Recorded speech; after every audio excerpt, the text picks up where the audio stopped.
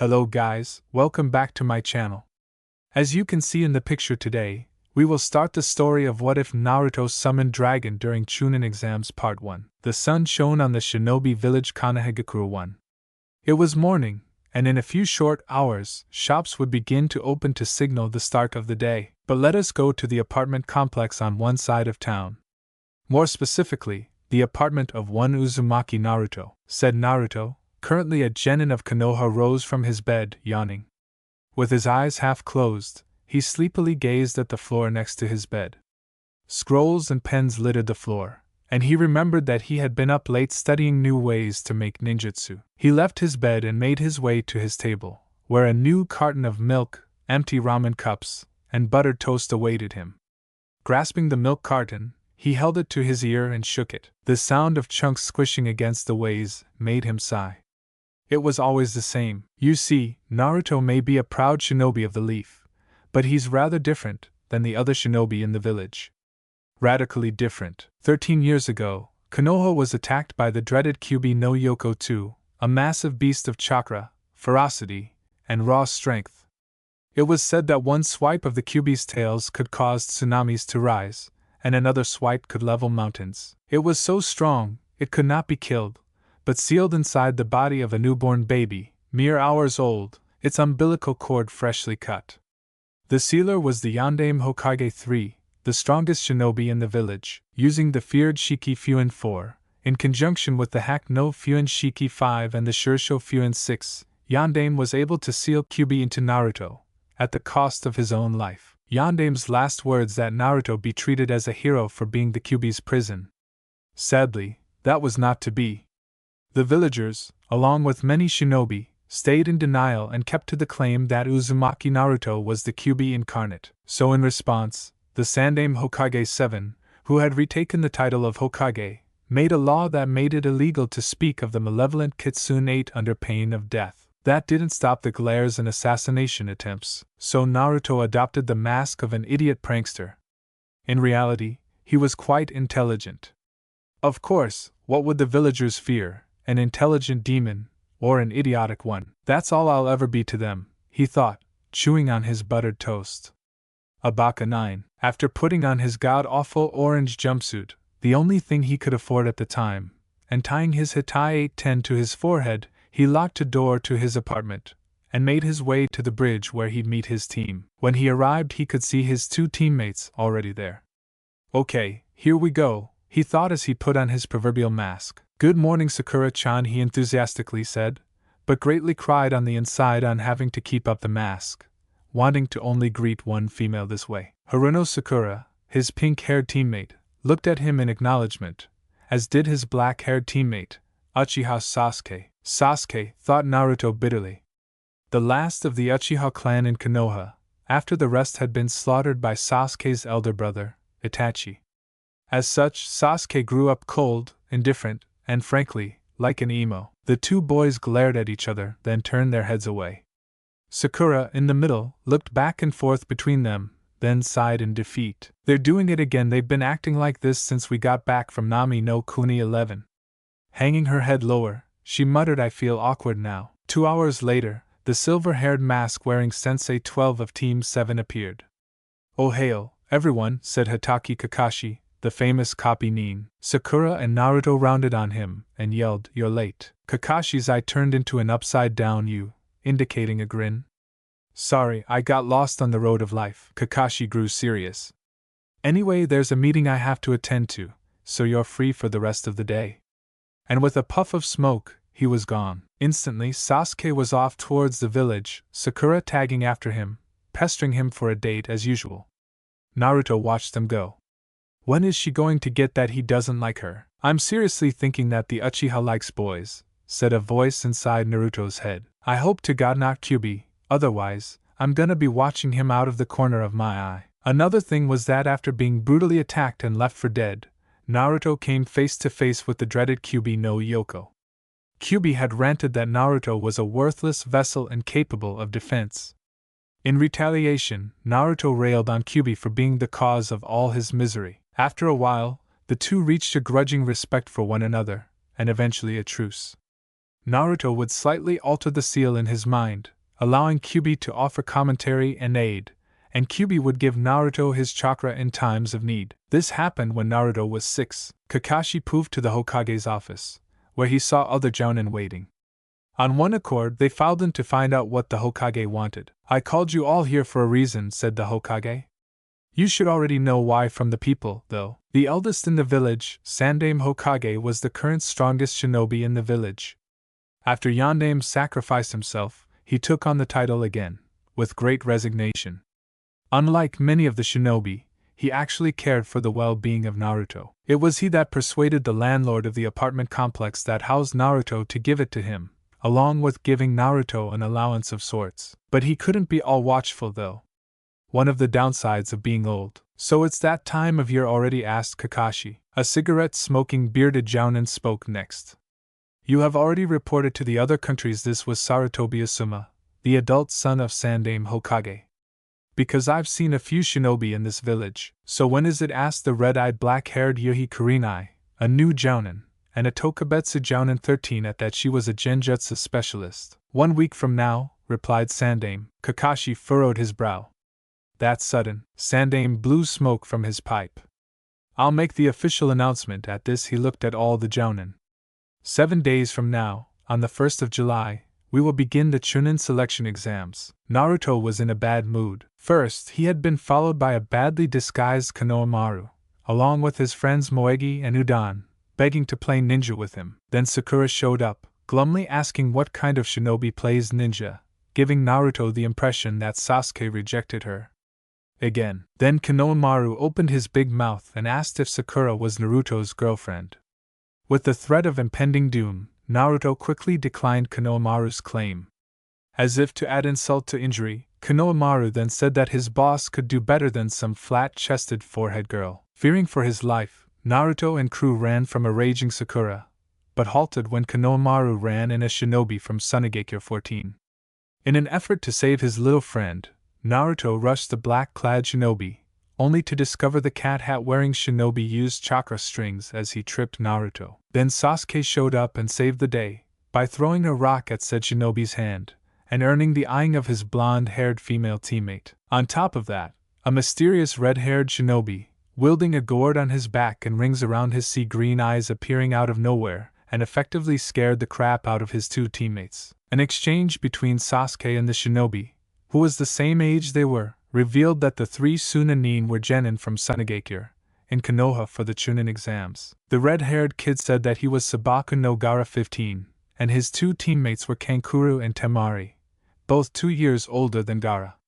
Naruto was effectively ignored, and the Sunanin disappeared, resulting in Naruto's bad mood. "I suppose it's what I get for playing the weak idiot, though. Now that we're going to start the Chunin selection exam," went Sandaime. Those in charge of new genin stepped forward. Only 3 came forth: Kakashi, Kurenai, and Asuma. "Are there any genin you wish to enter into the exam among the ones you teach?" Kakashi started. "From the 7th team I lead, I recommend Uchiha Sasuke, Uzumaki Naruto, and Harino Sakura. I wish to enter them into the Chunin selection exam under my name Hatake Kakashi." Kurenai went next. "From the 8th team I lead, I recommend Hyuga Hinata, Inuzuka Kiba, and Aburaim Shino.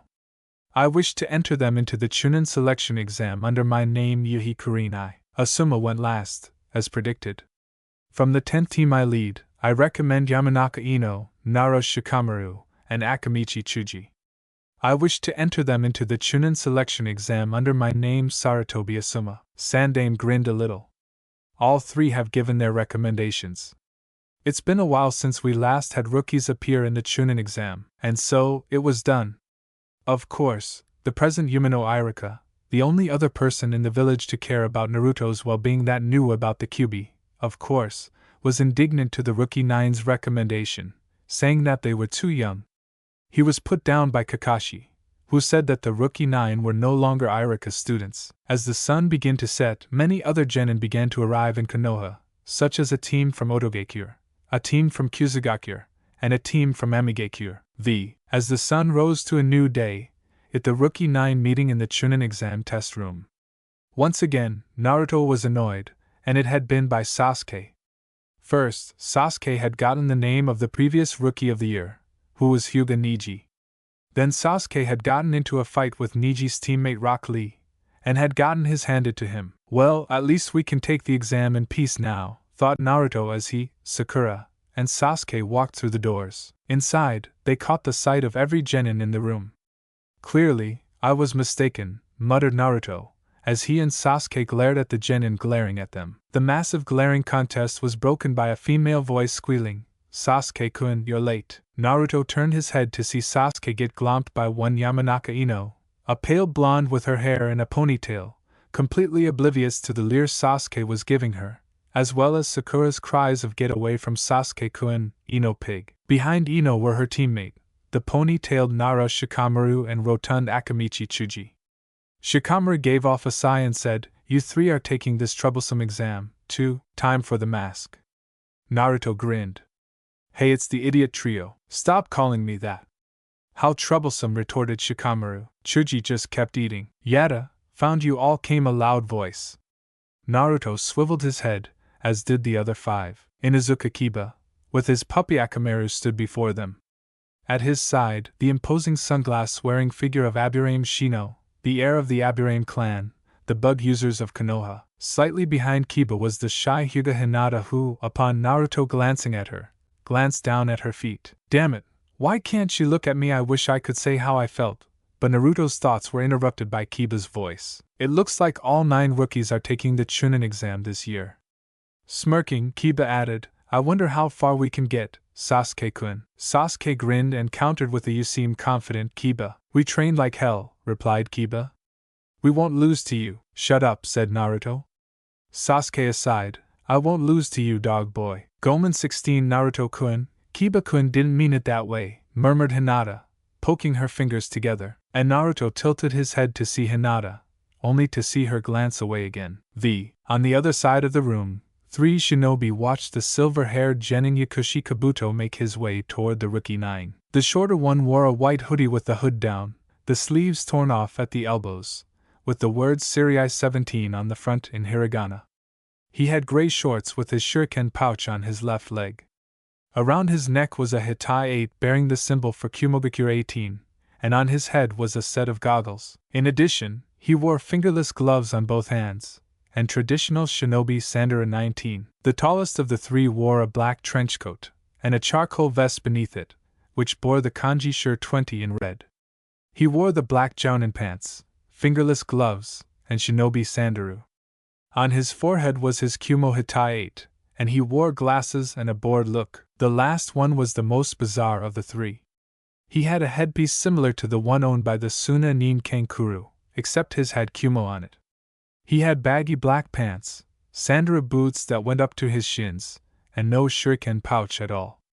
He had red armor that molded to his chest, and red armor on his right shoulder, and his right forearm. He wore fingerless gloves that had the sleeves extend to just before his elbows. But his face got the most attention. He had intricate patterns on his face. No eyebrows, think Kankura's makeup without the mouth makeup, and red instead of purple, and his skin was a tan brown. The shorter one said, "Ready to go introduce ourselves?" The taller of the 3 yawned and said, "Sure, why not?" The apparent leader grinned, showing off an impressive bunch of fangs. After all, it pays to know one's enemies. With that, the Kumo trio made their way toward the rookie 9 and Kabuto, who had just put away his Nin info cards. Translations: Kanahagakur means hidden leaf village, Kyubi no Yoko means 9-tailed mystic fox, Yandame Hokage means 4th fire shadow, Shiki Fuin means dead demon consuming seal, Hak no Fuin Shiki means 8 trigram seal, Shursho Fuin means 4 symbols seal, Sandame Hokage means 3rd fire shadow, Kitsune means fox, Baka means idiot, Hitai 8 means forehead protector, Nami no Kuni means wave country, Sensei means teacher, Tokabetsu Jounin means specialist Jounin, Sunagakure means hidden sand village, Sabaku no Gara means Gara of the desert, Gomen means sari, Serii means spirit, Kumogakure means hidden cloud village, Sandara means sandals what the shinobi in Naruto wear, Shur means death. As Yakushi Kabuto put away his Nin info cards, he felt the approach of the 3 Kumo Nin, and faced to meet them. The leader of the 3, the one with the headpiece, strode past Kabuto and stood in front of Team 7. After studying them, he spoke at last. What is your name? His eyes were on Naruto, but Sasuke strove to answer with a smirk. Uchiha SAS. I already know who you are, interrupted the Chunin with a sneer. I meant your blonde teammate. After recovering from the shock of a foreign nin asking for his name, Naruto hesitantly answered, Uzumaki Naruto. The Chunin then gave a mock bow, completely ignoring the irate Sasuke. Ryunosuke Hachi at your service. The trenchcoat-wearing Chunin gave out a yawn, then said Kuritora Kurisu. The goggle-wearing nin was all over Hinata. Well, how do you do, pretty lady? Grasping her shaking hand, he introduced himself. Ichi Kureiji, at your service, milady. And you are, H. Hyuga Hinata. At the moment, Hinata was ready to have a coronary. After an attempted kidnapping by a Chunin when she was 3, which thereby resulted in her lack of confidence, she also saw Chunin in a new light, which was why she was grateful when Kiba, and to her delight, Naruto, both shouted, Get away from Hinata-chan. Kurisu hit Kureiji on his head, saying always with the Hyugas. I swear, if it has white eyes and boobs, then you've probably hit on it. Clutching his head, Kureiji gave him a grin. Can't help it.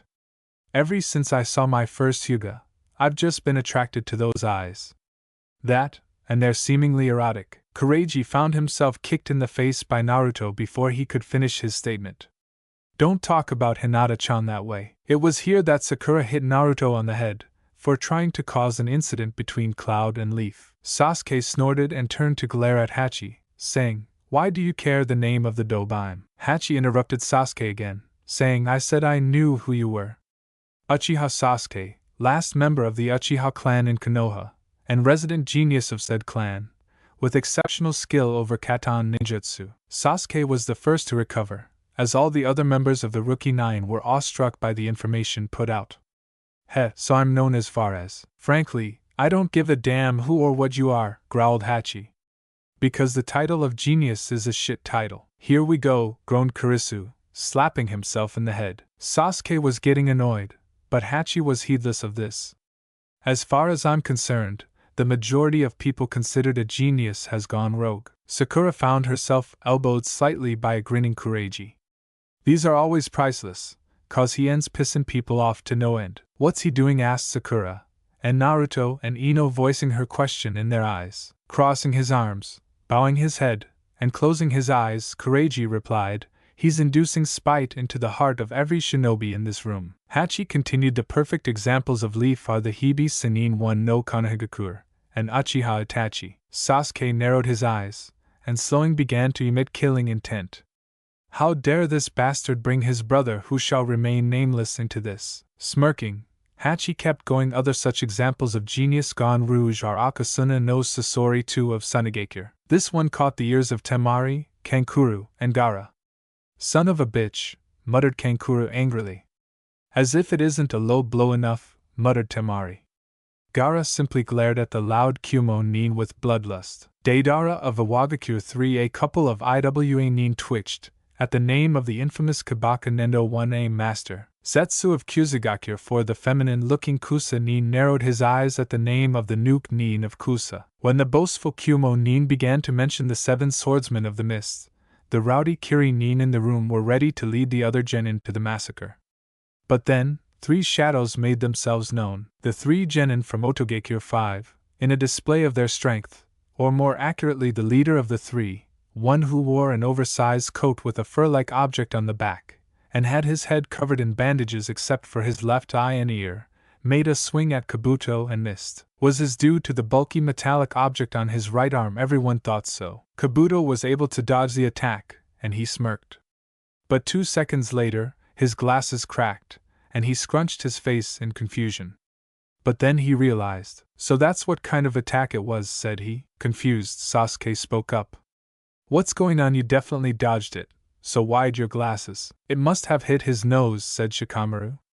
Giving off a che, he then added, that's what he gets for trying to look cool. It was at this point that Kabuto fell to his knees, and emptied the contents of his stomach. Just as I thought, said Kurisu, as Sakura and Naruto made their ways over to Kabuto's side, and as the other genin in the room stared awestruck. Sound waves. What do you mean? Growled Kiba, his ears slightly ringing. Mummy man there, explained Kurisu, pointing at the leader of the three Otonin, Kinyuta Dosu, processes sound waves through that thing on his arm. Pushing his glasses up the bridge of his nose, he continued. From the looks of things, Kabuto had his inner ear disabled temporarily. At this, all the genin in the room knew to be wary of the Otonin.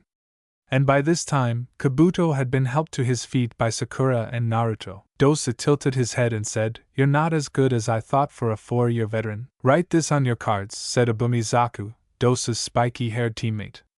"The 3 genin from Otogekyo will definitely become Chunin." And so the 3 Otonin Dosu, Zaku, and their female teammate, Tsuchikin, made their proclamation. There was a loud BMF, and all the genin turned towards the front of the room.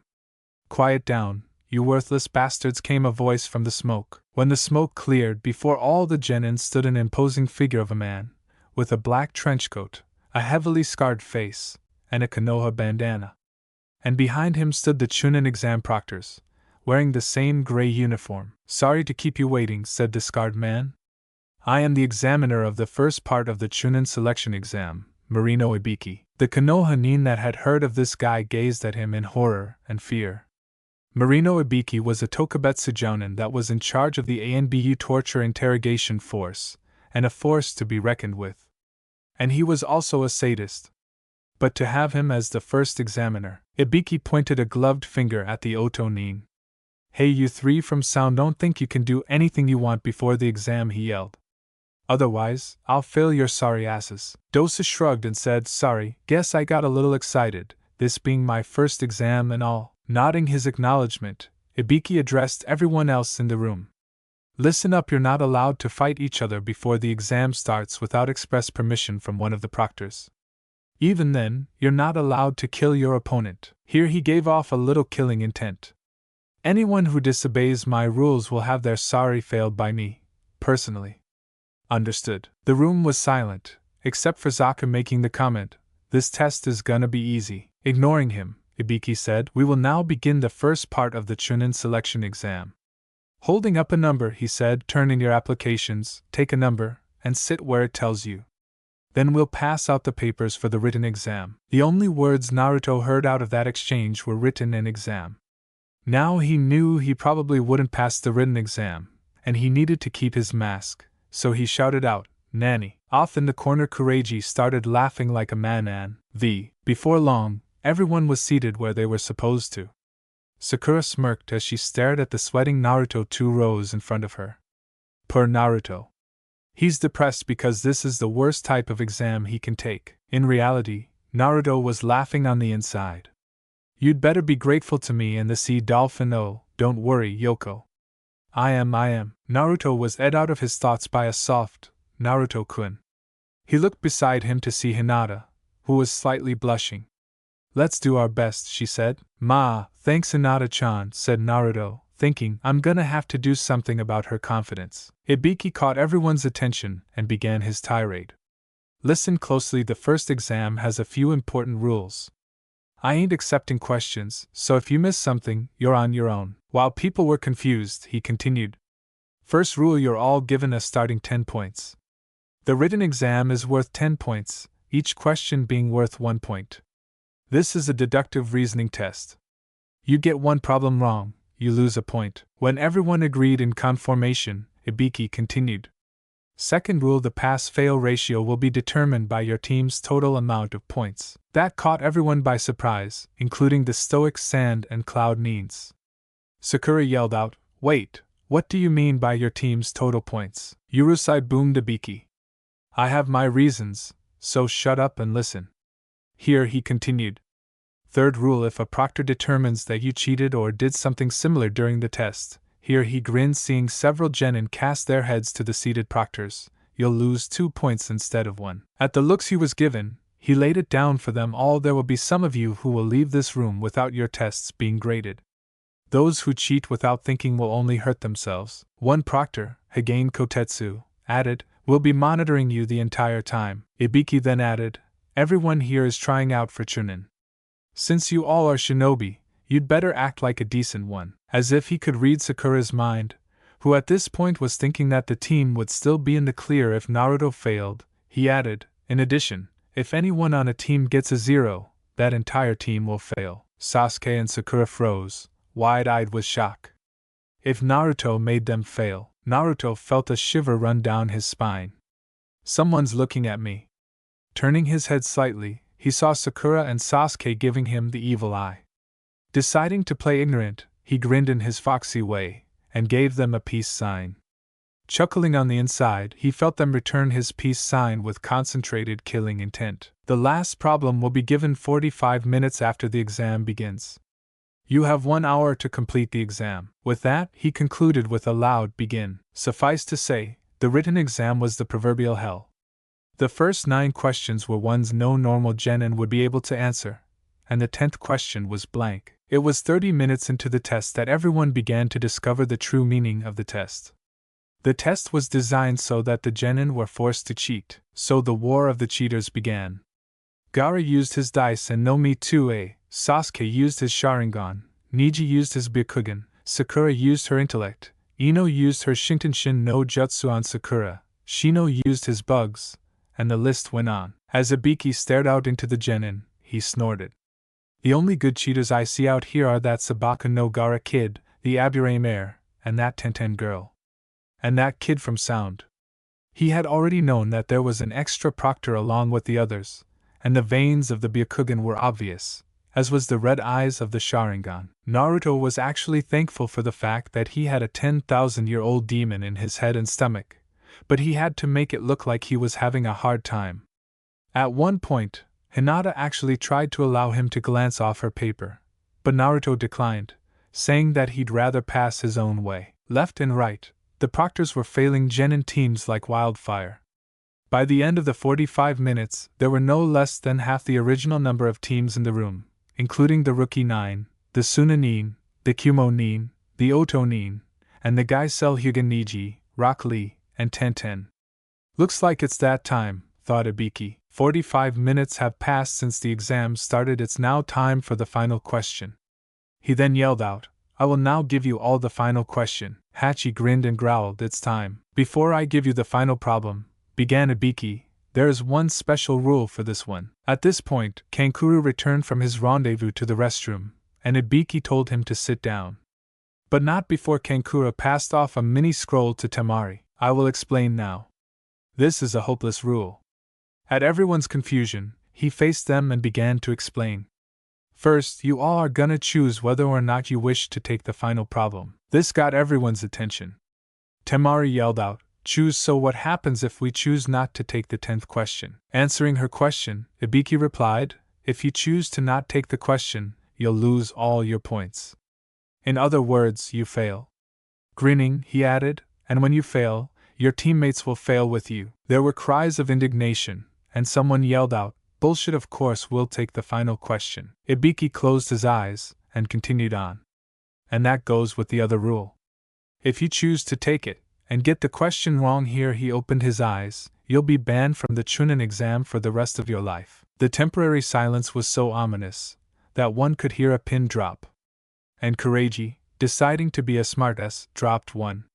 The pin hitting the floor sounded like a cannon shot. At this point, Kiba rose up and pointed a finger at Ibiki, saying, what kind of bullshit is that? There are people here who took the Chunin exam before. Akamaru added a bark for emphasis. Ibiki chuckled.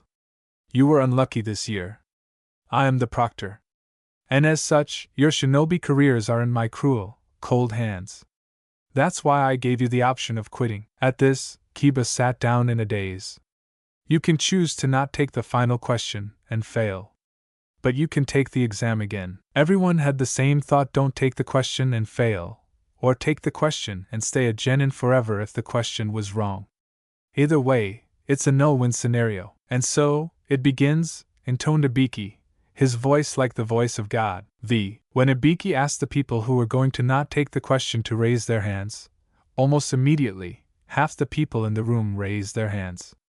When their numbers were confirmed, they left. Sakura expectantly watched and waited for Naruto to raise his hand, because surely Team 7 would be better off taking the exam next year, wouldn't they? When Naruto did raise his hand, he immediately slammed it down, and said, screw you, I ain't running away. With everyone in the room staring at him, he continued railing against Ibiki. So what if I have to stay a genin forever? I'm still gonna be the Hokage no matter what. Here he pointed at Ibiki. So give me this stupid question already, I'm gonna take it, 'cause I ain't afraid. With that, he seated himself, with complete confidence in his abilities. He wasn't even thinking about us, he's got quite the spirit, thought Sasuke with a grin. And Naruto-kun. Yes, he's an idiot, but a noble one at that, thought Sakura through a grin and a sigh of relief. He wiped out everyone's uncertainty, he's different. That Uzumaki Naruto, thought Hachi with his eyes closed. Are you sure? Asked Ibiki. Because after this, there's no turning back. Naruto looked right back him, with confidence in his eyes. I'm not going back on my word. That's my Nindo. Ibiki glanced at the proctors, and they gave a silent nod of assent. I guess there's no point in belaying the inevitable, he thought with a small grin. You're an interesting one, Uzumaki Naruto. Nice determination. Ibiki looked out among the ones left. 28 genin teams left, quite a talented bunch we got this year. Alright then. Everyone here in the first part of the Chunin selection exam passes. At the blank and shocked looks Ibiki was getting, he launched into a speech of how the test was designed. The first 9 questions were based on information gathering skills, and the 10th question was a test of will and might. He then talked about how information, at times, is worth more than the lives of people, and to emphasize his point, he took off his bandana, to reveal scores of slashes, burns, and screw holes in his scalp. This made nearly everyone unconsciously grasp the tops of their heads. The man had been tortured. He replaced his bandana, and then concluded with information being wrong would bring ruin to a mission, and to the one doing it. With that, he finished, a genuine smile on his lips. I congratulate you all on making it to the second exam. No sooner had he said that, than a large something flew in through the window and landed in front of him. Kunai hit the ceiling, and the object flew open to reveal a banner and a woman. The woman wore a net outfit, an oversized jacket, a miniskirt, and a pair of shin guards. That woman's gonna be the death of me, thought Ibiki. Everyone, no time to celebrate cause the second examiner is here. She had one hand in the air and yelled, I am Mitarashi Anko, second examiner of the Chunin selection exams. Dead silence, which was broken by Naruto yelling, What the hell? Anko, said Ibiki from the side of the banner, check the atmosphere. Anko blanched, then recovered. You let 26 teams pass, Ibiki, losing your touch. Not at all, we just had some talented ones this time around. Oh well. She gazed out at the teams left, grinned, and said, You can be sure that I'll cut their numbers in more than half. That scared the crap out of a lot of people. She raised her voice. Alrighty, prepare for the next exam tomorrow. We're gonna be somewhere else, so ask your Jounin sensei about it. Dismissed. The next day, the genin teams met at a place that had chains on the gate. What is this place? Was the thought on everyone's minds. Welcome to training area number 44, everyone. Then on an afternote, Anko added, lovingly called the Forest of Death. From that point on, nothing much happened, except Naruto mocking Anko, and getting a kunai thrown at him. Naruto found out never to make fun of the loud snake lady again. Anko then handed out waivers that said that Konoha wouldn't be responsible and any of the genin died. Then she told them that in exchange for their signed waivers, they would be given a different colored scroll for each team. Some of you will get a Chi-Earth scroll, others will get a 10 Heaven scroll. Your objective is to obtain both scrolls, and then make it to the tower in the center of the forest within 5 days. The rules were set, and the game was on. The genin teams separated and went to their gates, but not before Hinata gave off a, good luck, Naruto-kun. Then as Team 7 was walking past Team Kumo, Hachi yelled out, I'll be looking forward to fighting you, Uzumaki Naruto. And another thing, Anko said. Don't die. The last thought Naruto had as the bell went off was, after this is over, I'll tell her. And we all know what happens now. But Team 7 will not run into Kabuto. Why will be explained below. Several hours later, Anko was pissed off. First they had found the bodies of the 3 Kusanin outside the Forest of Death, their faces ripped clean off. Then when she ran into the Forest of Death, she ran into her old sensei, the Hibi Sannin Orochimaru, who basically told her that her was after the Sharingan, and then he disappeared. She had gotten to the tower when the ANBU in the forest called her to an emergency, which is where she was now. and she still can't believe what she was hearing. It's official. The team from Suna and the team from Kumo finished the exam in 90 minutes, at the exact same time, said the proctor. And look at both teams. Notice anything? Yeah, Anko said. None of them have a scratch on them. Yeah, but there's something about that Kumo nin, said the bird-masked Anbu who accompanied Anko. Something dark. Flashback 45 minutes earlier, Team Kumo leaped through the trees, searching for potential victims. Already, the sounds of teams going at each other were clear through the trees. What scroll we got? Asked Kureiji. The Chi scroll, replied Hachi. Means we need a 10 scroll, finished Kurisu. His nose twitched. And there's a team nearby. About 1.7 meters to the right. You see, in the hidden cloud village, Kurisu comes from a long line of feral shinobi. Fundamentally the same as the Inuzuka clan of the Leaf, Kurisu's family, the Tora clan, owe their abilities to living not with dogs, but amongst tigers, one of the most savage creatures of nature. However they managed to do it was a secret known only to the Tora clan. But all that is known is that the Tora clan was currently the strongest clan in Kumo. The 3 genin dropped down in front of their targets, who turned out to be Kabuto and his teammates Okada Yoroi, a genin wearing a mask and sunglasses, and Tsurugi Misumi, who also wore a mask, but wore glasses instead. The genin glared at each other. You've got something we want, said Hachi, holding out his arm for the scroll. Kabuto smirked. Weren't you there? We have to fight for it. And with you rookies fighting us seasoned veterans, said Yoroi, holding out a kunai, what sort of chance do you have? Tsurugi grinned beneath his mask. Besides, we know what kind of abilities to expect from you. If that's true, began Kureiji, a grin appearing on his face, then you know that resistance is futile. With that the two teams leapt at each other. Tsurugi took on Kureiji, Yoroi took on Hachi, and Kabuto took on Kurisu. Kurisu opened up with Shikaku no Jutsu 3A and shot at Kabuto, moving like a tiger with claws outstretched and lengthened fangs. Kabuto was able to dodge and activate his Shaozen Jutsu 4A, and slashed. Kureiji was all over Misumi. Literally. He had done a Tsuchi Bunshin no Jutsu 5A and created 5 earth clones, which then dogpiled Misumi, who slipped out using his Nen no Kaiza 6A to slip out and attack, which in retrospect wasn't a good idea, because at that moment, Kureiji made a gamble that paid off. He charged up his bioelectricity, and as soon as Misumi came close, dispelled the earth clones and grabbed Misumi's outstretched arm. It took several seconds for Misumi to die, even though he tried to escape. As Misumi's charred corpse fell to the ground, Kureiji grinned and said, medium, well done, or extra crispy. Hachi was stuck with Yoroi, who at the moment had his hand around Hachi's neck, which was glowing a light blue. Yoroi smirked. Like it, feeling a bit drained. That's my chakra Kyuin Jutsu 7A. It siphons your chakra into me. Alas, Yoroi had the same flaw most people do, giving out their abilities, and relying on them. What he didn't realize was that with giving out the best aspect of his technique also gave out a great drawback to it, and Hachi was intent on using that to his advantage. Grinning madly, he roared, you want it that bad, then take it, and reaching deep within himself, to that forbidden point, he unleashed a malevolent yellow chakra that surged into Yoroi. Yoroi barely had time to register that he had to take his hand off Hachi to avoid chakra overload before it happened.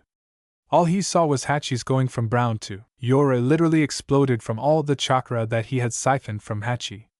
Yoroi's corpse landed on its back, smoke rising from its mouth and eye sockets. The body was covered with chakra burns and nearly burned to a crisp. Kurisu was pissed to no end. His opponent was ridiculously resilient. Every time Kurisu slashed Kabuto with his claws, Kabuto's wounds would heal after a few seconds.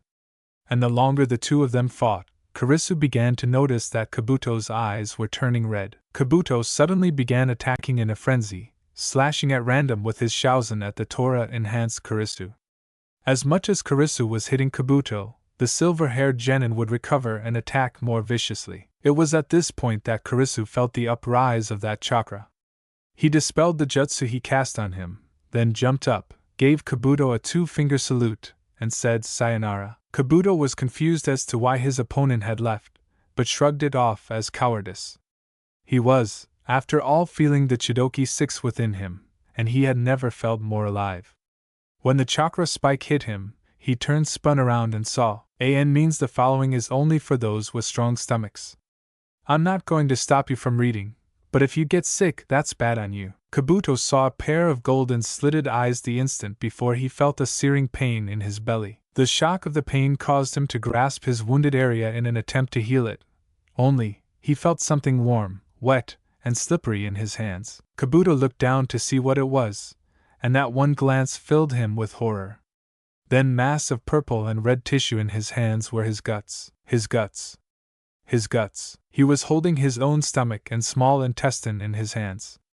That Chunin had cut him open, and with every passing second, more and more of his intestine began uncoiling out of his flesh like snakes. With the realization that he had been cut open hitting him like a bat, Kabuto's eyes turned back to normal, and he sank to his knees, vomiting blood, his guts slipping to the ground with him. In that instant he knew. The damage to his stomach was too extensive, he was going to die. Eviscerated like a common beast. With him vision fading to black, he raised his head one final time and choked out, "Wah, what are you?" Ryunosuke Hachi grinned and raised his blood-stained claws, then said, "Or wa bake mano."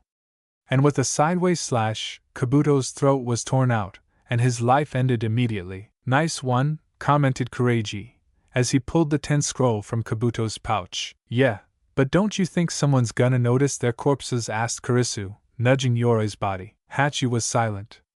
Granted, he relished killing Kabuto, but he had needed to use that, and already, it was speaking to him in his mind, whispering words of malice to the leaf, urging him to kill more, to slaughter more, to "I need to feed," he growled. Immediately, Kurisu and Kureiji stepped away from the bodies, and Hachi fell on Kabuto like a wild dog. Between the rending of flesh and tearing of Kabuto's organs, Hachi was temporarily ed into the primal side of man, the side man would want to forget, the savage animal man once was. Kureiji watched as Hachi devoured Kabuto, then spoke up. "Hey Kurisu, you up for some spaghetti or chopped liver?" Dodging Kabuto's liver, Kurisu groaned. "You're sick, you know that." Kureiji chuckled, and stepped aside to avoid a spray of blood. "That's what all the doctors said, but what do they know? Clearly more than you." "Ah, them doctors and their bitchin'. They said I'm mentally unstable, but I'm just fine." Kurisu's face faltered, avoiding another organ, then stood up and intoned, "Kureiji, your mind has reduced the doctors and Kumo to tears. Grown men that have faced war and yearn for an easier lifestyle, reduced to sobbing children in a matter of minutes." Kureiji was about to retort when Hachi stood up, blood all over his face and chest armor, and said, going to the river, "Get to the tree in front of the tower and await my return." "Will do," said Kurisu. With that, he and Kureiji took off towards the tower, while Hachi ran to the river. Present time and a flashback. Over the course of the next 4 days, the tower found itself being the haven of tired teams. Team Guy arrived on the 3rd day, and Team 7 arrived on late into the same day. Team 8 and Team 10 found themselves arriving on the 4th day, and Team Oto arrived on the last day. With the exception of Team Guy, Team Kumo, and Team Suna, all the other teams looked like hell. And funny thing, on the last day, Naruto kept trying to see Hinata, but he had to deal with Kiba acting like Hinata was his. The time came when the 7 teams met in the preliminary arena, with the Hokage, the Jounin senseis, and the exam proctors. 78 people started out, and in the end, only 21 passed, thought Enko as she surveyed the teams. When I was thinking of more than half of them failing, I was really thinking of a single-digit number. At this point, many of the teams began having their own thoughts. Team Kumo, the Jounin sensei of the Kumo team, a red-haired man with a device like a telescopic eye patch, glanced down at his team. So all of you pulled through. We cannot afford having anything happen to the 3 of you. Uzumaki Naruto. This will be most interesting. Hyuga Hinata. It just rolls off the tongue. Team 10. I'm hungry. There are still this many people, how troublesome. Sasuke-kun's team made it. Team Guy. At this point, Guy was telling Kakashi about how his team made it through luck, but luck wouldn't be enough to pass. When Kakashi responded with a you say something, Guy resolved to beat Kakashi another way, despite Kakashi's cool, hip attitude. So that's Guy-sensei's rival. He's got Guy-sensei beat in looks, but Guy-sensei is the coolest among the teachers. He shines like the sun. Watch me. Guy-sensei, watch me shine, too. The ones who stand out are the ones who were left, just like I thought. Uchiha Sasuke. Team Oto, Uchiha Sasuke, I promise you revenge. I swear it. For both my arms. The Jounin sensei of the Oto ni narrowed his eyes. His subordinates did not appear at the tower, like they were supposed to. Which meant that something had gone wrong. Team Suna, the Jounin sensei of the team from Suna, Baki, glanced down at his team and thought, so you made it through without a scratch, Gaara. The only other person with any thoughts was Temari. Amazing. Of the 26 teams that went in, only 7 made it here. Team 8. Kurenai was confused to see Akamaru, hiding in Kiba's jacket, as opposed to on Kiba's head, where he normally would be. Akamaru's acting strange, thought she. Those Sunanin. I'm glad Naruto-kun passed, too. Team 7. Looking around, Sakura said, it looks like everyone from the Rookie 9 are here. Looks like everyone important is here, replied Naruto, sneaking a glance to his right. Damn you, dog boy. Sasuke clutched his neck and growled, I don't have a good feeling about this though. Back to the main view, Sandaime surveyed the genin below him. Such promising candidates, and many of them are new. Casting a sidelong glance at Kurenai, Asuma, and Kakashi, he added on a mental note, no wonder they were recommended. Anko stepped forward and spoke. We will now have an explanation of the third exam by Hokage-sama. Translations. Hibi Sinin Snake Hermit. Akasuna no Sasori Scorpion of the Red Sand. Iwagakure Hidden Stone Village. Kusagakure Hidden Grass Village. Otogakure Hidden Sound Village. Chidoki Blood Wrath. A name I made up for Kabuto's old blood ability that he talked about. 1A Kibaken Nendo Exploding Clay. 2A Dai Sen no Mi Third Eye. User creates an eye out of sand. 3A Shikaku no Jutsu 4 Legs Technique.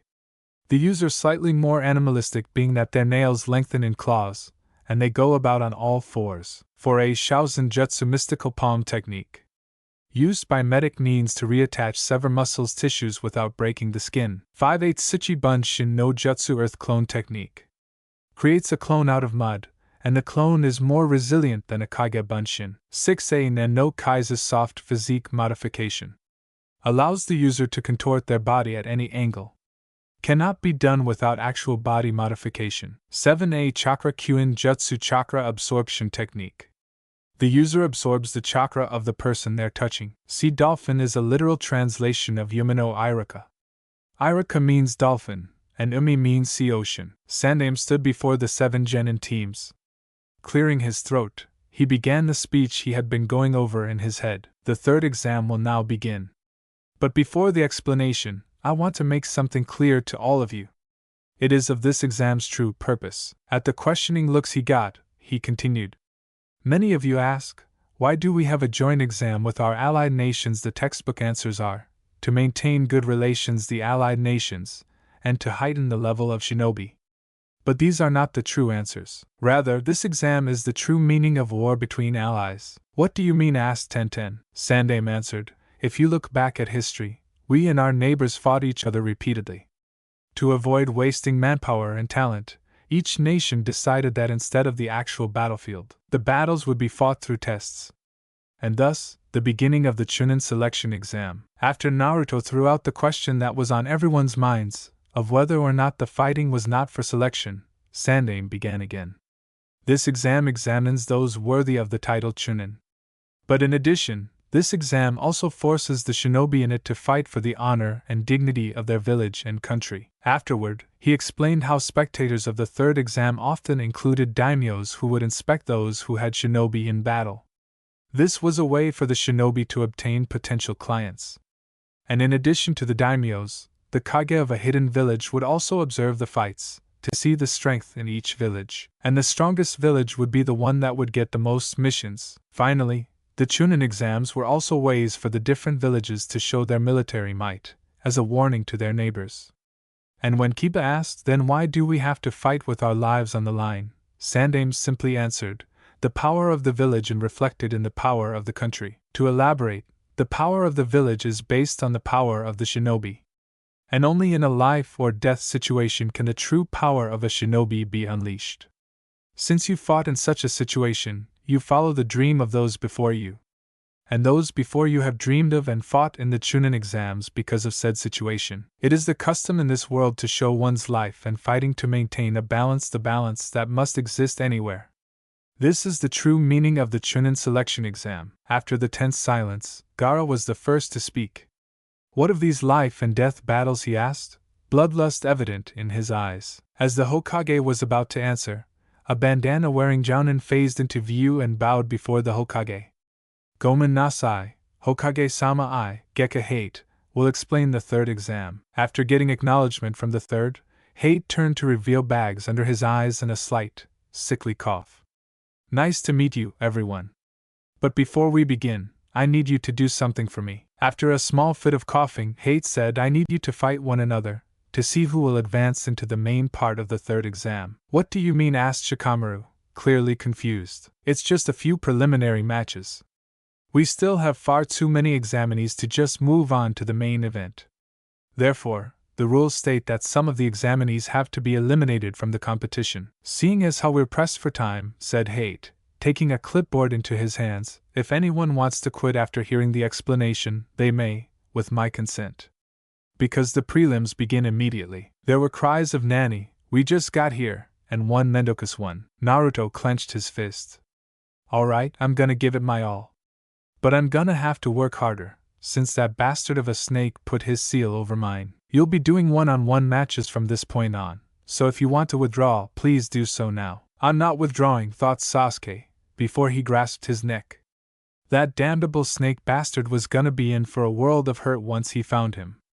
Then he'd pay for that mark on his neck. After shrugging of a worried Sakura, and declaring, Naruto, you're one of the people I want to fight, effectively shutting up his loud teammate who had started to tell him to stop being an ass, he turned his attention to the Hokage after hearing him say, yes. I choose to withdraw, said Kurotora Kurisu, his left arm slightly raised.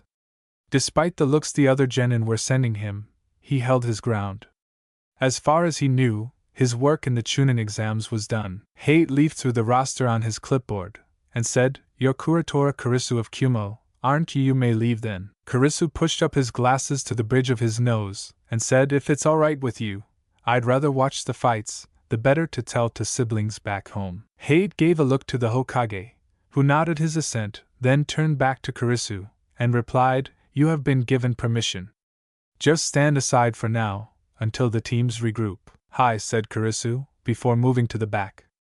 At passing Kureiji, he uttered, Remember, follow the plan. I know already, whispered Kureiji, whilst uttering a grin. It won't be long before Kumo has what it rightfully should have. I'll leave everything to you two then, said Kurisu as he walked back, pausing to glare at Gaara, with a slitted eye gone red. After Kurisu had gone to the far wall, Hate coughed and said, I assume no others are going to drop out. Sakura was about to raise her hand, but Sasuke grabbed said hand, and told her not to do it. It is my duty to answer the question, am I strong? And as far as I know, he paused, thinking back to everyone he saw. Sabaku no Gaara Hyuga Niji Rockly Kinyuda Dosu, I must answer that question, if I am in order to defeat that man. He sent a glare at Sakura, saying, And I'm not going to let anyone take that away from me, not even you, Sakura. Seeing Sasuke grimace in pain, Sandaime inhaled from his pipe, and said, Orochimaru being here worries me, but for no, let's just observe Sasuke. Enko was indignant. Ho Hokage-sama, if the curse seal begins to run rampant, then we'll quarantine him with the MBU. But for now, let him be. Ibiki nodded his assent, and so did Enko, begrudgingly. Well then, said Hate, let's start the preliminaries then. It'll be similar to actual combat, with one-on-one matches. And now that we have exactly 20 people, we will have 10 matches. Subsequently, the winners of each match will move on to the third exam finals. There are no rules. You will fight until your opponent is knocked out, dies, or admits defeat. If you do not wish to die, then forfeit. However, if I judge that the match is over here, he coughed, then I will step in to prevent any unnecessary deaths. The thing that will foretell your destiny, Hate said, as Enko spoke into her headset, is that board. Here a wall lifted to reveal a black board. The electronic bulletin board will randomly show the names of 2 fighters of each match. And so, without further ado, intoned Hate, I give you the first matchup. The board flashed, then shuffled through names, before stopping at 2. Ichi Kureiji vs Uchiha Sasuke. Sasuke grinned and said, right off the bat, Kureiji grinned and said, kick-ass? Alright then, Will the two fighters on the board please step up? Sasuke and Kureiji walked towards Hate, then faced each other. As Hate said, the fighters of the first match are Ichi Kureiji and Uchiha Sasuke. Are there any objections? After hearing both fighters say no, Hate then said, alright then, will everyone else please move up to the catwalks? As the teams began to walk up, Kakashi appeared beside Sasuke, and said, don't use the Sharingan. Sasuke, peeved at the thought of Kakashi trying to limit his growth, grinned and said, so you know, if the curse seal runs rampant, it may kill you. Then your match will be cancelled, and I'll be forced to put you down. Understood. Yeah, I figured as much, growled Sasuke. As Kakashi, Naruto, and Sakura made their way up the stairs, Sasuke felt the curse seal throb on his neck. It seems like the seal reacts to my chakra. If I try to mold chakra, then the curse seal draws strength off it. In that case, I'm going to have to try to limit my techniques. The Jounin sensei of Kyumo, Gigan no Bufutu, also called Torgon Bufu, looked down at the fighters and thought, it was just your rotten luck to fight Kureiji, Uchiha Sasuke. In the meantime, Kurisu, who had joined them, and Hachi stood on either side of their sensei. Don't screw up, thought Kurisu. With all eyes on the fighters below, Hate backed up and said, Hajime. Kureiji opened up by throwing a bunch of shuriken, but Sasuke whipped out a kunai, and deflected them back at Kureiji. Kureiji jumped aside, then ran at Sasuke, who in turn dodged the incoming kunai, and slammed his own into the ground, where he grabbed Kureiji's legs and forced him to the floor. By holding Kureiji's arm, Sasuke was sure he had it won. Yada, shouted Naruto. Don't think it's over yet, said Kurisu, walking over to them. What do you mean, asked Naruto. Look at him, he's on the ground. Yes, said Kurisu, staring down into the arena, but not everything is set in stone. His name, Ichi Kureiji, means crazy one, and he's called that for a reason. This got everyone's attention. And if that didn't, then what happened next did. Kureiji's hair went from black to a silvery gray, and his skin slightly darkened to a pale dark brown. Registering this as a possible threat, Sasuke let him go, and jumped back a few feet. Imagine his surprise when Kureiji began to walk on his hands, and came at Sasuke, feet kicking. WTF was the thought on everybody's mind, as Sasuke was forced to dodge every kick sent at him. Told ya so, said Kurisu. Damn, he's making a fool out of me, thought Sasuke, as he dodged kick after kick. What's the matter, Sasuke-kun, asked Kureiji, grinning madly. Don't like my Shukaku Jutsu 1A, do ya? With that, he pushed off his hands and leapt into the air, forming hand seals. When he stopped on Ram, his cheeks puffed up and he spewed mud from his mouth. When the mud hit the ground, it shifted into another Kureiji. Both Kureijis grinned and said, Suchi Bunshin no Jutsu, Sasuke-kun. Shikamaru rubbed his head. Okay, this is confusing. How does a Kyumo nin know a Doton Jutsu? Let's just say that Kureiji's been busy his first few years, thought Kurisu as he watched the two Kureijis perform a mad dance of death. With every 3 to 4 steps, Sasuke would get hit, and when it happened a 5th time, Sasuke fell to the ground in pain. With everyone watching, Sasuke was getting more and more angry by the second. He was the last Uchiha. And he was getting his kicked by some no-name crazy cloud nin. The hell with this, he growled, and dodged a blow from Kureiji. Imagine everyone's surprise when Sasuke fell to the ground, pushed on the ground, and brought his foot to Kureiji's chin, which hit with a resounding thud. Not anticipating this, Kureiji was caught unaware and sent airborne, while Rock Lee gasped and said, That's my. This is it for you, said Sasuke, as he appeared behind Kureiji and set his middle and index fingers to his back. I think not, Sasuke-kun, growled Kureiji, as his earth clone jumped up after them. At this point, Sasuke had overexerted himself, and the curse seal reacted. Like a fungus, it spread from its spot to try to cover Sasuke's face, racking his body with pain. Crap, was Sasuke's thought. I won't let this thing take over, he shouted in his mind as he forced the curse seal to recede. The shock on the faces of the adults was evident, and Sasuke used this to his advantage to move upward, as Kureiji's earth clone smacked into Kureiji's back.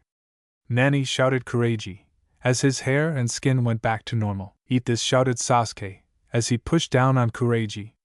Kureiji clone fell faster, and upon impact, turned back into mud. Sasuke then hit Kureiji in the head, forcing the crazy Cloud Nin down even faster, and once Kureji impacted, Sasuke brought his leg down in a downward strike, yelling Shurshur Rindan, and knocking Kureji unconscious. As Sasuke stood shakily, Hate moved towards Kureji, and knelt beside him. No need to confirm it, he thought, then shouted Shausa, Uchiha Sasuke. While Naruto was shouting, Yada, the medics came and took Kureji away, while Kakashi took charge of Sasuke. So, it looks like the Sharingan was the deciding factor, thought Lee. You copied the moves I used on you, after seeing them once. Uchiha Sasuke, you are a worthy opponent. The board went through the same process, this time ending on the names of Bumi Zaku and Aburame Shino. Who's this weakling, sneered Zaku, while Shino said nothing. Fighters, step up, said Hate. Once Zaku and Shino were down, Hate moved back and said, Hajime. Sakura vaguely remembered Zaku as the Sound Nin who had his arms broken by Sasuke. Is he going to fight with those arms, she wondered to herself. While over at Team 8, Kiba was saying that Shino would be the last person he'd want to fight. Naruto took this opportunity to try and sneak over to Team 8. He was within a few feet when Kiba caught sight of him and sent a glare that said, back off, buddy, she is mine. Naruto was tempted to flip Kiba the bird, but instead glared back and sulked back to Sakura. During this transaction, Sokka had used one of his arms to send a Zankuha 2A at Shino.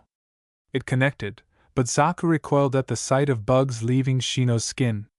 Upon turning his head, he saw more of those same insects. These are my Kikaichu. They attack their prey in swarms, and consume their chakra, explained Shino, holding one up. If they all attack you, you lose. If you attack them, you lose, for that will leave you open for me. Therefore, it is advisable to forfeit. Holding his hands in the tiger seal, he ended with, a true strategist never reveals his trump card until the end. Zaku was having flashbacks of when he first met Orochimaru. Back then, he had been an ordinary kid. But Orochimaru had found him, and given him power. Then he thought about Sasuke, and the cursed seal. The more he thought, the more enraged he became, until he finally pulled his other arm from its sling. Aiming his good arm at Shino and the other at the Kikaichu, he roared, how's this for trump card? But when he tried to fire, his arms exploded. His left arm was shredded, and his right arm was blown completely off at the elbow. Cursing in pain, his eyes widened in shock, as did everyone else's, to see Shino's Kikaichu in the barrels in his arms. When I was telling you to forfeit, said Shino, materializing behind Zaku, I also told my bugs to block up those air holes of yours. That, my friend, is a true trump card. With that, he delivered a crushing blow to Zaku's head, knocking the Sound Nin unconscious. You see, this is a good example of why I don't want to fight Shino, said Kiba, as Hate pronounced Shino the winner. The medic Nins made off with Zaku as Shino walked up the stairs. Kick-ass, Shino, said Naruto as he materialized in front of Shino and held out his hand. Shino looked at it, then, ever so slowly, shook it. Arigato, Uzumaki. What the hell, get back to your team, shouted Kiba. He hadn't seen Naruto move at all, and it pissed him off to see Hinata blush every time she looked at Naruto. Just once, I wish she would look at me like that, thought Kiba. There ain't any law that says I can't be over here, Naruto shot back. The two glared at each other, then faced separate directions. Sakura came over and dragged Naruto away by his ear, muttering, leave them alone, Naruto baka. In the meantime, Kakashi appeared with a yo, don't yo me, what about Sasuke-kun, is he all right? Went Sakura. He's fine, he just sleeping at the hospital, said Kakashi, while thinking, with a couple of A and BU around him. No need to tell them about my little run-in with Orochimaru. Thinking back, Kakashi knew in his heart that Orochimaru would have probably killed him and taken Sasuke had he fought. In the meantime, the board had spouted out two more names, Ryunosuke Hachi versus Kankuro. Kankuro grinned and thought, it's finally my turn.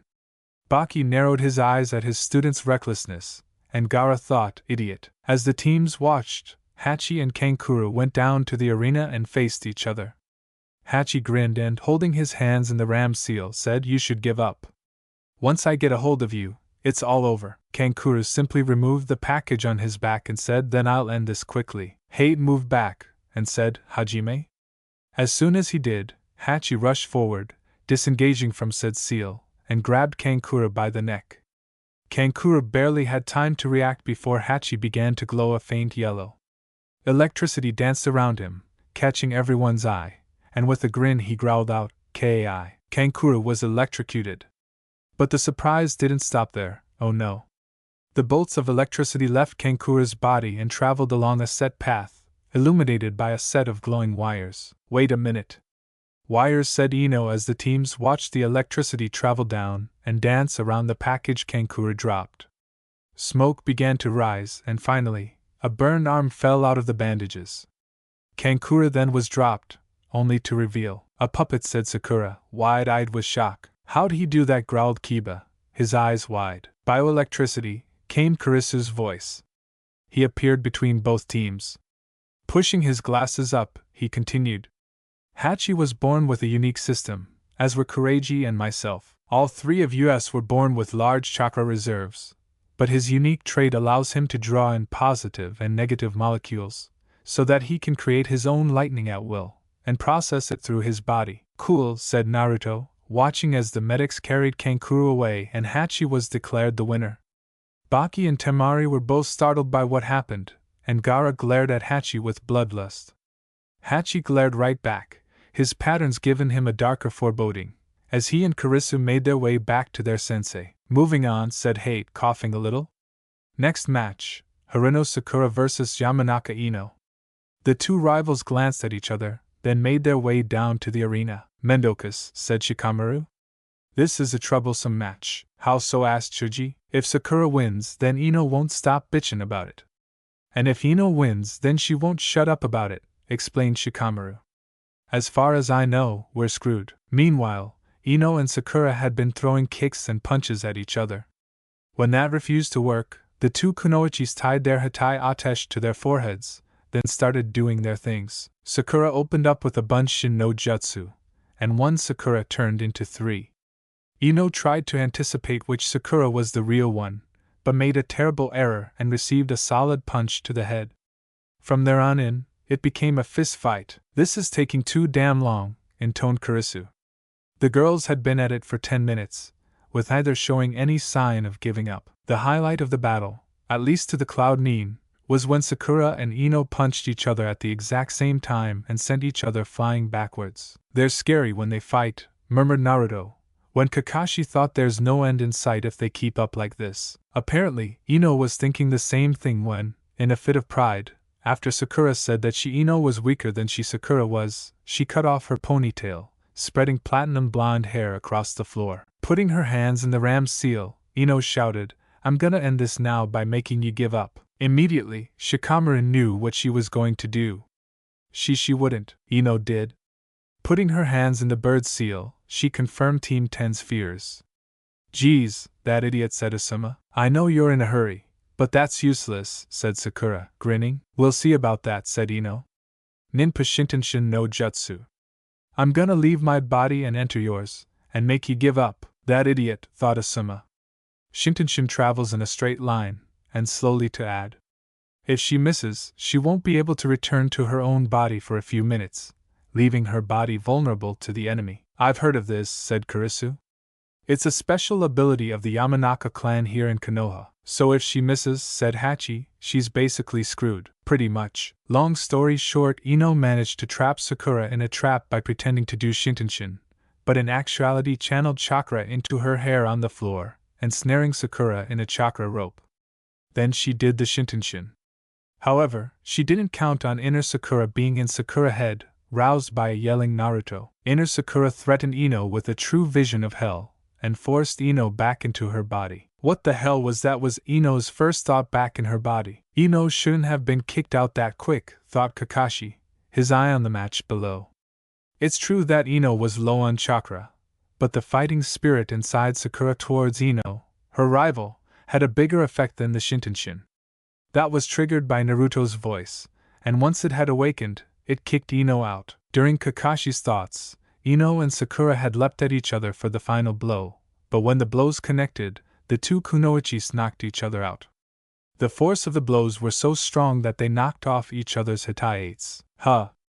A double KO," murmured Karisu. "About damn time, too," growled Hachi. I was about to end it myself if they didn't quit it. Down, boys, said Bufu, and in response, Hachi gave him the finger when Bufu wasn't looking. Meanwhile, Hade had glanced at the downed Kunoichi only once, and then gave his verdict. Both are unable to fight. Due to a double knockout, either Kunoichi passed the fourth preliminary match. After Kakashi and Asuma had retrieved their charges, and the unconscious girls found themselves surrounded by their teammates, +1 Rock Lee and -1 Sasuke obviously, the board went off. The two names that appeared were Tenten and Temari. Tenten appeared in front of Temari and Temari likewise.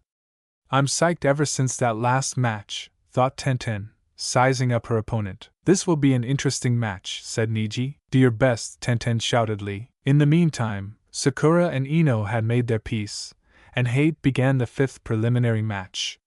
With Guy and Lee shouting words of encouragement, all Naruto was thinking was, these two are louder than I am. Tenten's match was one-sided. Temari had dodged every attack Tenten threw at her using her giant fan, surprising Tenten beyond belief. Tenten knew she was an excellent marker, and she knew that she never missed. So when she brought out those two scrolls, her team knew she was trying to end the match quick. But as it turned out, not even Tenten's Sasharia 3A was a match for Temari's Kamatichi 4A. She shut down Tenten's weapon attack like it was nothing, said a shocked Guy. Naruto stared down at Temari, asking who or what is she. Baki said, we are not to be trifled with. Gaara said nothing. That was boring, said Temari, as Tenten landed on Temari's fan, putting her back at an unhealthy angle. Very boring. The shinobi from Sand, said Sandaime, are truly fearsome. Fifth match winner, Temari. At the triumphant smirk Temari gave off, Lee disappeared from Naruto's side and reappeared in front of the thrown Tenten, and caught her. Nice catch. Why did you do that? Shouted Lee. Is that not something you should do to someone who fought their hardest? Temari, content with her victory, slammed the butt of her fan on the ground and said, Urusai na. Take that trash and leave. In response, Lee gave off a Konoha Senpu, despite Niji's cries of stop Lee, which was blocked by Temari's fan. You act like you dress, she said. Stupid. When Guy Sensei appeared, Gaara decided to speak up. Temari, get back up here. You won. Leave that guy and his ugly guardian. Lee and Gaara glared at each other, but Lee stopped at Guy Sensei's hand on his shoulder. Let it go, Lee. Guy then turned his attention to Gaara. Gentleman of Suna, a word. At Gaara's glare, he continued. He's strong. You might want to be prepared for it. Kiba scoffed. They're trying to pick a fight with the team from Suna. I'd never want to fight them. He had seen firsthand how the team from Sunagekure had massacred the team from AIM. Or more accurately, how Gaara had massacred those three. Hinata slightly nodded and added, they're a strong team. Too true, came another voice. Kiba swung his fist around, missing Naruto, who had appeared behind Kiba, apparently trying to slip past the dog user. Keep playing, Uzumaki. I'm gonna have your hide for a trophy. Eat that loser now. It's just me and Hinata-chan, the way it was meant to be. Naruto was about to open his mouth to shout always remember to spay and neuter your pets, Akamaru, when someone grabbed his ear again, and started dragging him away from Team 8. No, Hinata-chan, save me from. He looked up to see Sakura-chan. Hinata watched as Sakura berated Naruto for constantly antagonizing Team 8. Ano, Sakura-san and Naruto-kun was being friendly. Also, said Sakura, a small grin, thanks for before. If it weren't for your passionate support, she thought back to her match, I'd have lost to Ino easily. Damn straight, said Naruto, a foxy grin on his face, narrowly dodging Sakura's fist. The board started shuffling names again, and Naruto and Rock Lee were giving out shouts of all right, me next, please. Heedless of their pleas, the machine showed two names that were clearly not either of theirs, much to their disappointment. Nara Shikamaru versus Tsuchikin. Me, as said Shikamaru as he made his way into the arena, with Ino shouting, Shikamaru, don't lose, be a man. Dosu cautioned his teammate, he uses the shadows. Beware of them. Kin smirked and said, I won't fall for that stupid trick. Once both were in the arena, Shikamaru groaned. Hey ref, can I get a redraw? Sorry, all decisions are final. Damn, said Shikamaru. Mendoka's on top of that. I'll be dealing with a girl. Kin, pissed about his earlier comment, replied, then I'll be sure to finish this match quick. I know what her teammates can use, thought Shikamaru, as Hate began the match, but I have no idea what she can do. On top of that, she saw my technique. And I can only this. He put his hands into the rat seal. As he tried to do his Kagame no Jutsu 5A, Kin dodged and threw Saban at him. When he dodged, he noticed that the two she threw had bells on them. So that's your game, you throw the Saban with the bells, and I'll react to the sound, and notice the other Saban you throw. He grinned. Clever. Kin managed to trick him with chakra strings attached to the bells, which not only surprised Shikamaru so she could hit him, it also cast a genjutsu every time he heard the ringing. Right now, instead of one Kin, he was seeing 12. But which one's the real one? All the while, Kin was playing with Shikamaru, obviously prolonging her victory. Idiot, thought Hachi. She's got a nice body and a pretty face, and her skills are pretty good too, but she's too damn arrogant, and that's gonna cost her the match. Hachi was proven right when Shikamaru used his Kagame to travel along the string and connect with her body. He drew a shuriken from his pouch, and she did the same. When he threw it, she threw it as well, screaming, "Are you crazy?" When they both ducked backwards, she didn't count on her head slamming into the wall directly behind her, knocking her unconscious. Bent backwards, Shikamaru grinned and stated, "A shinobi grasps the landscape and the situation before they fight." Standing up, he pulled the Saban embedded in his out, stating, "Even if we move the same, the distances between us are different. The shuriken was just to get your attention away from the wall." Shausa, Nara Shikamaru. Dosu glanced down at the medics carrying away his teammate and muttered, "I'm the only left now." Hachi, Kurisu, and Bufu watched Kin being carried away as well. "Do you think she'd be useful for the plan?" asked Kurisu. "Yeah," replied Bufu. "Just tell me where they're taking the injured," said Hachi, "and I'll do the rest." When the board started, Kiba started counting off who was left. "Let's see that Oto Nin, me, Hinata-chan, Naruto, Chuji, Lee Niji, and that guy from Suna." Watching the board, he anxiously added, "And I pray to Kami-sama that I don't get matched up with that Suna Nin." Niji, watching the screen, said in an undertone, "I guess I can have fun with the rookies this year." He trailed off, casting a glare at Hinata, who looked away after noticing Niji's glare. The names on the board stopped, saying Uzumaki Naruto vs Inuzuka Kiba. "Kick ass, it's finally my turn," shouted Naruto.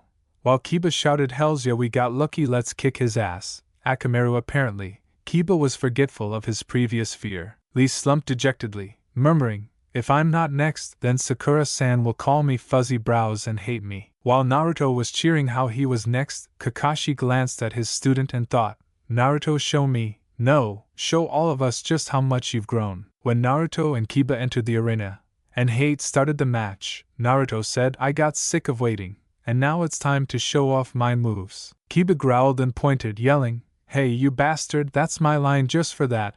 I already got this match one right, Akamaru." After Akamaru barked in confirmation, Kiba then pointed at Naruto again and said, "Hey, dead last, let's make a deal, beat me, and I might let you go out with Hinata-chan lose, and you gotta leave us alone, forever." That struck a chord. "No deal, dog boy, Hinata-chan ain't some trophy just for that. I'm gonna kick your—" Hachi started laughing. "I wish I had a camera, cause this is gold." All Hinata heard was Hinata-chan ain't a trophy, and she started going red. "Now Naruto-kun, I want to cheer you on, but I'm on Kiba-kun's team." Niji glared first at Naruto, then at Hinata, and said nothing. Kurina was thinking, "There's no way Uzumaki will be able to beat Kiba," while Sakura was yelling, "Don't lose to this guy, Naruto." After Naruto told Kiba not to bring Akamaru into the match, Hate intervened on Kiba's behalf, saying, "Nin can count as tools, just like the Aburain bugs and a standard shinobi's kunai." Lucky bastard. Elsewhere, Chuji was saying that Kiba was lucky. Shikamaru scoffed, and the team from Cloud got ready to watch the fight. "Now we shall see," started Hachi. "How he does," ended Kurisu. "Then we can see if what we believe is true," ended Bufu-sensei. Kiba grinned as he watched Naruto. "I don't know how strong he's gotten since he became a genin." He remembered back when he had first seen Naruto. Naruto had been a third-year academy student trying to be funny, who had no grasp of shinobi abilities. And now, he's gonna face me, the top dog. Holding out his fist, Kiba said, "I'll take you out in one pity hit." "Whatever, you can't beat me." This proved to be an intriguing match. Kiba had opened up with Ninpu Shikaku no Jutsu, and charged Naruto, elbowing him in the stomach. Naruto flew a few feet, then lay still. A grinning Kiba was shocked when Naruto poofed into smoke, and Kiba was able to dodge the blow that came.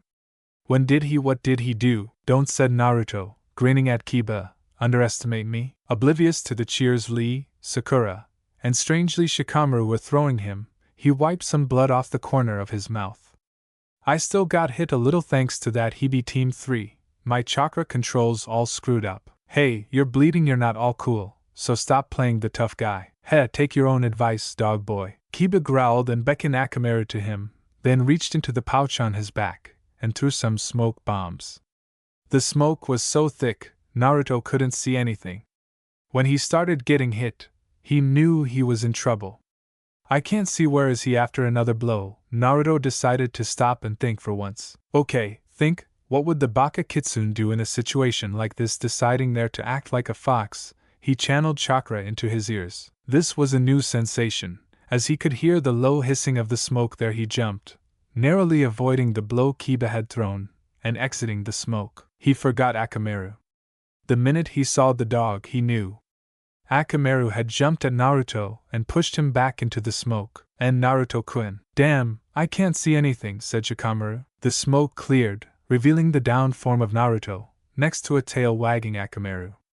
Kiba was ready to congratulate the running Akamaru, who proceeded to bite Kiba's arm, to everyone's shock. Even more shocking was when Akamaru poofed back into Naruto, who immediately let go and started spitting, yelling, "You taste like dog," whilst the real Akamaru was being held by a Naruto clone. Is that really Naruto? Asked Ino. He's on even ground with Kiba. No, he might be better than him. Kurisu had to say. He was impressed. He used Kage Bunshin and Henge perfectly. He's everything we expected. Yeah, said Hachi. He timed his movements perfectly. Interesting, thought Niji. He bit Kiba on his own, then complained about it. Naruto-kun, that was amazing. Yeah, Naruto, you can do it. Kiba, however, was pretty confident in himself. He threw Akamaru a soldier pill, which made Akamaru turn red and get stronger. Akamaru broke free of the Bunshin, which poofed into smoke, and Akamaru rejoined Kiba. At this point, Kiba was anxious to end it there. He performed a Jujin Bunshin 6A, which turned Akamaru into a Kiba clone. Things went downhill from there. Kiba and Kiba Akamaru went on the aggressive offense, while Naruto was stuck on defense, and all he could do was dodge every blow sent at him. At this point, Kiba and his clone pulled out Kiba's trump card, the Getsuga 7A. The two spun like twisters, connecting with Naruto, and sending him flying, to everyone's dismay. He landed on the ground and stayed there, grimacing in pain. Damn, that hurt like hell. He faintly heard Kiba say, and that's our difference in skill, and he was pissed off to no end. Shakily standing up, he growled out, I'm gonna become Hokage and I won't lose to you, dog boy. Kiba then said the words he would come to regret later, you Hokage, you're weaker than me. Grinning, he finished with, I'll become Hokage for you. Oh hell no, thought Naruto as he righted himself to glare at Kiba. That's wrong, Kiba-kun. Naruto-kun isn't that weak. Naruto-kun is different from me, in that he believes in his own worth. Hinata's thought went back to the last year. I really think Naruto-kun is amazing. It's a very hard thing to do, to bear what no one else will bear. That day, she had been watching him train. He had accidentally stabbed himself with the kunai he threw, which had rebounded off one of the others. He pulled it out and let the wound heal, oblivious to the wide-eyed girl far behind him. She had seen the wound heal, then activated her Byakugan to be sure. It was then that she saw the two chakra sources in his body, one blue and one red. She thought it was a random mutation in his body, until the graduation of academy students to Genin. Naruto was the only one who failed, and therefore the object of scorn. One person would say he failed, another would agree and say something, but then get cut off before the completed thought. But she made the connection there. The glares, the hatred, the red chakra, it could have only meant one thing. He had no one to help him. No one tried to recognize the real Naruto-kun. But now she returned back to the present. Everyone is watching. As she thought, everyone was watching. They watched as Naruto glared at Kiba and said, You wanna fight me for the Hokage title here? He grinned. You'll lose, and be the underdog. They watched as Kiba told Naruto that he was gonna make sure Naruto wouldn't get up again, and then he lunged. He and Akamaru performed another Gutsuga, and Naruto narrowly avoided it. When Kiba threw the smoke bombs again, Naruto was ready. When the smoke cleared, there were 3 Kibas instead of 2. Which was all right with Kiba, because he was confident in his dog-like senses. So he threw a blow to the Kiba on his right, who upon hitting the ground, turned into Akamaru. At this point, Kiba was confused, so he threw a punch at the other Kiba behind him, revealing the true Akamaru. With his back turned, the first Akamaru revealed itself to be Naruto, who placed a scroll on the ground and grinned, jump-kicking Kiba. Sugeni 4, Naruto-kun. As to be expected, said Kakashi, a hint of pride in his voice of a former prankster. Gaara glared, while Hachi started to grin. Looks like he's making a comeback. Yeah, said Buffy-sensei. But could he be the one? At this point, Kiba was enraged, but bid himself to calm down, assuring himself that he'd attack for an opening, and when said opening was found, end the match with a Shikaku no Jutsu from behind. When Naruto talked about ending the match with a new move, Kiba was confused, but decided not to give him the chance. With that, he started his last attack run. First throwing shuriken, then solid punches, then when he saw the opening, he went for it. Performing his last Shikaku, he was behind Naruto before said genin could counterattack. Naruto was thrown up in the air, then Kiba aimed his claws for Naruto's chest, hoping to end the match. Naruto was able to block it, but at the cost of being stabbed. Bleeding from his arm now, he was mad as hell.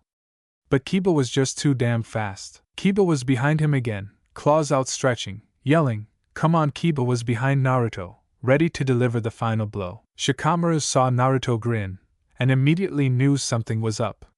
He was right, because right before Kiba hit him, Naruto used Kawarimi with the scroll he left on the ground. The scroll that had AV on it, then promptly exploded in Kiba's face. Kiba was caught by surprise, but even more surprised by the stench that come out of the scroll. Yelling in pain, he covered his now burning nose, while everyone else stared in surprise. Naruto was laughing at Kiba's sad predicament. "How do you like this stink bomb? Jackass pranksters code be ready to prank anywhere, at any time." So, a bit of the prankster remains, thought Kakashi. But still, that was flawless. "I see," said Shikamaru, grinning. He didn't expect that to happen. "Now I'm gonna get you back for those Gatsugas, 'cause they hurt like hell," said the rejuvenated Naruto, performing Kage Bunshin no Jutsu. Kiba was unable to defend himself as Naruto rained his Uzumaki Naruto Rindan on Kiba.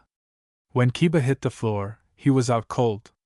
And hate confirmed it as Naruto's clones dispelled. Shausa, Uzumaki Naruto. Though the rest of the rookie 9 cheered him on, Naruto only really wanted the recognition of one person.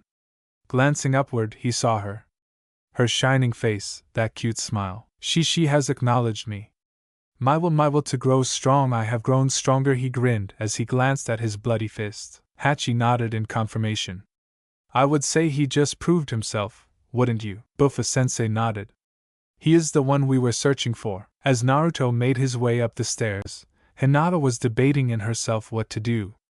Finally, she decided on giving him the healing salve she had concocted.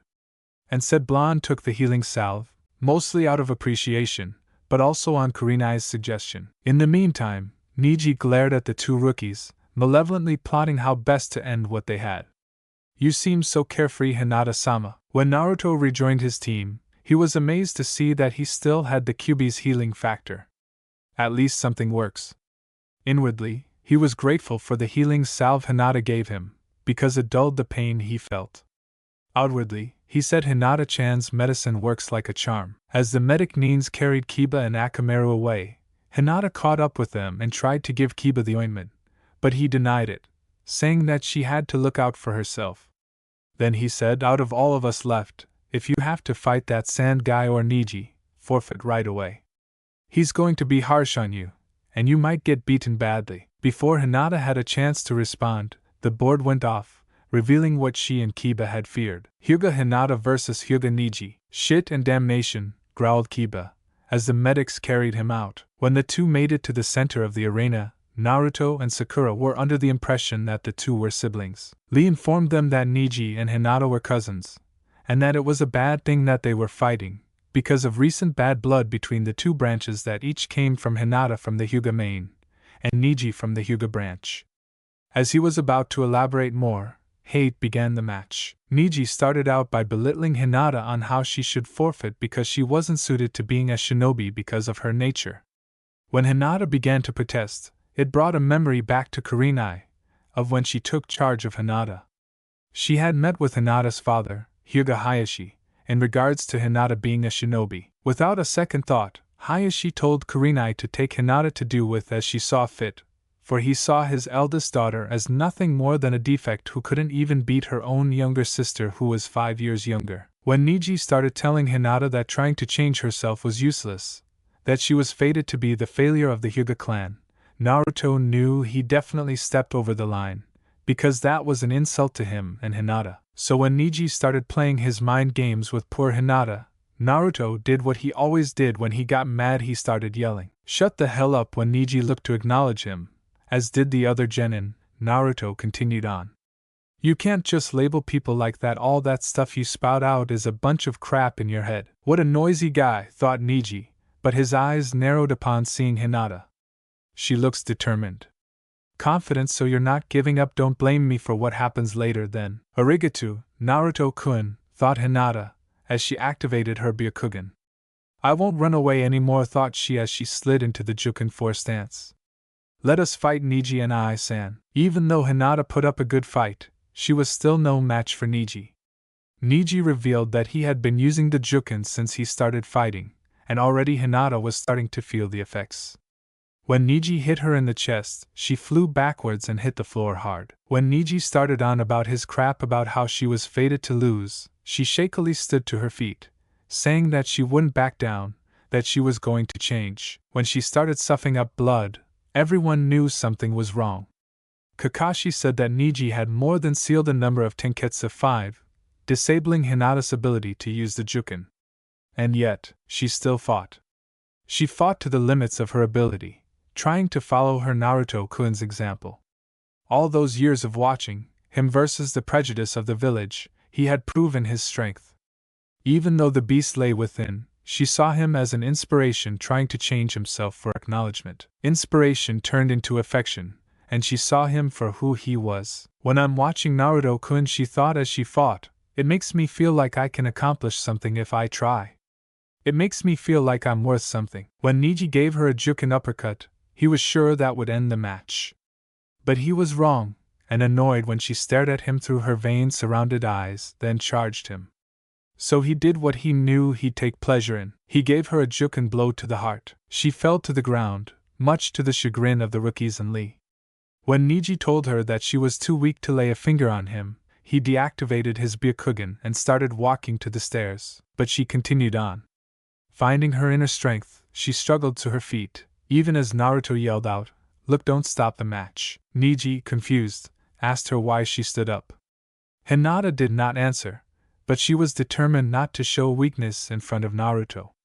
Incensed, Niji activated his Byakugan and rushed toward, ignoring Hayate's cries of Niji.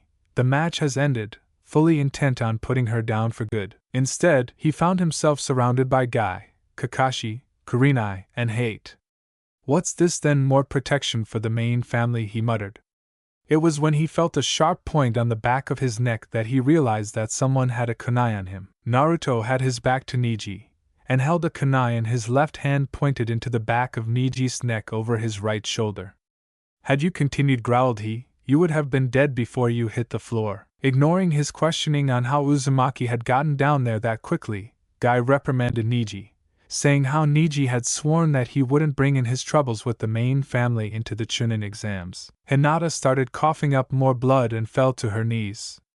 Kurenai rushed over and so did Naruto, and Sakura and Lee rushed over as well. On her back, Hinata saw the object of her desire, asking, no pleading, that she was okay. Struggling with her breathing, she tried to utter the words she wanted to say, but was unable to. Naruto-kun, she thought, her vision going dim. Was I able to change a little? Niji, having been let go at this point, said the glaring Kurenai with a smirk, if you've got time to glare at me, then you could see how far along she is. When the medic Nins got there, they ushered Hinata onto the gurney. knowing that at all the internal damage Niji inflicted, she wouldn't last 10 minutes. Naruto was pissed. First, the Kyuubi, then the hatred of the villagers, then him finding out, and now this. He faintly heard Niji say something about once a dropout, always a dropout. Although Naruto wanted nothing more than to pin Niji's to the wall, he knew he'd get another chance. With his limited jutsu knowledge, and a lack of Kyuubi, he would have been done in. So he reached down, dipped his right hand in Hinata's blood and held it out towards Niji. I promise you revenge. Niji flinched. For a moment, he saw rage within those blue eyes. Eyes that flashed purple. With a cat-like slit he shook his head. No, those eyes were blue, but had plenty of rage. A while later, Hate called the next match Gaara vs. Rock Lee. When Gaara and Lee entered the arena, he began the match. Lee opened up with a Konoha Senpu, which was deflected by Gaara's sand. The sand then tried to smash itself onto Lee, but dodged it. Shino remembered the sand as the same that killed the 3-aim Nin, and wondered if the same thing would befall Lee. Lee, however, was more energized, and launched into a flurry of punches and kicks. While Lee was attacking and defending from the sand, Hachi narrowed his eyes and said, "That seems very familiar." Buffa nodded. "I heard a rumor about Suna. That they had a secret weapon." Karisu nodded in agreement. "And I guess that Gaara kid is the weapon." Gaara had the sand in his gourd as an offensive and defensive weapon. The sand protected him from all Lee's attacks. It was here that Gaara started to feel the bloodlust Aiki was sending him. It was also here that everyone found out that Lee was unable in use ninjutsu at all. But then Guy found him, and molded him into a taijutsu specialist. Gaara's next attack tried to smash Lee into the floor, but Lee had avoided the sand and leapt on top the fingers of the statue. And upon Guy's order of, "Take them off," Lee revealed the weights on his ankles. Buffin narrowed his eyes. This could be problematic. Lee dropped the weights, which rose up a massive dual dust cloud upon impact, startling the shit out of everyone watching. Lee's speed had increased dramatically. He was able to nearly hit Gaara, but the sand kept blocking. Eventually, he got a hit in. Gaara was incensed. He was Sabaku no Gaara, the demon of the desert, and everyone feared him. He was not going to be beaten by some tacky kid. So when Lee hit him again, he activated his Suna no Yoro 8A. Everyone was shocked to see Gaara in this state, including the team from Suna. Lee saw that he had no choice, so he unwrapped his bandages, and rushed around Gaara in a circle. Then with a kick, Gaara was sent airborne. Lee wrapped his bandages around Gaara, then spun.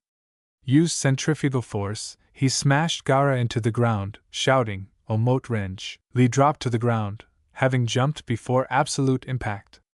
Gaara's cracked form lay in the crater that the Omote Renge had caused. Certain that he had the match, Lee, among everyone else, was shocked to see Gaara's face crumble away to reveal nothing, an empty shell. Feeling a sense of foreboding, Lee spun around to see Gaara rise up from the sand, grinning like a madman. Putting his hands into the ram's seal, he used the sand to toss Lee around. At this point, Lee saw no other choice. He was out to prove that he was a genius of hard work, and he wasn't about to let Gaara take that away from him. So he started to open them. Kakashi was shocked and dismayed to learn that Rock Lee knew the Yura Renge, and that he could open 5 of the 8 inner gates. Revealing his Sharingan, he explained that the 8 inner gates were limiters on the human body, and to open them would release the body from all inhibitions. But should one have all gates open, in exchange for near godlike power, the person would die. Lee's hair rose, his pupils disappeared, and his skin turned red as he opened the 3rd gate, Simon 6. Opening the 4th gate, Shimon 7, his power increased dramatically, and he rushed Gaara, shattering the floor that he ran on. The force of him hitting Gaara was so great, everyone had to shield their faces from the rubble and dust. This is definitely problematic, thought Bufu. Gaara found himself airborne again, but this time, his armor started coming off. Lee was nothing but a blur, and Gaara was being tossed around like a carcass. Lee opened the 5th gate, Hadaman 8, and rushed Gaara again. Punching Gaara, Gaara was forced back, but snagged on one of the bandages Lee held. Pulling Gaara towards him, Lee did his final move, Yura Renge. The force of the move was equal to a small explosion. Dust went everywhere, forcing everyone to cover their faces once more. No of the genin had seen what had happened, except for Kurisu and Hachi.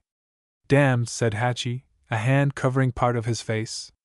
"If that spandex kid makes it through this, it could screw up everything." "Don't be too sure," said Kurisu, pointing at Gaara. Gaara had surprised everyone by revealing that his gourd was made of sand the instant before he hit the ground. Lee, having closed the gates in the air, hit the ground with a thud and rolled away from the crater. Everyone thought for sure that did Gaara in. Alas, it was not to be. Gaara was in the crater all right, but the sand that was his gourd had cushioned the impact. Not one to let an opportunity go to waste, Gaara raised his hand from his spot on the ground, but with great effort. His sand left him to wrap around the weakened Lee's left arm and leg. Even though Lee tried to move, he was still in pain from using the lotus, Sabaku's so-so. Gaara's sand crushed Lee's left arm and leg, and Lee let out a scream of pain. But Gaara didn't stop as his prey fell to the ground. He wanted to kill Lee, Hade be damned. But before Hade could step in, Guy had dispelled the sand that headed for Lee's body. The morose look on Guy's face brought up unwanted memories in Gaara, his feminine uncle that tried to kill him, his scheming father who tried to assassinate him, his younger innocent self, and his fearful brother and sister. Clutching his head in pain, he hissed, "Why are you helping him?" To which Guy answered, He's my precious subordinate." The sand on the ground and Gaara's Chunin no Yoro formed on his back to make the gourd, as Gaara stalked away, and Hade began to announce the winner. And yet, Lee got up.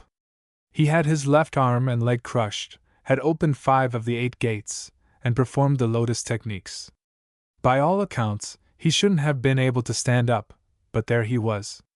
When it hit that he was unconscious, Guy was ready to break down right there. Lee was out to prove that hard work could defeat genius, even at the cost of his body. "Shausa, Gaara," said Hade, but his pronouncement basically went ignored by all except Gaara. Sakura tried to aid Lee, but Kakashi told her not to, saying that her presence would only hurt Lee, that it would make it harder on him. Temari confidently said, "There's no one who can beat our Gaara," to which Hachi appeared next to her and replied, "He almost did, and not everything is set in stone. Even your mighty Sabaku no Gaara can be beaten." Hachi then reappeared next to Hade. Temari was visibly disturbed, while Kurisu said, "He just had to show off with the Shunshin no Jutsu 9A. Other than that, Naruto was the only other genin who went down, passing a glare at Gaara as he ran past, towards Guy and Lee. While 2 medics placed Lee on the stretcher, the other one took Guy aside and explained Lee's injuries. Between the bone fractures and the torn muscles, that would have been okay to know that they would take some time to heal.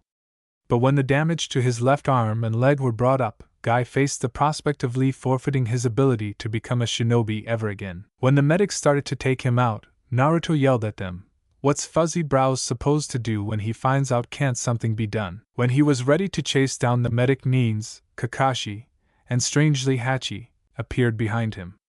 "Calm down, Naruto. Demo, Kakashi-sensei. It doesn't matter whether or not he wanted to fight the Hyuga or the Uchiha as much as he had hoped," said Hachi, his piercing brown eyes watching Gaara Suna Shunshin back to his team, his Hachi's arm on Naruto's shoulder.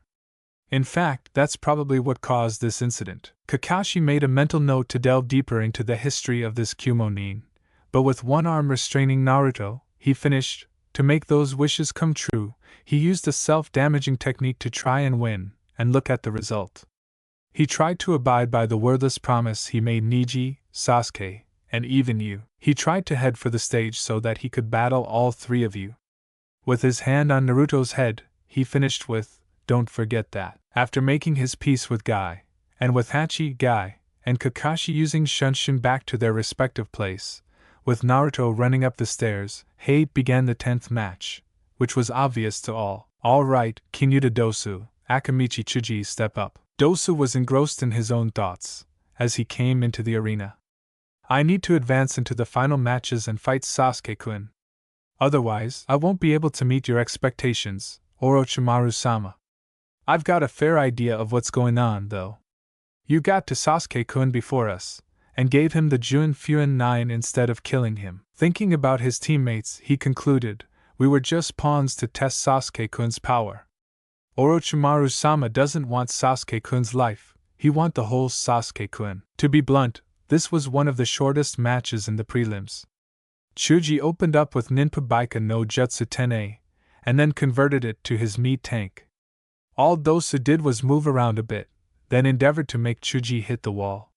When Chuji was stuck, Dosu punched Chuji in the back with his melody arm, then flicked his melody device. Chuji came out of that unconscious. About 70% of the human body is made of water, and water conducts sound and electricity, said Dosu as he was announced the winner.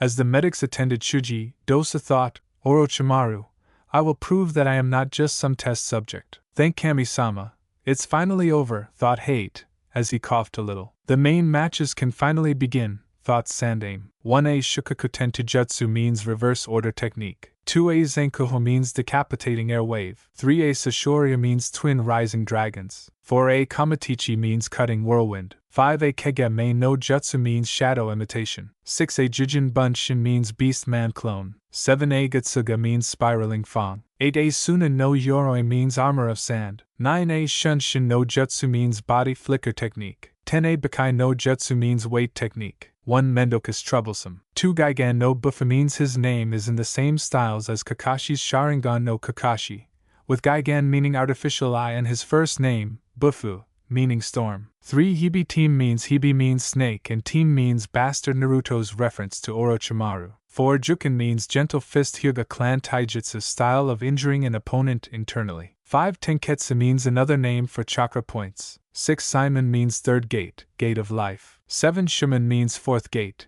gate of pain. 8 Hotaman means fifth gate, gate of closing. 9 Juin Fuin means curse seal. Well, that concludes the preliminary matches, said Hate. Then when the match winners had assembled in the remains of the arena, he continued. To those of you who made it to the third part of the Chunin exam, all but one are here, so congratulations. Sakura surveyed the winners. There was Naruto, of course, and Shikamaru, Shino, and Niji. That accounted for Konoha, and there were the 2 from Suna, Gaara and Temari. Then there was the lone Otonin Dosu. Lastly, there was Ryuno Sokachi from Kumo. Turning to Kakashi, she started asking him about Sasuke, but Kakashi said, I'm not sure about the details, but don't worry about him. Thinking back to the Fujihoan one, he silently hoped it would be enough. It's all up to him now. Sakura, he said, I need to leave, so give me details on the main matches later. With that, he used Shunshin and left her saying, okay. Down below, Sandaime tilted his hat and said, I will now begin the explanation for the main matches. Thank God, thought Naruto, who had gotten tired of waiting. Outside, 2 figures met. They both wore the outfit of a jounin, save that one had a pair of square glasses and pale yellow hair. This one was kneeling in front of his master, who he held true allegiance to. The preliminary matches have concluded, and now they're about to begin the main matches, said Yakushi Buki II, the elder brother of Kabuto by 7 years. Orochimaru nodded faintly, gazing at a trio of birds. This village no, this country has become soft too used to peace. The rest of the shinobi nations are busy increasing their military strength. Turning to Buki, he then asked, did you find out what happened to your genin team? Standing, Buki nodded.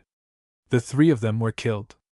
Yoroi was burned from the inside out. I'm guessing he overused his chakra Kyuin jutsu. Misumi was burned to a crisp. And my younger brother, he grimaced. Kabuto looked like he'd been mauled and eaten. Orochimaru furrowed his brow. Eaten, yeah, said Buki. I didn't understand how Kabuto managed to get himself killed, but he was everywhere. The only way I was able to recognize it was him was by his hair. He had seen Kabuto's remains, and it unnerved him how his little brother was killed. Granted, he didn't give a damn about Kabuto, but the plans of Orochimaru-sama come first. Clearing his head, he changed the subject. Do you think you'll be able to kill him? Catching on, Orochimaru grinned a little. The old geezer, yeah, but I don't think it'll be much fun to kill him now. Looks to me like you're hesitating, said Buki, pushing up his glasses. At Orochimaru's glare, he continued.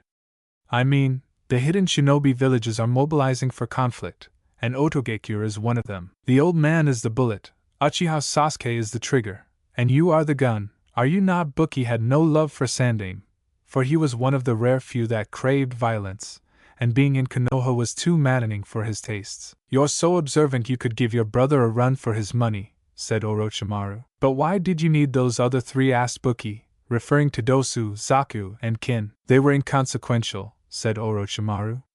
Those 3 have outlived their usefulness, and now only serve one purpose: fodder. Here he grinned even more. But if you're so eager to prove your usefulness over your brothers, there's one thing I must ask you to do. At Buki's look, he said. Kill Uchiha Sasuke. Buki almost faltered. But I thought, the Juin Fuin I gave Sasuke-kun has been sealed by Kakashi. Even though that doesn't matter, if the darkness in Sasuke-kun's heart disappears, I need you to abduct him. Buki narrowed his eyes. You seem in a hurry. It's that someone has recently caught my attention. Uzumaki Naruto. What, the QB brat? Yeah. Sasuke-kun is an avatar of vengeance that cannot die until he kills his brother, and fulfilled his ambition. When he fought me in the Forest of Death, he engaged me without fear of death, even when he knew he couldn't win. I thought he was a more careful type of person. Gazing into the sky, he added, according to the info you gave me, the QB brat has probably changed his heart and goal. Licking his lips, he concluded, those 2 must be separated, if I am to die Sasuke-kun my color. Buki narrowed his eyes, then turned away, intent on proving his worth. Buki-kun, if you intend to stop me, then kill Sasuke now. Buki was startled by this. Granted, Orochimaru didn't scare him, but those eyes were unnerving. You are strong, but only as strong as Kakashi-kun, therefore, not strong enough to end my life. Buki was now locked in a staring match with his master. He slightly relaxed when Orochimaru grinned and said, just kidding. You can go now, I trust you. When Buki used his shunshin to leave, Orochimaru was somewhat intrigued by his somewhat new subordinate. That look on his face, I know he's stronger than his brother, but I could never tell what either were thinking. Your matches will be shown in front of everyone, said Sandaime. We wish for all of you to show off your prowess as the representative of your country. Therefore, the main matches will take place in 1 month. When Naruto voiced the confusion everyone had on the time period, Sandaime continued. The month given is the time that should be used for the necessary preparations. In other words, we're going to announce to the daimyos and shinobi leaders that the preliminaries are over. In addition, the month will also give you time to make your own preparations. Hachi, sick of the metaphors Sandaime was giving out, asked, What do you mean? You will have time to analyze the information you gathered from the preliminaries. As I said before, the preliminaries were equal to actual combat situations, with each individual knowing nothing of their opponent. Many thoughts went through the heads of the genin, such as I didn't expect him to use sand as a weapon, from Shikamaru, and that's the way it's gonna stay for now, from Hachi. But the main matches won't be like that. There are some here who have used their full potential here, but the month given will help you improve. The Buki had gotten into the hospital and slain the 3 ANBU in Sasuke's room. It is unfortunate that fate smiled down on both of us, said he to the unconscious Sasuke. He is young, but with a dark heart at his age. He would use the power given to him by Orochimaru-sama to do with what he will. Taking a scalpel, he put it up to Sasuke's neck, then flung it at Kakashi, who stood in the doorway and caught it. Excellent, Kakashi-kun.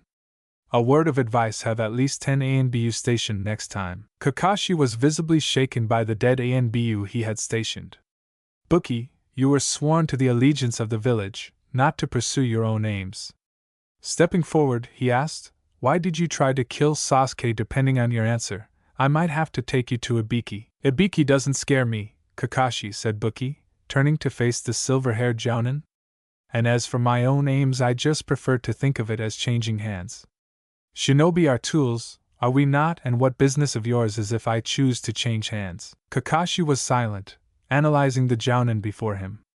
Buki was the sensei of Kabuto, Yoroi, and Nasumi, and it was a well-known fact at this point that the 3 were dead. But he had his suspicions with Kabuto, and since Buki was his Jounin sensei, are you connected to Orochimaru? You might not be able to prove that if you capture me now, would you? Just answer the damn question. Long story short, Buki pulled out a curved kunai and held it to Sasuke's throat, while Kakashi pulled his own kunai out. One twitch from Buki was all Kakashi needed, and he rushed the other Jounin, knocking him to the ground, while watching one of the ANBU rise up and run for the door, only to discover Kage Bunshin. The ANBU found himself between 2 Kakashis. But then, Another ANBU on the floor threw some kunai at the window and jumped. Kakashi didn't expect that, so when the ANBU between him and his clone fell to the ground, he ran to the window. The ANBU below him was free-falling, and he removed the mask to reveal Yakushi Buki, smirking, and raising his middle finger at the gaping copy Nin. "Damn," growled Kakashi as Buki disappeared into the trees, and his Kage Bunshin poofed into smoke. He went to inspect the fake Buki, only to discover that the skin on Buki peeled a little. "A Haido Kogutsu 3," said a surprised Kakashi. He knew without inspecting the newly fallen ANBU that he would find the same thing. He erased his odor, muted his heartbeat, impersonated one of the ANBU he killed, and kept an escape route open. Kakashi growled at his own weakness. "A guy like that working for Orochimaru I wouldn't be able to kill either, at the state I'm in." Sandaime had that odd gleam in his eye, and Naruto didn't like it at all. True to form, Sandaime confirmed it with, "Before I let you all go, there is something important we must do before the main matches. Take a piece of paper from Anko as she comes by you." "I'll walk, so take it in turns," said she. After she passed them out, Ibiki asked if everyone got one, then to say what number they picked up. Dosu got 8, Naruto got 1, Temari got 7, Gaara got 5, Hachi got 3, Shikamaru got 9, Niji got 2, and Shino got 4. Marking down Sasuke as 6, Sandaime told them the numbers meant a tournament-style match-up, which Ibiki then showed them. The first bracket was Uzumaki Naruto vs Hyuga Niji. The second bracket read, Ryanosuke Hachi vs Aburame Shino. The third bracket said Gaara vs Uchiha Sasuke, and the final bracket was the most confusing. It had Kinuta Dosu vs Nara Shikamaru, and the winner of that match versus Temari. The genin had their own thoughts at the matchups. "This will require research. Looks like my match come late in the game. What, it's just a tournament? Ah, damn. I've got an extra match, and I don't want to have to avenge Chuji. The Kakashi user. Should be a challenge. Uchiha Sasuke. Perfect. Hyuga Niji, right off the bat, I wouldn't have it any other way." Sandaime then explained that even though the matches were in a tournament style, the possibility of Chunins would depend on the rating of the judges, who would be the Kazekage, the daimyos, Sandaime himself, and the head shinobi. He said that even if some were to lose in their first round, there would still be a chance of them becoming Chunin if their match was found satisfactory. But not everyone would become Chunin, because winning the matches would depend on the contestants showing off their skills. "That is all," concluded Sandaime. "We are adjourned until next month." So thought Hachi, as everyone filed out. "My second match could be against Uzumaki. I must inform the others." Naruto went to the hospital and asked where Hyuga Hinata's room was. But the receptionist said that visiting hours were over. "Bull," said Naruto, clearly annoyed at the antics of this woman. He knew her as one of the people here who hated him with a vengeance.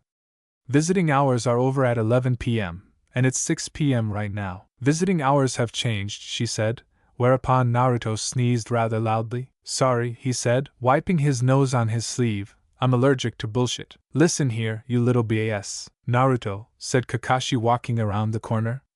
"Stop antagonizing the receptionist." "Well, tell her to let me see Hinata-chan. 'Cause you and I know damn well that if it were Kiba, she'd let him in a heartbeat," he argued, pointing a finger at the red receptionist. "Oh, how I do," thought Kakashi, as he thought to how disappointed his sensei would be with this village. His train of thought halted when he interrupted Naruto, asking him for a favor. "Sorry, Naruto, I have something to do, and I don't have time to look after you." Naruto knew it had something to do with Sasuke, so he pointed an accusing finger at his sensei, and said, "You're training Sasuke, aren't you?" "Shit, he's smarter than he lets on," was Kakashi's thought, but his mouth said, "I found a better teacher for you. Better than me, even." When Naruto saw who his new sensei was supposed to be, he started to freak out. "Why's the closet my sensei?" he yelled. Ebisu, the private tutor of Konohamaru, pushed his black sunglasses up the bridge of his nose while muttering, "How rude." Kakashi, confused, deadpanned. Ebisu a closet. When Naruto was about to tell Kakashi about his last run-in with Ebisu, where Ebisu fell for Naruto's Harimu no Jutsu, Ebisu panicked and clamped his hand over Naruto's mouth. "No need for anyone else to find out about that shameful experience. I'll teach you anything you want later, if you keep your mouth shut," hissed Ebisu to Naruto. "I'll hold you to that," hissed the blonde genin. He would jump at the chance to learn a new jutsu. Blackmail was so versatile. So said Bufu, his back to his subordinates. He, Hachi, and Karisu were currently on the Hokage monument. The village has fallen into peaceable times, said Karisu. But the plan will change all that, finished Hachi. They took the wounded from the preliminaries to the main hospital. That Oto Kunoichi would be useful to us. What about that Sabaku no Gara kid, asked Bufu. He didn't want any potential monkey wrenches thrown into their machine of domination. He a Jinchuriki, that is true, said Karisu. And judging from the rings around his eyes, and the sand, he's got a Chibi no Tanuki 4 in him. Bufu glared at the hospital through his telescopic eye. They say that a Jinchuriki of the Ichibi is among the strongest in existence. But I say otherwise. Yeah, said Hachi, cracking his neck. It looks like our info was right on the dot, about Uzumaki, about him being a Jinchuriki. Yeah, said Hachi, handing him a scroll. Hachi had snuck into the shinobi library, and copied down info on the Kyunobija. The only person worth of mention in the library was the Aburame kid, but it didn't matter to Hachi. I don't know about you, but he does resemble her outwardly. Yes, he does, said Bufu, regretfully. He didn't like talking about her because he had a sore spot for people stronger than he was. Whether or not it was the fact that the two of them were part of the Raikage Genin team before he became the Raikage, he still didn't like her. Getting back on track, he reviewed the scroll. The contents on it stated that even though the Kyubi was the strongest, there was only one other previous time that it had had a human prison. Though info was sketchy on the exact person, it had been 721 years ago, and the vessel was refuted to have had 3 whisker marks on each side of her face. I did a little asking around, said Karisu, casting his eyes toward the village below. Apparently, like the other Jinchuriki of the world, he is well hated. Therefore, he pushed his glasses up the bridge of his nose. He could be persuaded to join us. But most likely, said Hachi, it would have to be done during the upcoming battle. Bufu nodded. Next time, Oto should learn not to have scouts lurking around the village, said he, opening his Jounin vest. Stapled inside were at least 10 Oto Hitai-8s, slightly bloodied, from the Oto Nin he killed. After he let one of them live in exchange for information, he let the Nin go, then threw a kunai with an exploding tag tied to it at the retreating shinobi, who promptly exploded after it embedded itself in his back. Flashback. Bufu was jumping through the tree outside the village. It had taken some persuasion, but he had managed to convince the guards to let him leave for a temporary time to Takigakure 5 and back, which in itself would have taken about 3 days walking. Too bad the guards didn't know he wasn't going to Taki. When he saw a gray blur a long ways away, he thought, hello, what's this? Pressing a button on his eye patch. The telescopic lens zoomed in, and he faintly saw the gray garbed attire of an Oto Nin. He leapt from his spot, and like a true shinobi, stealthily made his way toward the opening in the trees where he saw the Oto Nin disappear. Once there, he saw 11 Oto Nin gathered together. Putting his left hand into the ram's seal, he muttered Mai Seigakyu no Jutsu 1A, and vanished. The Oto Nin were in a discussion on how the invasion of Konoha was going to go down with Suna, when one of the Nin let out a gurgle, and the others turned to see a crackling, bloody hand sticking out of the Nin's chest. The Nin fell to the ground, and the silhouette of a humanoid figure appeared, surrounded with crackling lightning, and a glowing yellow eye, looking like a demon emerging from the darkness. So said the lead Oto Nin, an intruder on one accord. The remaining 10 Oto Nin leapt at the semi-transparent figure. Bufu then did something that the Nin never saw, nor would see again. Spinning in a familiar stance, he expelled chakra from his tenketsu, in the form of lightning. Ryarashi Kaiten 2A. The resulting dome of electricity shot out random bolts of lightning, which inevitably electrocuted all but one of the Oto Nin. That one that was left was missing his left arm below the elbow. The result of a stray lightning bolt that hit him, it not only severed the lower arm completely off, it also cauterized the wound. Bufu turned visible again and stalked toward the lone Oto Nin. Grabbing him by the scarf around his neck, he brought the Nin up to his face and glared through his one normal eye. Why are you here? The Oto Nin's response was to spit in Bufu's face, to which Bufu drew a kunai and jabbed it into the burned flesh of his left arm. The Oto Nin screamed as Bufu twisted right, then left, then right again, then withdrew the kunai, causing blood to pour from the wound. Why are you here? He asked again, then added, and refused to answer again, and the next kunai I put in there is going to have an exploding tag on it. To emphasize his point, he drew said kunai. The Oto Nin lost himself there. After soiling his pants, he told Bufu of the alliance between Oto and Suna, and of the use of Sabaku no Gara, the youngest son of Yandame Kazakage. Bufu released the Oto Nin, who promptly took off. Waiting 7 seconds, he threw the kunai with the exploding tag at the retreating Nin, which embedded itself in his back, and promptly exploding, blowing the Oto Nin to bloody chunks. Bufu chuckled and moved on to the dead Oto Nin around him, stripping them of their headbands and putting them in his vest. 1 trophy, 2 trophy, 3 trophy, for he hummed, and flashback. That memory brought a smile to Bufu's face. He considered it a hobby of his to collect the headbands of the shinobi he killed in battle. However, he was brought out of his daydream by Karisu's voice, having the trophy fantasy again. Bufu snapped his head around, and distantly knew he was going to suffer for it later. Ignoring that, how long until Kureiji gets out of the hospital? Knowing him, droned Karisu, closing his eyes, he'd probably already escaped the hospital and is doing something stupid. Shino had been sitting in the library, studying several scrolls on the human body. It was questionable why he'd be looking at medical scrolls, with his kikaicha that proved superior over the human body. The answer was that he was delving into what the Kumo Nin Karisu said about his teammate, and since Shino was fighting Hachi, he thought it would be useful to delve into what the human body could do. Interesting, thought Shino, looking over the scroll. Ryanosuke Hachi was said to be able to harness his bioelectricity to an incredible extent, and yet, this scroll dictates that that should be near impossible. The most one should be able to do is convert their chakra into electricity, and that takes precision. Shino got an impromptu visitor in the form of one of his bugs. His loyal informant told him of the visitor to the shinobi library, Ryanosuke Hachi. Shino furrowed his brow. That was odd. Foreign shinobi were forbidden from the shinobi library. Hachi was clearly looking for something. Standing up, he followed his bug, and it led him to a book on a table near the back of the library. It was an old book, which said Myths and Legends of the World the Q no Bijou.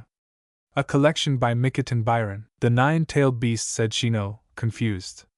Why would Hachi want be reading this? Deciding against his better judgment, he took the book back to the table he was at, and began to read. The Naruto was having the time of his life.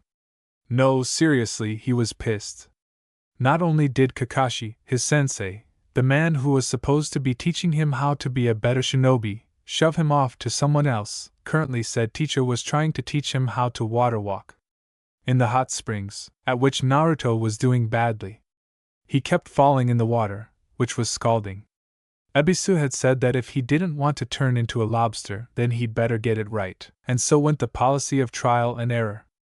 Naruto had nearly gotten it at one point, if not for the person he spied peeping into the female part of the springs.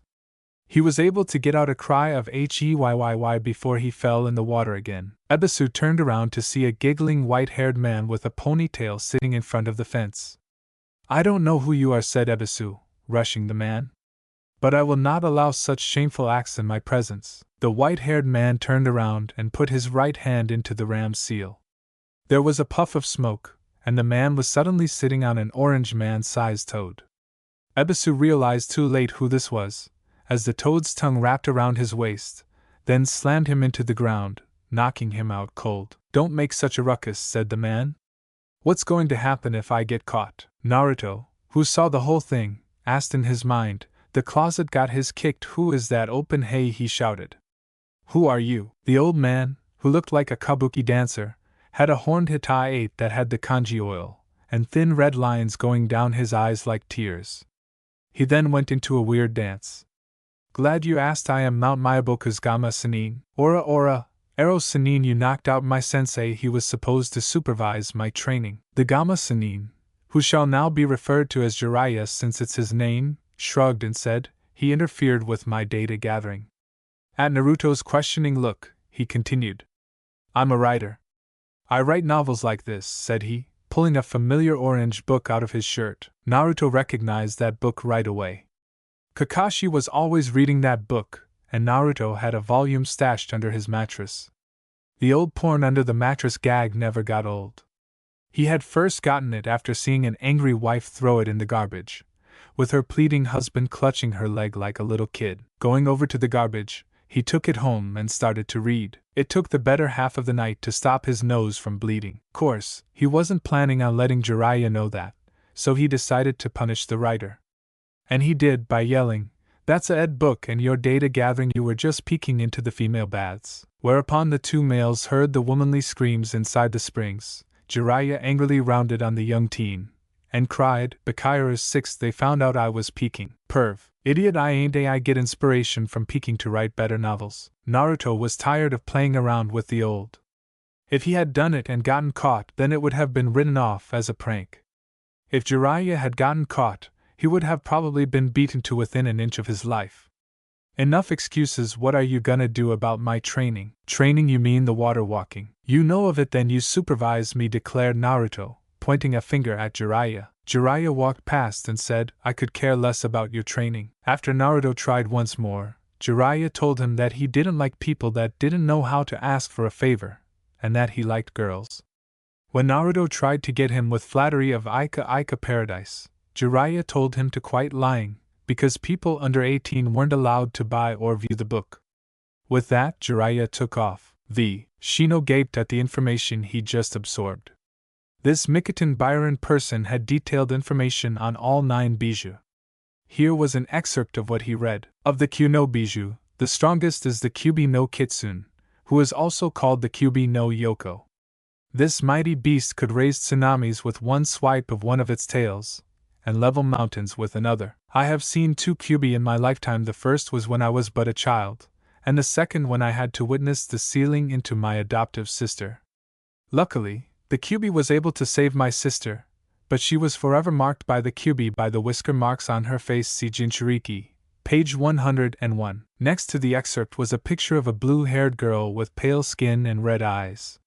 She was a pretty girl, with an exotic aura, and 3 whisker marks on each side. Shino stiffened. There was one person in the village that matched up with what the author said. So, the adults lied to us, he thought. And yet, they told us to despise Uzumaki, because he is a Jinchuriki. Turning to the page suggested, he read what the author said on the Jinchuriki. The literal translation of the word Jinchuriki is power of human sacrifice. The Jinchuriki are humans that used as vessels for beings such as demons. It is possible to seal a bijou into a human, but if it is to be done, it must be done at birth. The reason for doing so is because as a newborn, a human does not have their chakra coils completely formed, and they will be able to harbor the creature without major harm for the rest of their life. Shino stopped reading. In a way, it made sense. Naruto had 2 chakra coils in him, and as a result, it played havoc with his chakra control. It also explained his stamina. He kept reading. Jinchuriki were first used as weapons of war. A nation would capture a bijou, then seal it into a newborn. That newborn would grow up into a weapon that the nation could use against its neighbors and enemies. It disgusts me how the village that I originated in tried to use my sister as a weapon. Jinchuriki, while sharing characteristics with the bijou within them, are not the bijou themselves. Because of this attitude taken by most of the world, Jinchuriki are ostracized by society and mistreated. Shino muttered, "How right he is." He felt disgusted with the village right now. The way they abused Naruto whenever he tried to get the village to recognize him as a human, not a weapon, was something unbecoming of the most peaceful village of the shinobi nations. After reading the next excerpt, he wouldn't have been surprised to see the end result. Typically, Jinchuriki treated like this grow up to be lonely people who despise humanity. I was lucky, because even though my sister hated everyone else in the village, I still loved her, and she me. She became a Jinchuriki to save the village, and yet those ungrateful bastards looked down upon her, and some even went so far as to rape her. I was able to stop them from doing the deed, but from that point on, she despised the village with a vengeance. I wasn't surprised when the next time it happened, she tried to kill the entire village. That got Shino to think. The Kyubi attacked Konoha 13 years ago, and was said to have been defeated by Yondaime Hokage, at the cost of his life. But according to the book, the Kyubi was too powerful to be killed by a human, and it had to be sealed in a vessel. So what the teachers at the Shinobi Academy drilled into their heads about the Kyuubi attack was false. But why, he asked? Why lie? Naruto had finally tracked Jiraiya down to a small restaurant, where he heard Jiraiya get bitch slapped by a female civilian who screamed. Hentai. Granted, Naruto could have laughed at Jiraiya for his misfortune, but he needed training. Failing once again to dissuade the Gamma Sennin, he resorted to the only thing he could think of. Oiroke no Jutsu. In a puff of smoke, Naruto was replaced with a curvaceous blonde who'd turn any gay man straight. Do you like me now? She asked demurely. Hell yeah, shouted Jiraiya, a stream of blood trickling down his face, while holding two signs that said Perfect 10. Sweat dropping, the blonde thought to herself, are all men s within her own thoughts. The old lecher was jumping all around, saying stuff like you're my kind of girl and what do you call this technique? Answering Oiroke no Jutsu, Jiraiya responded by calling Naruto a genius. This led the girl to believe that Jiraiya would supervise her training. When he said he would, but on one condition, she tried to look as demure as possible. When Jiraiya that Naruto had to remain like that around him, the indignant blonde went back to normal and shouted, I knew it, you are just a old hermit. Jiraiya drew back and said, I am not. At his new charge's blank look, he grinned and yelled, I'm a mega perv. After this, Jiraiya took Naruto to a river. Here he made the blonde retry the water walking exercise. Naruto tried a couple of times, but failed. Disgruntled, he threw off his clothes and was about to try again, when Jiraiya told him to mold chakra again. Doing so, Jiraiya instantly recognized the seal on Naruto's stomach, then noticed the Gogyo Fuin 3A over it. No wonder he can't mold chakra well. The Gogyo Fuin is interfering with the other seals, and keeping the kid's chakra in conflict with the fox's. It was probably Orochimaru who put the seal on him. Putting chakra into his right hand, he told Naruto to hold his hands up. When the blonde did so, he thrust forward yelling Gogyo Kaien 4A. He was surprised when Naruto dodged it, then pointed an offending finger at him. I knew it, you were trying to kill me. Hold still, brat. I'm just going to hit some pressure points. Pressure points? My last time someone got near me saying Gogyo, I got my chakra controls screwed over, while my teammate got a love bite from a gay snake. Yep, Orochimaru, thought Jiraiya, while he said, a gay snake, that's a new one. He sighed. I'm just going to remove the seal that Orochimaru put on you. How did you know it was Orochimaru? I used to know him. He was many things, though I had a suspicion he was gay. Now hold still. With that, he completed the Gogyo Kaien. The seal off him, Naruto tried the water walk again, and nailed it head on. While the blonde was jumping around in victory, Jiraiya thought it best to try to teach him how to control the Kyuubi's chakra. As the sun began to set, Jiraiya was told by Naruto about his interaction with the fox, and that he could already harness the Kyuubi's chakra to a fair extent. Jiraiya was speechless, then he nodded his head. He's already grown so much. You'd be proud, Erasure. With that, he ended the training for the day. Ora, Ero Sennin. If you see that teacher of mine, tell him he owes me a Doton Jutsu. The full moon was up in Konoha. Jiraiya overlooked the apartment his current student was sleeping in, and was approached by Ebisu. Sorry about stealing your student, said Jiraiya. Not at all, said Ebisu. But Hokage-sama was looking for you. He could not determine where you were at, though. He'll be pleased once he finds out you're in the village. Jiraiya cast an eye at him and asked, Did you tell Sandaime I was here? No, said Ebisu. But I told him about a goggled Kumo-nin who was peeping on the females in the hot springs. Jiraiya chuckled. Now he could get away with that. But as for me, turning his thoughts back on the third, he added, Since Sandaime doesn't know I'm here, let's keep it under wraps. The shinobi stole his way into the hospital. He searched the rooms, but the object of his desire wasn't in any thus far. Opening a door, he found it. Her long black hair, cute face, right body, it was her, all right. No time to lose, thought he. He lifted her slightly up, and lowered his face. Like a vampire, he extended his fangs and bit her. She moaned slightly, in pain or pleasure, he wasn't sure. Through his fangs he sent the essence that would change her life forever.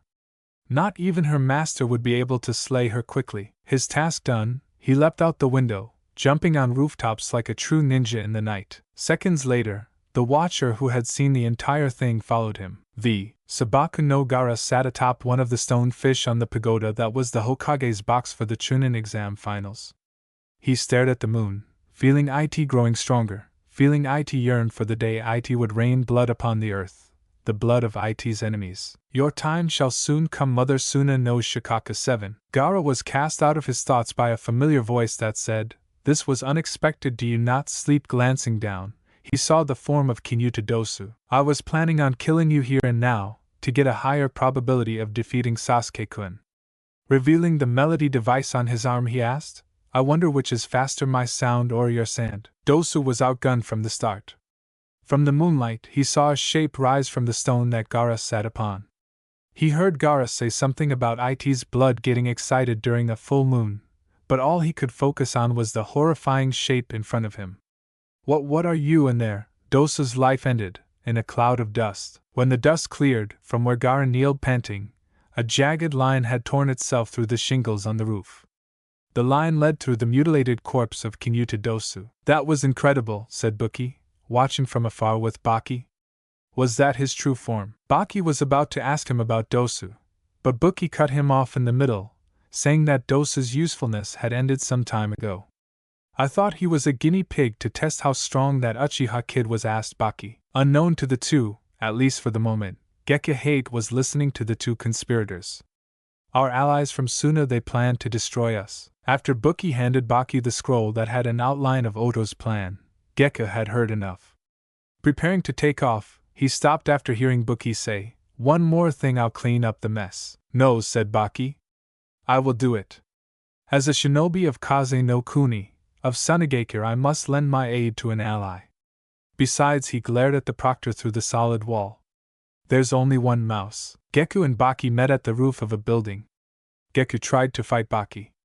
He drew his katana, and pulled out his prime attack, Mikazuki no Mai. One Gekku became three, and the three danced around the astonished Baki in some bizarre dance. The real Gekka leapt into the air, and slashed downward at Baki's shoulder. He was able to cut Baki, but not deep enough. Worse yet, his blade was stuck in Baki's jacket shoulder, effectively cutting off any possible counterattack. That was Konoha Ryu Mikazuki no Mai. "To have mastered it at such a young age, you are exceptionally talented," said Baki, an evil grin on his face. Gekka didn't like it, and he was proven right when Baki raised his arm and used the other to grasp the sword in his shoulder. "Your sword technique was excellent, but how can it compare to Blades of Wind?" "2 lives were lost this night," said Hachi, as he watched Baki leave the mutilated body of Gekko on the roof. "Poor Kinyuta Dosu, poor hate Gekko, so young, so full of life." He cast a glance at the shadows behind. "Na Zaku-kun." Abumi Zaku stepped out of the shadows. He had followed Hachi from the hospital, and was intent on discovering the plans of this Kyomonin. Perhaps that would redeem him in the eyes of Orochimaru-sama. "What did you do to Kin?" "I gave her a gift," answered Hachi, turning to face the Oto Nin with both arms in slings. "She will truly appreciate it, and Kyumo will appreciate her." Zaku drew his good arm out of the sling, wielding a kunai. "I don't care for Kin, but I will present your cold, dead corpse to Orochimaru-sama." Hachi began to chuckle, then he laughed, and spread his arms to Zaku. He laughed, while at the same time, began to glow. The glow illuminated Zaku's face, which was terrified by the malevolence that came from this Kyomonin. What the hell are you?" The last thing Zaku heard was Hachi laughter, as his scream filled the night sky, followed immediately by a flash of light and a resounding low thunderclap. "And this," said Hachi, to the fried corpse that once was Abumi Zaku, "makes the third." "Now," said he, turning to the pagoda roof that Gaara was on, "let's have a little chat, Gaara-chan." When Naruto woke up, he felt the need to go to the hospital, to see how Hinata was doing. Whether it was that erotic dream he had about her or his own feelings, he didn't know. He just wanted to see that she was all right. Getting dressed in his orange jumpsuit that he was promising to burn later, he set out. The sun had risen into the sky, which suggested that it was at least 7 or 8 in the morning. Ignoring how slightly chilled he was, he walked to the hospital. "Hey, Fox. Yeah, I need you to tell me who my parents were." That caught the Kyuubi by surprise. "What makes you think I know your parents? You're the Kyuubi, you've seen all and know all." "That doesn't mean a damn thing. Hell, I haven't seen plenty of stuff yet. Like what? Like whether or not you have grandkids with the Hyuga girl you dreamt about. That made Naruto face fault. You bastard, what are you doing? Looking at my dreams. All he got in response was the Kyuubi's raucous laughter. Damn bastard, he muttered, going red. Dreamscape last night. He felt encompassed by her warmth. Surrounding him, her very touch was driving him insane. She was on her back against a tree, and he stood in front of her. Her moans, her sighs, they drove him wild. She had the scent of lavenders, and he knew that before the night was over, she would have his scent on her. He stiffened, groaning out her name. Hinata-chan. Her legs wrapped around his waist, she sighed out his name. Naruto-kun, and then all went white. End dreamscape. Naruto shook his head, arriving at the hospital, but opted to climb the wall to avoid that bitch of a secretary he knew was there. I probably can't even look her in the face, he muttered, as he climbed up the wall. After searching through the windows for about 15 minutes, he found her room. Silently pulling the window open, he slipped in. He gazed down at this angel of beauty. She was more than he deserved. And he knew it. His heart wrenched when he heard her cough. Fox, you think you can help her? Probably, said the Kyuubi in his head. Put your hand over her chest. Kyuubi guffawed at Naruto's heart attack. You know what I meant. I was starting to think otherwise, muttered Naruto, as he hovered his hands over Hinata's chest. He couldn't help but notice that she had a nice rack for a girl her age. He shook his head. Last thing I want is Hinata-chan accusing me of trying to molest her, he muttered, as he concentrated on his task. The blood-red chakra left his hands and dove into her small body. After several seconds, Naruto let out a sigh of relief as he heard Hinata's breathing ease. Withdrawing the chakra, he muttered a small prayer to God for Hinata, then walked towards the window. Naruto-kun. Naruto turned around slowly, to see Hinata sitting up in the hospital bed. He moved before he thought. A second later, she was enveloped in his arms, and he was whispering that he was glad that she was okay. Hinata had gone redder than blood by the contact with her love, but she willed herself to not faint. Naruto-kun, I feel. Yeah, said Naruto, scratching the back of his head. The two were silent for a while, until Naruto spoke. I should go, cause no one knows I'm in here. Why, you mean that you snuck in? Hi, said he, dropping his head a little. They wouldn't let me in. I guess it's because he trailed off, not wanting to mention the Kyuubi, but she knew. She had seen it in the eyes of nearly every adult. Naruto-kun. Naruto stood. He was getting ready to cry, which was a big deal for him. Hinata-chan, I like you a lot, he began, whereupon she gazed wide-eyed at him. But I don't think you'd be happy with me, she asked. Why? Naruto inhaled, then exhaled, and told her the words he was sure would send her run screaming. How can you, a proverbial goddess like a guy like me, a demon vessel? He closing his eyes, partially to avoid the horror he knew was on Hinata's face, partially to stop the tears from falling. What happened next surprised him. He opened his eyes at the feel of a warm hand on his cheek. He saw Hinata, gazing at him with those lavender eyes he had fallen in love with. She had tears streaming down her cheek, but she was smiling. Then she moved in, and the two shared their first ever real kiss. Eyes closed, lip locked, the works. When they separated, Hinata spoke first. I don't care about the Kyuubi. His mind went blank. When he came back to Earth, he asked how. Hinata blushed and looked down. Around the end of the academy, I saw you training. You threw a kunai that rebounded and hit you in the arm. I watched it heal, and I made the connection later at the graduation. So you don't care about the fox? She shook her head. No. Every day the Kyuubi stays within you, you save the village for another day. And she was cut off by Naruto pressing his lips to hers once more. She let out a little squeak, then fell into it. Naruto was quickly becoming addicted to her, the shape of her against him, against her lips. He murmured, Aishitaru ate, Hinata-chan, and she replied in response, Aishitaru, Naruto-kun. The two went on for about 30 seconds before the door burst open. Kiba barged in, saying konnichiwa, Hinata-chan, followed by a nurse, Sakura, and Ino, who was carrying a bouquet. Kiba gaped at the scene before him.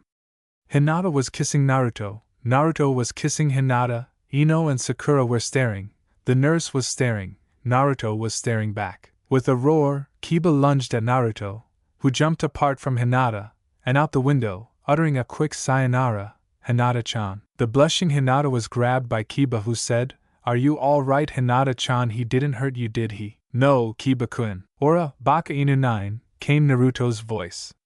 "Leave Hinata-chan alone." Kiba growled and ran to the window, snarling, "I'm gonna turn you into a fox-skin pelt." Looking down, he saw a kunai flying at him. He caught the kunai and noticed that it had a white piece of paper tied to it. Unwrapping the paper, he turned purple with rage at what he saw. Hinata, Ino, and Sakura leaned in to see, the nurse having been gone at this point. Hinata immediately blushed, Sakura muttered, "Bakairu," and Ino laughed a little. The paper had a picture of a human fist with the middle finger up. Kiba leaned out the window and yelled out, "Real cute Naruto, is that your IQ?" Naruto's voice answered, "Nah, that's your sperm count, Ki bitch." Ino couldn't take it. She started to laugh, and Hinata giggled a little. Kiba gaped at the comeback Naruto sent him, and Sakura said, "You owe me 50 Ryu, Ino." 1 Fujihoan means evil sealing method. 2 Buki means translated means armaments, in reference to military weaponry. 3 Hitokugutsu means a type of puppet used by certain shinobi. Most well-known Hitokugutsu are Kankuru's Kurasu, and Sasori's Sandaime Kazakage. 4 Ichibi no Tanuki means one-tailed tanuki raccoon dog. Official designation of Shikaku. 5 Takigakure means hidden waterfall village. 6 Bakairu means along the lines of idiot and dumbass. 7 Suna no Shikaku means official title of the one-tailed tanuki. Originally said to have dwelt in the desert in Kaze no Kuni. 8 Aishidara means I love you. 9 Baka Inu means Naruto's insult for Kiba, meaning idiot dog. 1 A Maisegakure no Jutsu means hidden camouflage technique. Renders user invisible to the naked eye. However, it can be seen through with the Byakugan and the Sharingan. 2A Rai Air Shurikaten means lightning storm heavenly spin. Similar to the Hakushukaten, it doesn't require the Juken, and it shoots out bolts on lightning as it spins. 3A Gojyo Fuin means 5 elements seal. Disrupts the Kyuubi chakra and keeps it separate from Naruto's. 4A Gojyo Kaien means 5 elements unseal. Releases the Gojyo Fuin. Naruto was still chuckling to himself of he and Jiraiya went back to the same place they were at before. Immediately, the two heard the sounds of giggling, and Jiraiya was off like a shot. Peeping through the bushes, he saw 3 girls, probably about 18, splashing each other in front of the waterfall. "Very nice," said the lecher of a Sannin. "Very nice, indeed." "Hey," went Naruto, his mood effectively soured by Jiraiya's antics. When Jiraiya kept looking, Naruto finally took drastic measures. Jiraiya was surprised to see the 3 girls joined by another one, a blonde. "Hells, yes," squealed Jiraiya, up until he saw the whisker marks on her cheeks. "Wait a minute." He spun around to see Naruto on the other side of the river, but the blonde was pointing at something behind the Sannin. When Jiraiya turned around, he came face to face with 3 angry girls. "Damn you, Gaki," was all Jiraiya got out before the 4 rained their righteous feminine fury upon him. Jiraiya, the lecher that he was, decided to take the beating in stride, but managed to cop a feel twice. When the girls were done, they got their stuff and left. Jiraiya was stuck lying on the ground with a mass of bruises all over his body. When he saw his student above him, he asked, "You like seeing me in pain, don't ya?" Naruto retorted, "It was your own fault." Standing shakily to his feet, Jiraiya stretched himself.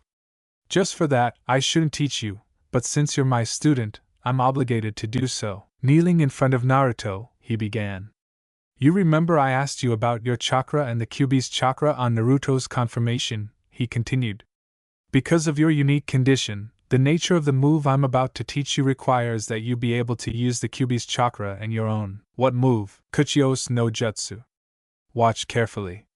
With Naruto's attention on him, Jiraiya bit his thumb and smeared some blood on his hand.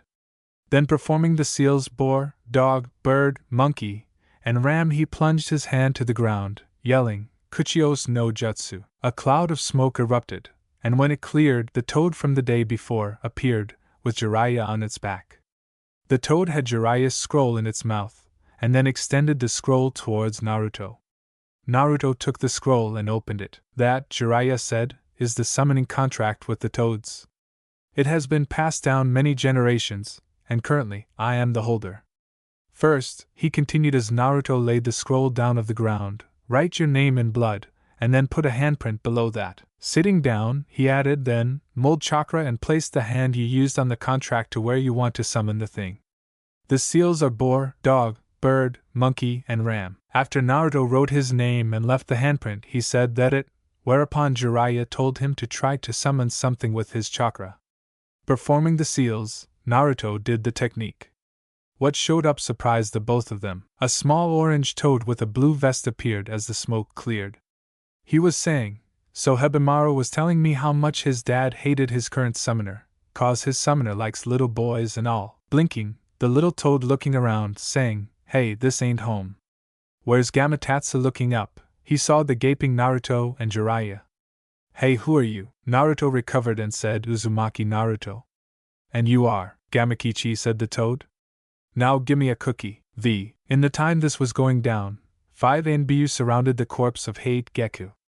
The purple-haired cat masked Anbu held his sword, and then muttered, "Hate-kun, what happened to you?" Behind the Anbu were 2 additional bodies. One was the mutilated body of King Utadosu, and the other was an unrecognizable figure that had apparently been fried. In the Hokage's office, Sarutobi, the Sandaime Hokage, had a grand majority of the Jounin there assembled for a meeting, and his Hokage hat was off. Beside him were his 2 former teammates, now members of the Shinobi Council, Mitokado Hamura and Yudatane Koharu. "I'm sure you've already heard this," said Sandaime. "The body of Hate Geku was found near Kikyu Castle." There were cries of "what" and "hate," followed by Anko's "did Orochimaru kill him?" "It's too early to conclude that," said Kakashi, glancing at Anko. Hate was most likely trailing the Oto spy bookie. But it is true that Orochimaru is trying to pull off something. "Then we must cancel the Chunin exams and go after Orochimaru," said a brown-haired Jounin with a scar covering the left side of his face. This was Namishi Rado, one of the aides to the Hokage. "No," said Sandaime. "Orochimaru threatened us not to cancel the exam after he revealed himself to Anko.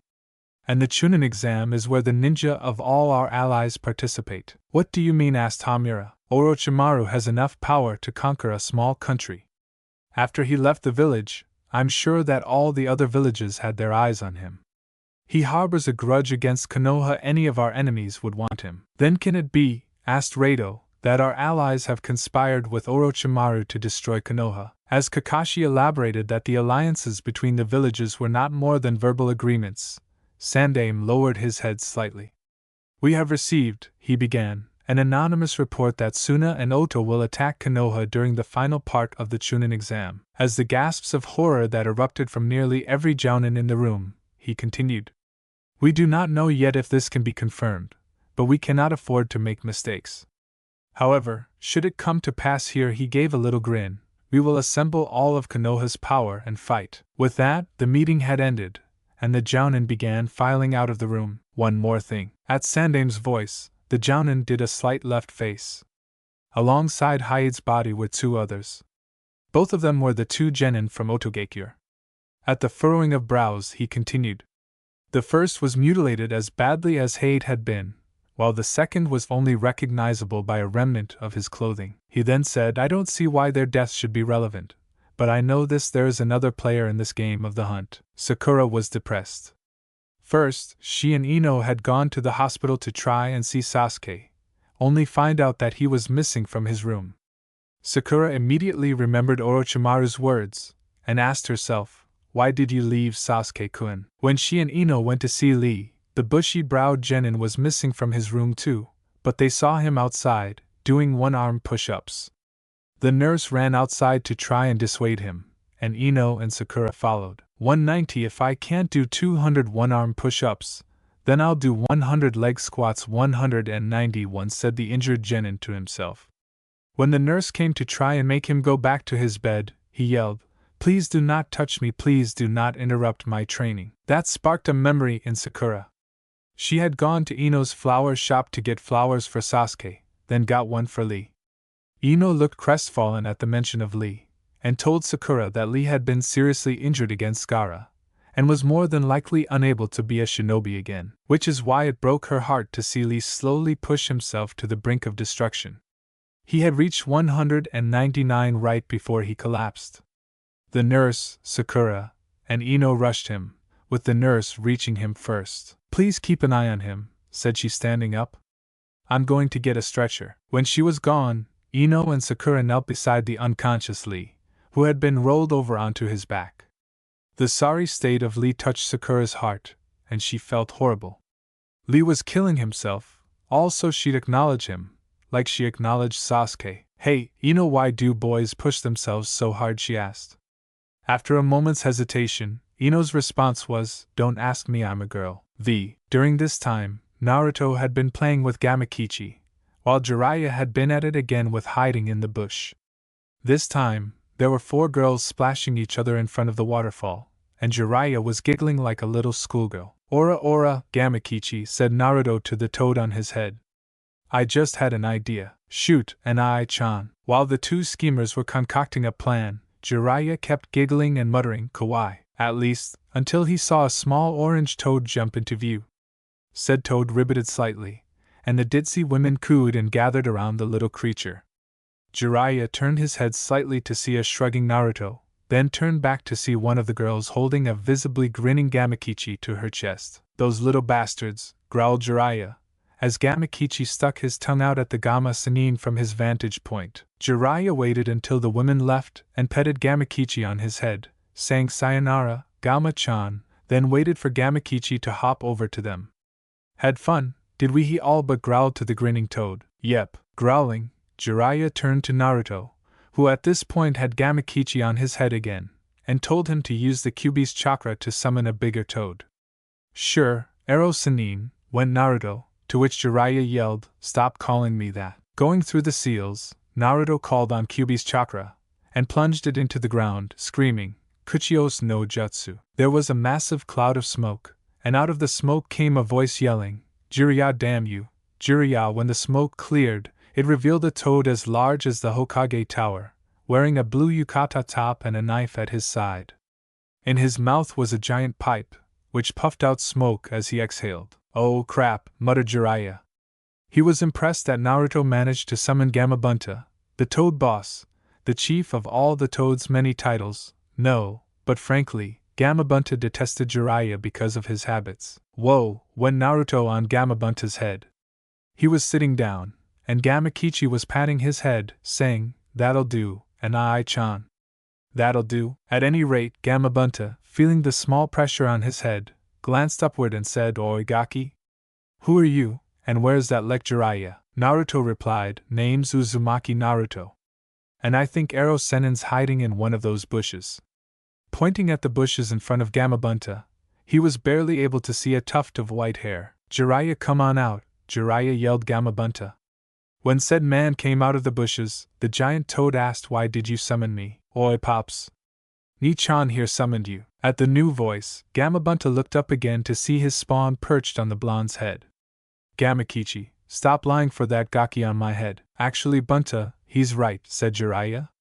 When said giant toad glared down at Jiraiya, he merely pointed to the open summoning scroll on the ground. True to form, the last name to be signed was Naruto's. "Told ya," Bus went Naruto as he passed out on Gamabunta's head. As Gamakichi leapt off Naruto's head before it had Gamabunta, Gamabunta looked up and muttered, "Looks like the little gaki was right." However, when he looked down, Jiraiya had disappeared, and so had the summoning contract. "Lousy lek," muttered Bunta, then glanced up at the knocked-out blonde on his head. "The blonde's lucky. Besides him, no else has ridden on my head, other than Erasure." With that, Gamabunta took off, in the direction of the Konoha hospital. The hospital would later comment that they found Uzumaki Naruto next to a giant frog-shaped footprint, with a note attached to his jacket. "Take care of Ni-chan or else the Gamas will eat you. Sincerely, Gamakichi." At the hotel, Kankuro watched as Chuji, Shikamaru, and Asuma went into the barbecue place across from them. He had recovered from his wounds inflicted by Hachi. Needless to say, he was surly at the mention of the Kyumonin, but right now, he concentrated on the Jounin and 2 Genin. He currently had his headpiece off, revealing a crop of brown hair, but still kept the face paint. Having barbecue again, it must be a reward for training like they were supposed to. Turning to his sister, he added, "And the best thing about this is I don't have to watch Gaara." "Why?" asked Temari. "Because not even Gaara would do anything weird during the day." Looking out the window, he added, by the way, that Shikamaru guy is your opponent during the finals. Don't you have to come up with a plan? Temari humphed and said there's no way I'd lose to a guy like him. But we all messed up, said Kankuro. At the look Temari sent him, he said, if we had taken the test sooner, we'd all be Chunins by now. Temari inwardly agreed, thinking back to right before they left Suna for the exams. Flashback. Nani, said Temari, in the Kazekage Tower? Due to a sandstorm, the team was meeting in the Kazekage's tower. Kankuro and Temari were sitting and Gaara was leaning against the wall, his gourd missing from his back. All three were facing Baki. For this Chunin exam, said Baki, Sunagekure will make you three take it. But it is not so you can become Chunin. It is so you can crush Konoha. But why aren't Suna and Konoha allies? Baki grinned wryly. That alliance treaty is the problem. You genin may not know the details, but after the treaty was signed, that dumbass of a daimyo for Kaze no Kuni forced our village to cut our armaments. Then, to add insult to injury, he became a client for Konoha. Instead of giving us missions, like he should have been doing, he gave them to the Konoha Nin. And finally, when he cut our budget, he also reduced the number of shinobi we had. Glaring out the window, he added, when the head is stupid, the arms and legs have problems. Turning to his genin team, he then added, to maintain our power, we had to increase the quality of our individual shinobi. That's why shinobi like you were created, he then said on an undertone. Gaara. Addressing them all, he said, the security of Kaze no Kuni is at an all-time low right now. But that dumbass daimyo and his attendants didn't see that. He growled as he slammed his fist into the wall to emphasize his point, causing the picture of Shodai Kazekage to tilt. Kazekage-sama saw the danger in our power decrease, so he determined that we had to cooperate with Otogekure and annihilate Konoha. This will bring dignity back to Suna, and will make that dumbass of a daimyo understand the crisis in Suna and Kaze no Kuni. Slamming his hand into the wall again, the portrait of Shodai Kazekage fell, but Baki paid it no heed, since he knew he was going to pick it up later. If we waste any more time, then Suna will weaken and be no match for Konoha. Now is the time. Turning to the Suna Jinchuriki, he said, Gaara, this mission depends a lot on your performance. The stoic Suna Nin uttered a blunt sure. As soon as the mission commences, continued Baki, we will go to war with Konoha. This was something new to Temari and Kankuro. Another war, said she. After so many sacrifices, this treaty is going to be voided and more people will die. It is all Kazekage-sama's will. We shinobi are tools of war. The alliance treaty threatened our existence. This is a high-rank mission. Proceed with great caution. End flashback. Kankuro glanced at the setting sun, yawned, and said the day seems long when you're doing nothing. In Sunagekure, Baki was meeting with the Yondaime Kazekage, who sat behind a netted shroud, with his bodyguards on either side of him. The only part of his face that was shown was his eyes, with a mask covering the rest of his face.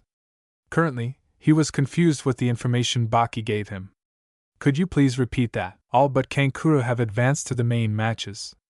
Kankuro was defeated from a Kumo Nin who used some sort of ability like Sandaime-sama's. This startled the Kazekage. You mean, a Kumo Nin can use Sutetsu 1? Aye. He used lightning. At Kazekage's, and everyone else confirmation, he elaborated. Somehow, he was able to channel his body's bioelectricity through Kurasu, and to Kankuro himself. Kankuro didn't have a chance. In the meantime, Gaara and Temari have advanced into the main matches, but the agreement with Otogekure went smoothly. Hi, Kazekage-sama. Withdrawing a scroll from his vest, he placed it on the ground, and let one of the two guards beside him take it to the Kazekage. This is the scroll with the plans of Oto. As the guard gave the scroll to the Kazekage, Kazekage asked, is there anything else? Baki had initially replied no, but at the Kazekage's urging, he asked if it would be possible to fake a training session to set up troops near the border. Konoha Nin are not stupid. Their ANBU forces are on the move. If they discover our plan, that's why we sent those three ahead, interrupted the Kazekage. The restoration of Sunagekure's dignity rests on the performance of the four of you. Now go. Hi. And with a puff of smoke, Baki was gone. As the sun rose to a new day, Naruto found himself waking in a hospital room. He rolled his eyes. The last time he was in here was when a drunken villager knocked him out with a glass bottle, and the ANBU proceeded to discipline the man.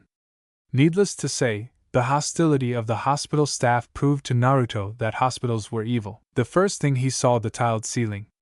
The second thing was a grinning Shikamaru, who said, "Hey. Finally awake. I heard you were awake for 3 days straight." Naruto just grunted. 3 weeks of straight training will do that to ya. Standing up and stretching, he noticed a scroll on the ground. Along with his clothes were gone, and all he had were white shorts and the black shirt with the red spiral. Shrugging it off, he picked up the scroll and started to open it. "Some guy with black sunglasses left it for you," said Shikamaru. Naruto knew immediately that it was Ebisu, and the scroll he had was the Doton Jutsu Ebisu owed him. Opening the scroll, he chuckled and said, "I can have fun with this." Putting the scroll in his pants, he turned to Shikamaru and asked, "What did I miss?" "Hokage-sama will see you now," said the secretary to Shino. Shino nodded and stood up. When he got into the room, the hatless Sarutobi I got sick of calling him Sandaime, and opted to use his actual name looked up from the mounds of paperwork he was doing to the young Aburame heir. "Konnichiwa, Shino-kun." "Konnichiwa, Hokage-sama," said Shino with a bow. After he was seated, Sarutobi asked him what his business was. "Before I get into that," began Shino, "I must ask, how did Yondaime-sama kill the Kyuubi?" Sarutobi didn't flinch at all as he said, "With a dangerous kinjutsu." Shino nodded and said, "And it was October 10th, was it not?" "Hi!" Shino nodded once more, and then decided to stop beating around the bush. "Hokage-sama, forgive me, but I don't believe that for a second." At Sarutobi's confusion, he continued, "A few days ago, I was in the shinobi library researching a way to defeat my opponent, when I saw my opponent in the library. Granted, he didn't take anything, but he was reading a rather interesting book." Holding up a piece of paper and handing it to the stoic elder, he added, "I have written an interesting selection on here." Sarutobi took the paper and read over it. It was describing the Jinchuriki of Kyuubi and the selection on Kyuubi. He leaned back in his chair and rubbed his brow. "I knew one of the younger generation would figure it out eventually.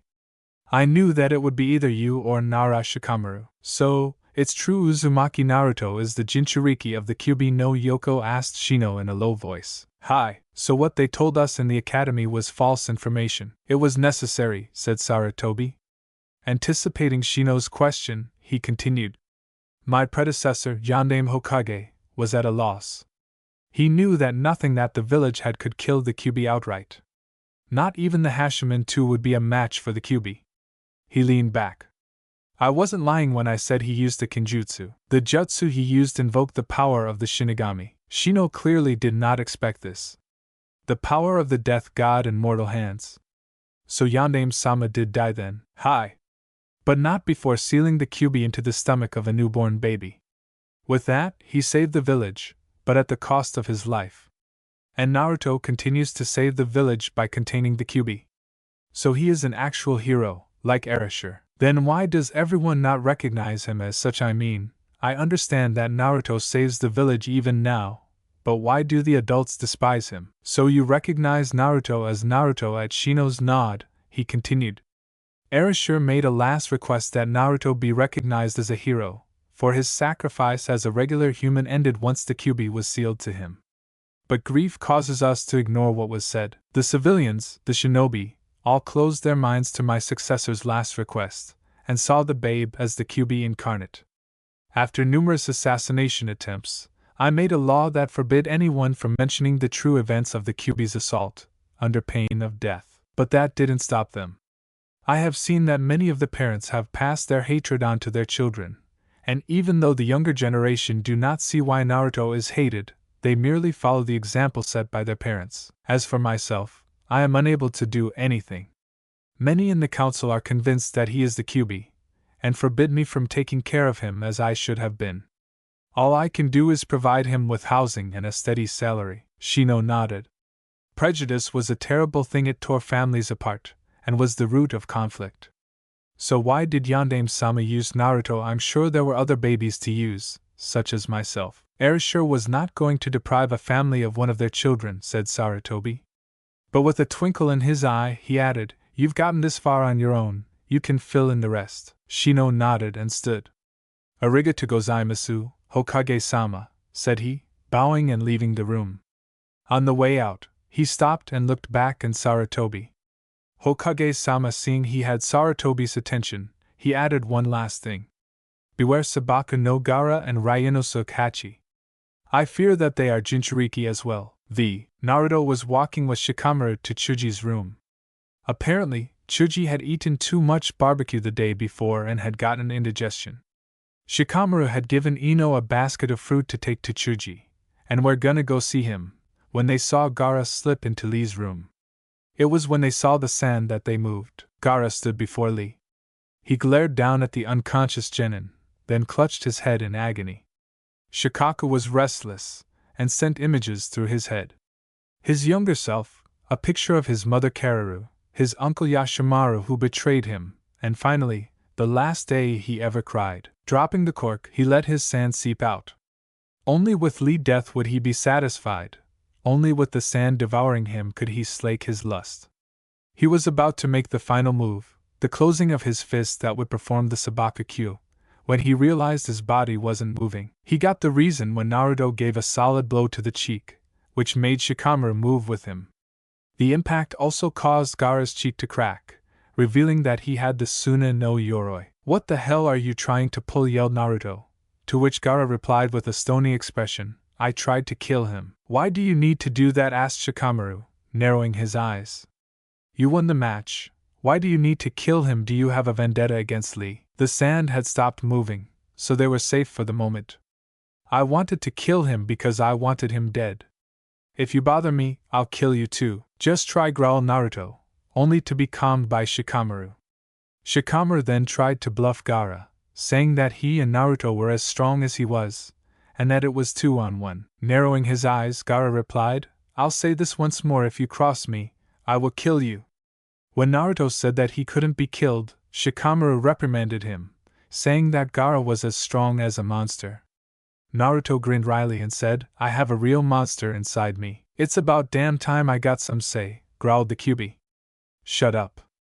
You had no say because you were sleeping. A monster, said Gaara. Then I am the same. Shikamaru stiffened. This wasn't good, no matter what Naruto said. And he would have to look into what Naruto had said later. I did not grow up in a nice environment. I took the life of the one called my mother when I was born. To become the ultimate shinobi, my father used a fuin jutsu to seal an incarnate of the sand into me. Damn it, growled the Kyuubi in Naruto's head. I knew there was something about him familiar. Gaki's got Shikaka sealed in him. Who's Shikaka? I'll tell you later. Naruto went back to Gaara, who had said that the incarnate of sand, Suna no Shikaku, was originally sealed in a tea kettle. It was said to be the living soul of an elder Suna priest. Shikamaru was flabbergasted. Not only did Suna have a mentally unstable shinobi, said shinobi had a demon sealed in him at birth. That's not what a parent should do. What a twisted way to show love. Love don't measure me by your values. Here, Gaara launched into a monologue. Family, let me tell you what kind of link I have with them. They are just piles of flesh linked by hatred, greed, and murderous intent. I took the life of my mother to become Tsunagekire's masterpiece. And as the Kazekage's son, my father taught me ninjutsu. I grew up spoiled, overprotected, and left alone. I thought that was love. Until the incident happened. At the confused look sent at him, he continued. These past years since I was 6 here, he grinned maniacally, my father tried to have me assassinated on several occasions. That shocked the two. But you said that he spoiled you, said Shikamaru. So a spirit that is strong eventually becomes feared. Since I was born from the usage of the technique, my mind has been unstable. Those idiots in my village finally realized that my emotions were unpredictable. To the Kazekage, I was the village's trump card, but I was a threat at the same time. After I turned 6, I was classified as a threat to the village. A dangerous tool, but one to be handled with care all the same. I am only a relic of the past that they seek to be rid of. Just like me, thought Naruto as he continued. Why do I exist? I've asked myself that question several times, with no answer. But I need the answer while I am still alive. or else I'd consider myself dead. And this is what I concluded: I exist to kill everyone besides myself. After fearing assassination, I found relief within it. By killing my assassins, I was able to live. Where I fight, I might for myself. Where I live for myself. As long as there are people for me to kill, my existence will remain. And as long as I feel that people make me feel that all is right with the world. Kyuso, thought Naruto. I'm still a little weak from all that training, and Shikamaru wouldn't stand a chance against him. He was cut from his thoughts by the sand that moved. It towered above Naruto and Shikamaru, startling the two of them. Come, said Gaara, grinning maniacally. Help me feel alive. Gaara would have had the two genin if not for Guy, who stepped into the room and told Gaara to cut it out. The main matches are tomorrow. Don't get hasty, or you'll end up a patient here as well. The sight of Guy caused another pang of pain in Gaara's head. While he clutched his head, he withdrew the sand in the room back into his gourd.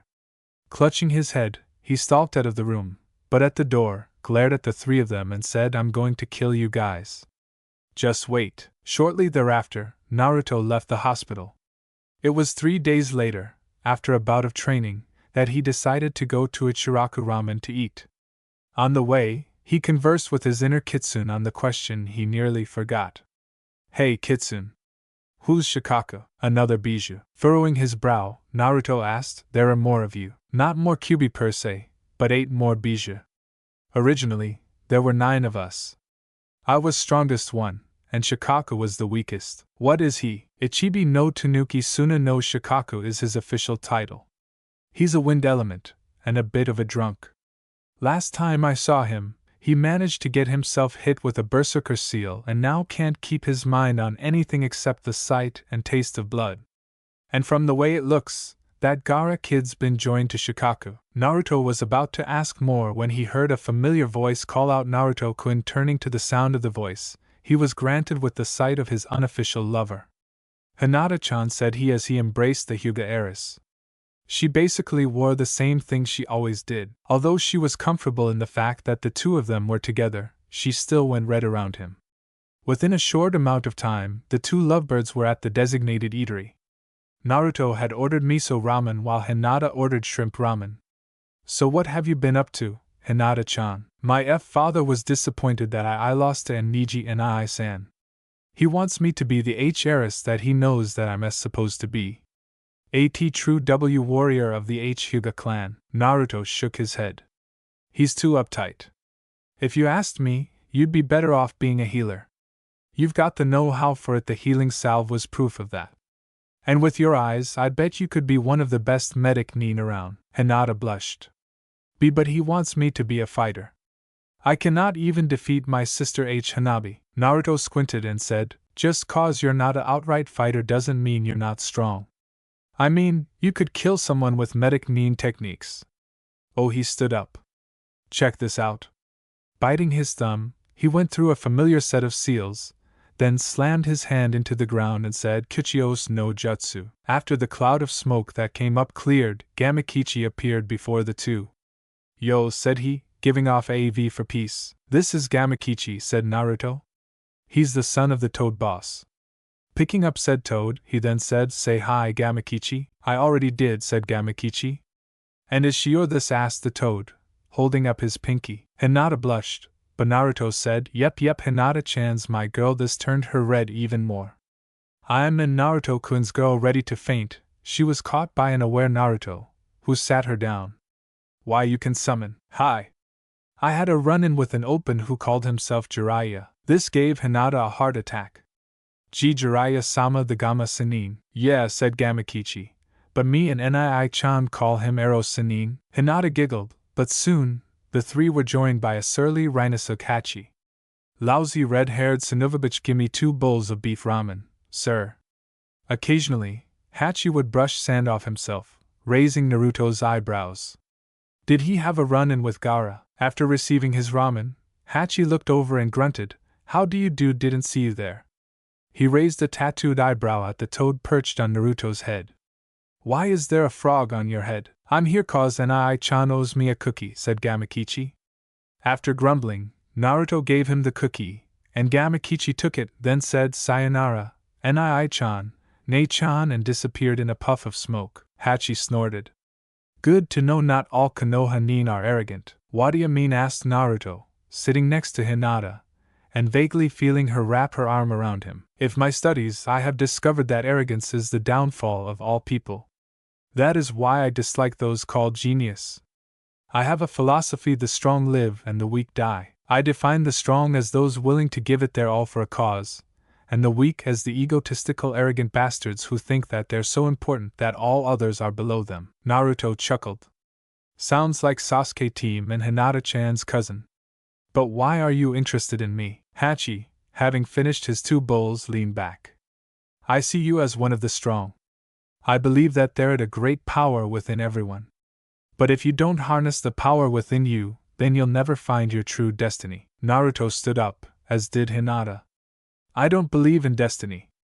I just think that once the opportunity arises, take it before it's gone. Because of Niji team, growled Naruto, clenching his fist, I almost lost one of my precious people. Hinata, touched by his proclamation, hugged her unofficial lover. And Naruto-kun, Hachi chuckled. Well, as far as I know, we all have a great destiny in store for us all. When it chooses to reveal itself is entirely by chance, but we'll know. Standing, he left the bill on the counter, and turned to Naruto.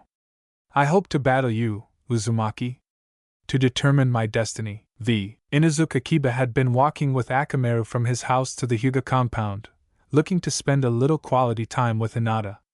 However, when he got there, the guards had told him that Hinata had left a few hours ago, and they didn't know where she had gone. Arigatou gozaimasu, said Kiba, as he left the compound. He had taken off his parka, revealing the black netted shirt he wore beneath. Akamaru yipped something at him, and he replied, I don't know, boy. As far as I know, he trailed off at the sight before him. Hinata was walking arm in arm with Naruto. The girl that he had claimed as his, the girl he wanted to bear his pups, was with the one he was sworn to defeat, and smelled a fox. He followed them at a distance, despite Akamaru's protests. He was determined to make Uzumaki Naruto learn his place, and that a dead lass like him was undeserving of a goddess like Hinata. When they came to the training grounds, he was trembling with rage, but he wasn't going to reveal himself just yet. It was upon seeing them kiss once more that he finally lost it. Jealous or not, he saw Hinata as his, and he was willing to kill Naruto for her. He burst from his cover and yelled, Get your hands and your mouth off her. Hinata jumped at Kiba's voice, and blushed badly. At one glance, one would say that she had a bad fever. Naruto, on the other hand, was rather peeved that Kiba had interrupted an intimate moment between him and the girl whom he wanted to bear kits with. What do you want, Kiba? Kiba growled and pointed a clawed finger at Naruto. Apparently, he'd activated his Shikaku no Jutsu to track the 2 genin. I want you to stay the hell away from my girl. Hinata was at a loss. She knew Kiba might have harbored feelings for her, but her heart belonged to Naruto-kun. At the thought of her body belonging to him as well, she went even redder. Such naughty thoughts through her head. Naruto snorted and pulled her closer to him. Sorry, dog boy, but Hinata-chan likes me. And I'm not giving her up to the likes of you. Naruto, at this point, was rather annoyed with Kiba's antics.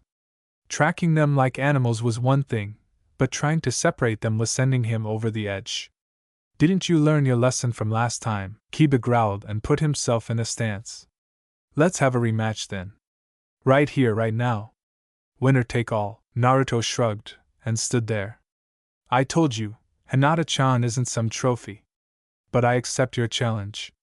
With Hinata off at the side, he had nothing to worry about. The 2 leapt at each other like tigers. They threw punches and kicks at each other, with Akamaru and Hinata watching from the sidelines.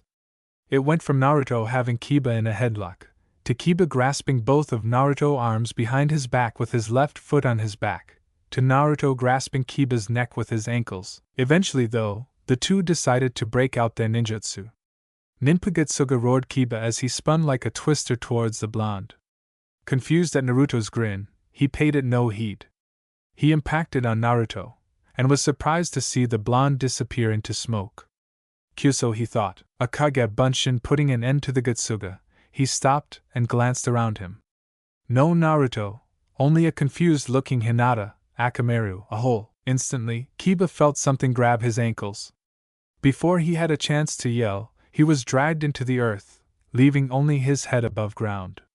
Struggling to get free, he saw Naruto land in front of him after jumping out of the ground. "What the hell did you do, you bastard?" yelled Kiba, incensed at being bested by the dead last again. Naruto grinned and said, "Doton Shinjuzanshu no Jutsu. You've been pulled into the ground. It is one of the 2 new Doton Jutsu I spent the last 3 days trying to do and perfect." Walking away from Kiba, he held out his hand to Hinata, who took it. "See ya later, bitch." Kiba was growling his anger.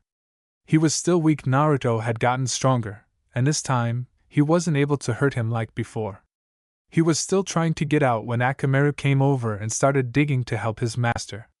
"Thanks, Akamaru." Naruto was chuckling and shaking his head as he and Hinata walked away. The sun was nearly setting, and the finals were the next day. That day, he would have to fight Neji. "Naruto-kun." "Hi, Hinata-chan." Hinata said nothing, but raised herself against him. He knew what she was getting at, and leaned down. The two were just about the same height, with Naruto being an inch taller.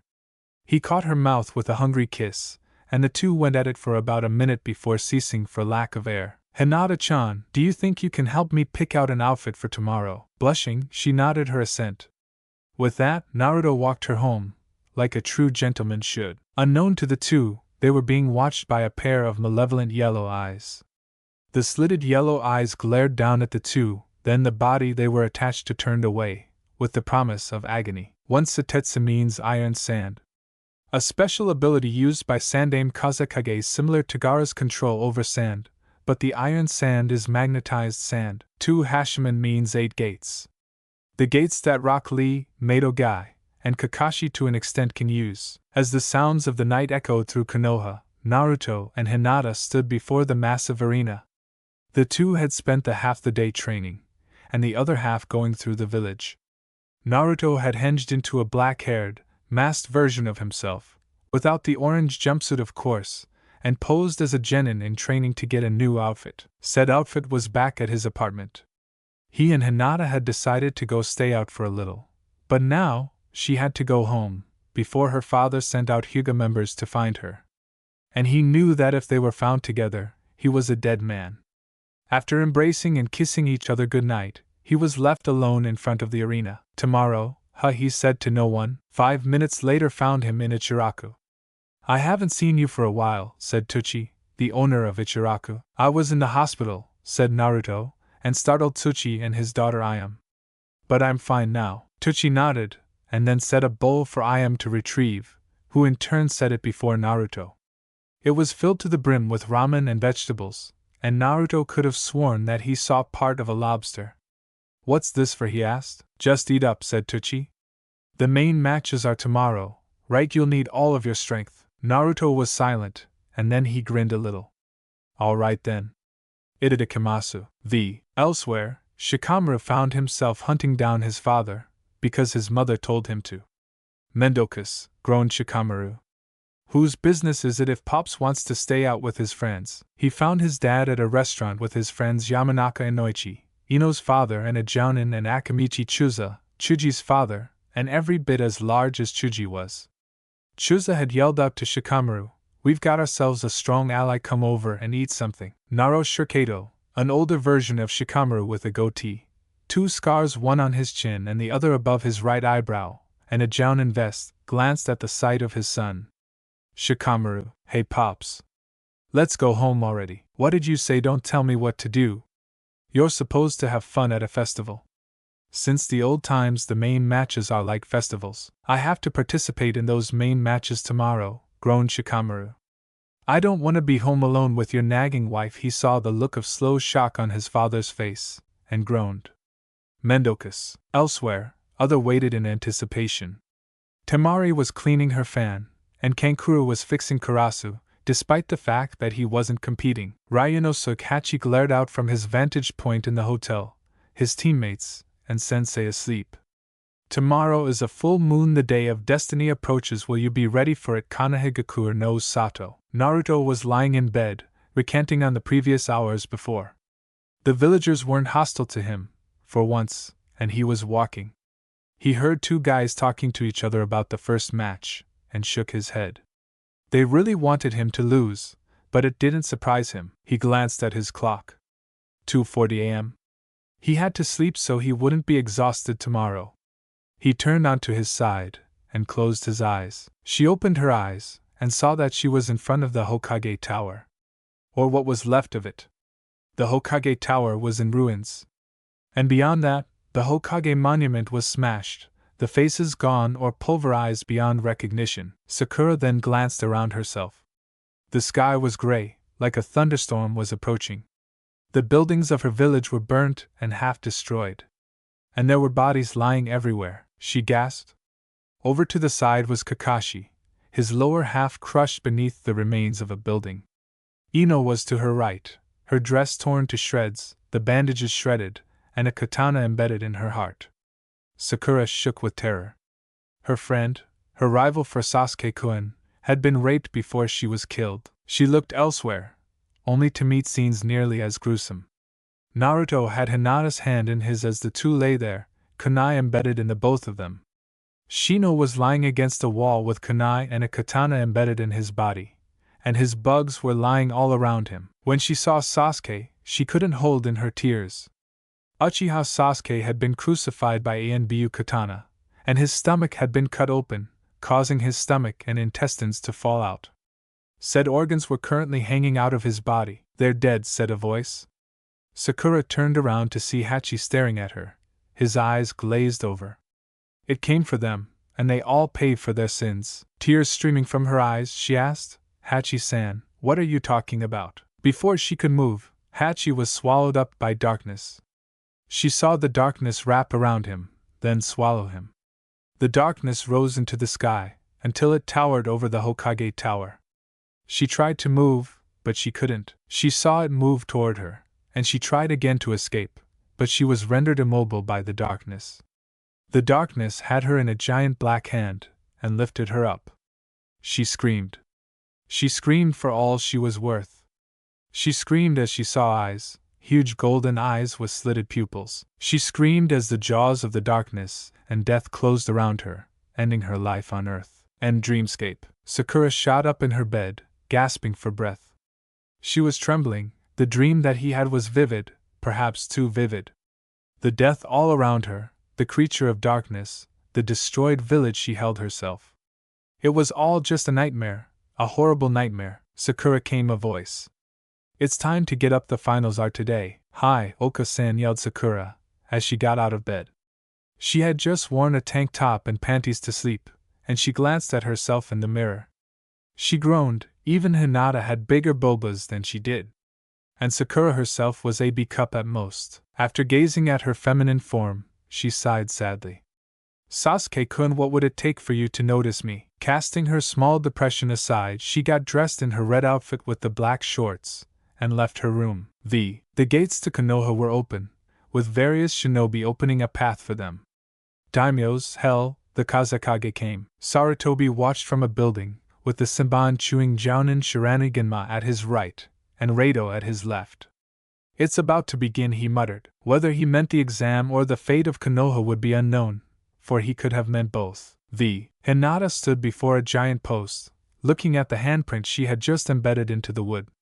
She was determined to not let her father scare her, or her little sister Hanabi prove to be the stronger. Hinata wore her regular black pants, but instead of her jacket, wore a blue Chinese shirt that nearly formed to her body. Sure, it showed off her figure a little, but she wanted her father to see her as the heiress he wanted. She was cut from her thoughts by a pair of arms that wrapped around her waist.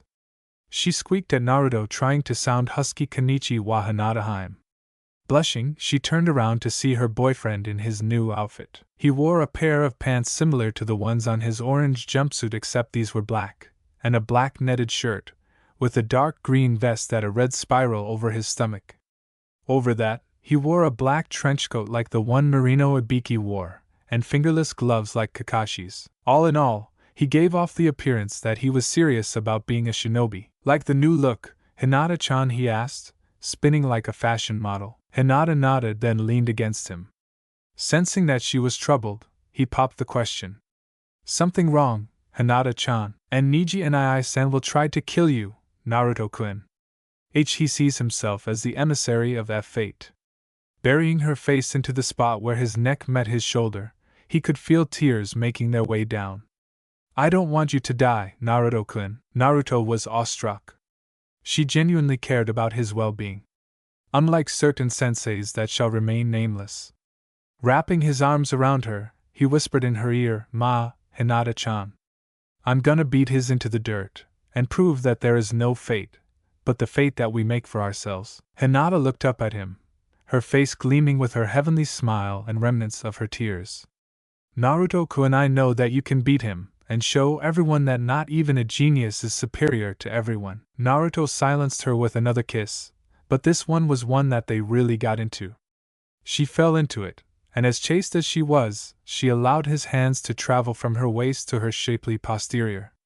Hinata let out a little squeak when Naruto squeezed it, and whispered, Eki-kun. But I'm your Eki-kun, he whispered against her lips, as he slipped his hand into her pants, then her panties. Hinata stiffened, and her body acted of its own accord. She moaned softly, urging Naruto to continue his ministrations. Naruto was amazed. He didn't know that Hinata was such a well, suffice to say, he thought, Hinata-chan's like Yuki-chan from Volume 1. He gently inserted a finger into her depths, and she stiffened and gasped. Ne, Hinata-chan, such a cute little Yuki-chan. Hinata was adoring the way her lover was touching her. Even though she knew that her father would probably go homicidal at what his eldest daughter was doing with the village pariah, she frankly didn't give a damn. She let out another gasp and moan at the feeling of another finger inside her, and eagerly awaited the day where she would give herself to him completely. I bet y'all hate me for ending it here, but I gotta. If I went any further, I'd get booted off the site, and I don't want to get booted off. Let me know in the reviews if you want me to expand on it or not. Hinata held her arms around Naruto's waist as they bounded over the rooftops. After their heavy petting session, Naruto had placed a strong hinge over his outfit, mainly because he didn't want the villagers rioting about his new look. So he now looked like he did back during the first 2 parts of the exam, although he put his trenchcoat in a storage scroll for safekeeping. And now the two were riding the toad Gamma. Gamma landed in front of the arena, and Naruto hopped off and helped Hinata off. Arigato, Gamma-san, said Hinata, bowing respectfully. Naruto did the same, and Gamma gave off a peace sign, then disappeared in a puff of smoke. Naruto turned to Hinata. I guess this is where we part. Hinata grasped his hands in hers. Apart, but never parted. Friends forever, lovers for life, he whispered, then caught her in one final kiss. They separated too soon for each other, and parted, Hinata walking towards the stands, while Naruto went towards the arena. When Naruto arrived in the arena, he saw the Jounin Shiranui Ginma, and the other genin. Hachi, Shikamaru, Shino, Temari, Niji. Wait, where's Sasuke and Gaara? Even as he said that, Temari was anxiously looking around for her younger brother. Shikamaru glanced around. That's something I've been trying to figure out. And where that guy Kinyuta Dosu is as well. Ora, stop talking, said Ginma. Look to the stands. You guys are the main players for the upcoming tournament. Sasuke is still missing, asked Sarutobi. Several ANBU teams are searching for him, said Rado. But he's nowhere to be found. He may have already fallen to Orochimaru. If that's the case, then it'll be next to impossible to find him, thought Sarutobi. I understand, he murmured, then perked up at the sight of the approaching Kazekage, flanked by 2 tunic-wrapped guards. Welcome, Kazekage Dano. I trust that you are tired from your long trip. Not at all, replied the Kazekage. Although, when you're young, visiting another village might be hard on you, Hokage-sama. Perhaps you should choose a successor. Sarutobi laughed. Don't treat me like an old man now. I've considered doing this job for another 5 years. At length, he made his way to the edge and made his proclamation. Ladies and gentlemen, thank you for coming to the final exam of the Chunin selection exams in Konohagakure. We will now begin the matches with the 8 that have passed the preliminaries. Please enjoy the matches. It would seem that of the 8, 2 are missing, said the Kazekage. Gaara, what the flying are you doing? Alright, there are some things I need to tell you before the matches, said Genma, facing the 6th genin. Taking out the bracket paper from a month before, he showed the standings. It was basically the same, except Dosu had been eliminated from the bracket, leaving Shikamaru to fight Temari. Check to see you're going against again. Hey, Sasuke hasn't arrived yet, said Naruto. What's gonna happen then? If he isn't here by the time his match starts, he will lose by default, said Genma. The same goes with that Gaara kid. Temari glanced over to the arena entrance. Gaara, where are you? The plan's no good without you. In the stands, Baki glared down at the spot that Gaara should have been at. Don't tell me I specifically told him not to do anything that would stand out. Is he out there now, killing Uchiha Sasuke? Down below, Genma caught the genin's attention. Listen up. The same rules that applied for the preliminaries apply here, even though the landscape is different. The match will end when someone gives up either the ghost or the fight. But if I decide that the match should stop, then it will stop. Any arguments will be dealt with severely. Got it. After that, he called forth Naruto and Neji, and said the rest of you need to go back to the waiting room. As the genin made their way up the stairs in the side of the arena, Naruto caught Hachi sending Temari a leer, and narrowed his eyes. He's up to something. Hey, down here, Hinata, came Kiba's voice to Hinata's ears. Even she knew better, she still decided to sit with, since he was her teammate. Kiba was beside himself.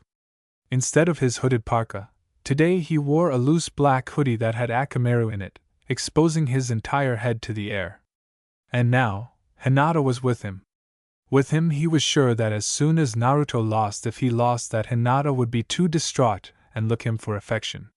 Now I play the waiting game, he thought. Naruto-kun. Elsewhere, Sakura was still depressed by the missing Sasuke, but Ino beside her said, Hey, Sakura.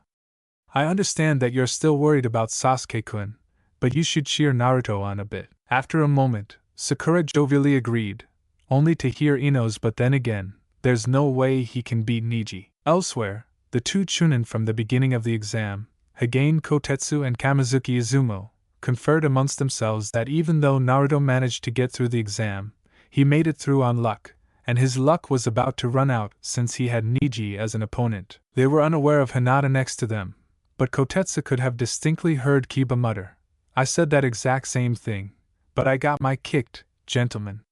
But when Akamaru started whining a little, Kiba took notice of the cat-masked ANBU in the back that caught Akamaru's attention.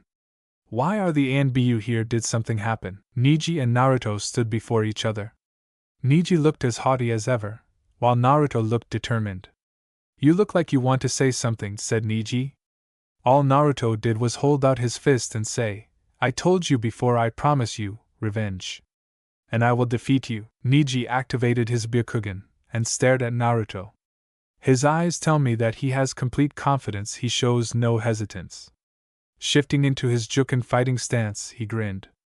I will relish the despair on your face when I crush you. You talk too much, said Naruto, and a wind blew through the arena. Let's start this. With that, Genma said, okay then, first match of the Chunin exam finals begin. Up in the stands, Hyuga Hayashi and Hyuga Hanabi, Hinata's younger sister, watched the match with anticipation. Watch closely, Hanabi. Neji is perhaps the strongest Hyuga in a century. Not even your sister can compare to him. Hanabi was awestruck. Even more than Nei-san. Yes. Even more than you most likely. Hanabi turned her attention back to the fighters in the arena. Truth be told, she didn't like fighting her elder sister, and she knew her father was pushing Hinata too hard over the death of his wife. Kiba watched the two as well, thinking, there's no way your prankster abilities will help you out of this. Neji saw a bit of chakra surround Naruto, but shook it off as an abnormality. The two were at a standoff, at least until Naruto broke the standoff. He rushed Neji, guessing that Neji had more than likely increased his strength tenfold since he last saw him. He was proven right when Neji blocked all the blows he sent him. Then he saw Neji preparing to strike with his index and middle fingers. So he jumped back. He heard Sakura yell, smart move, Naruto, and said to Neji, I was just gauging your strength. Now the fight really starts with that. He performed his Kage-Bunshin no Jutsu. That caught nearly everyone by surprise. That's a Jounin level technique, said Izumo, to which Kotetsu responded, "He's an interesting guy. Now I'm not sure who's gonna win." Niji had not really paid attention when Naruto last used this move, but now he did. It looks like he made solid clones, not illusions, and they each have their own chakra coils and tenketsu. But he grinned, preparing to strike. There's only one real Uzumaki. When the clones rushed him, he was content to dodging, until he let them think that they landed a hit on him. He then took out 2 clones with a double heel drop, then destroyed the other 2 when they tried to get him with kunai. He shoved them both forward, then when they turned around to strike, he nailed them both with a chest blow. That effectively startled the other genin, but Tenten smirked and said that Naruto was doomed to fail from the start. Niji turned to the real Naruto and said, "Become Hokage. How only a select few are chosen to be Hokage. And you aren't one of them. My eyes show me that our talent is determined at birth and that everything else is predetermined at birth as well." "Why do you always label crap like that?" yelled Naruto. "Destiny, fate, predetermination, all that stuff is wrong." "Then why do you say that anyone can become Hokage?" "Look at reality. Only those who are born with that fate become Hokage. It's not something you can become just because you want it. It's already determined by fate. People are different. They can only follow the straightforward flow of life. But everyone shares the same fate, death." Naruto clenched his hand. So what, I'm one that doesn't give up easily." With that, he did Kage Bunshin again, and 19 Narutos flickered into existence. Approximately 10 Narutos rushed Niji, only to meet the same fate as the earlier 4. Undaunted, the remaining 10 took out 2 kunai each and threw them at the Hyuga genius. Niji was prepared for that, but he wasn't prepared for what came next. Kunai Kage Bunshin no Jutsu. The 20 thrown kunai turned into 60, imitating a wall of sharpened steel. Kiba blanched. "Good God, I didn't see that coming." Beside him, Kotetsu said, "If Hyuga Niji doesn't do something, he could be severely injured." Niji knew that he could dodge a few, but not the whole array of them. "Damn you," he growled, as he expelled chakra from his tenketsu and began to spin. Hayashi was caught by surprise by the dome of chakra that appeared. "That's the Hakushukaten," shouted Niji as the dome of chakra deflected the kunai in all directions, causing the Narutos to scatter, but 3 got hit and disappeared into smoke, reducing the number to 8. The real Naruto was livid. "That's supposed to be a Hyuga main-only technique." Hayashi was beside himself with anger. "Talent like that is wasted on the branch family." At Hanabi's question, he continued, his eyes on Niji. "The Katen is a move that is only passed down to Hyuga successors. In other words, that is a Hyuga main technique, as Uzumaki said. But he managed to reproduce the move himself." "Damn it," growled Naruto, as he and the clones rushed him once more, but once again, their efforts were futile. Niji destroyed the 7 clones and knocked Naruto backwards. Then he slid into an unknown stance, but one that Hinata and Hayashi recognized. "You are in the range of my divination," said Niji with finality. "Hack Shirokujurinshu." With that, he rushed the now standing Naruto. Hack! With each blow he landed on Naruto, he shouted in correspondence: "Nisho 2 strikes, Yanshu 4 strikes, Hashusha 8 strikes, Jurokushu 16 strikes, Sanjunisha 32 strikes until Rokujurinshu 64 strikes." The ending blows cast Naruto backwards, and he hit the ground hard. "Naruto-kun," said Hinata, and Kiba drew her into a hug, saying not to look. At the moment, she was too distressed to think straight, so she clutched Kiba. Kiba growled. She smelled like Naruto, but that was gonna change soon. What incredible talent, thought Hayashi. To think that a member of the branch family inherited the Byakugan so strongly, even though they cannot succeed the clan. Closing his eyes, he thought, "Hizashi, perhaps it would have been better if you had succeeded the Hyuga clan." Standing up slowly, Naruto was racked with pain. "You Sunovabitch, what did you do to me? I've sealed all 64 of your tenketsu. You can no longer do anything to fight." Grinning, he continued to berate Naruto for his weakness. "Mortifying, isn't it, unable to fight for your so-called dream, because your better has cut you off from it." Began Naruto, "gonna kick your ass. I don't know what happened between clans, but that doesn't give you the excuse to try to kill Hinata-chan." Niji glowered at Naruto. "Fine. Since you care so much, I'll tell you about the Hyuga legacy of hatred." With that, he took off his headband, revealing a green right-side-up swastika in between two green lines. This detestable seal was carved into me by that despicable Juin Fuin jutsu of the main family. Niji then told Naruto of when Hinata had turned 3, that Niji was branded by the caged bird seal, as it is affectionately known. He said that it was tradition Hinata's father and his father, Hyuga Hayashi and Hizashi respectively, were twin brothers, but since Hayashi was born first, he became a main family member, while Hizashi became a branch member. Incidentally, the caged bird seal was a control element. The branch family outnumbered the main family 3-1, and the main family used the caged bird seal to control the branch family, and to conceal the secrets of the Byakugan. Then the incident happened. Niji then said that his father was killed by the main family. Apparently, an unknown perpetrator stole into the Hyuga compound in the dark of night and abducted Hinata. He didn't get far though. Hayashi caught up to him, and Jukin-ed the would-be kidnapper through the heart, killing him instantly. When the mask of the man was removed, it turned out to be the envoy of the Reikage one. Hachi, over with the other fighters, sneered. And they make us sound like the bad guys.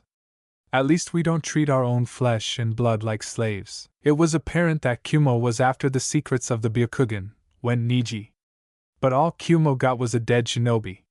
So they made an unfair demand: give up a Hyuga clan member, or face destruction. They wanted a Hyuga clan main member, they wanted Hayashi-sama. And Konoha agreed. It took Naruto a few moments to process what Niji said. Then he realized what had probably happened. That the Hyuga clan gave up your father instead, since Hinata-chan's dad and your dad were twins, and no one would be able to tell them apart. Niji had to hand it to Naruto. He was smarter than he looked.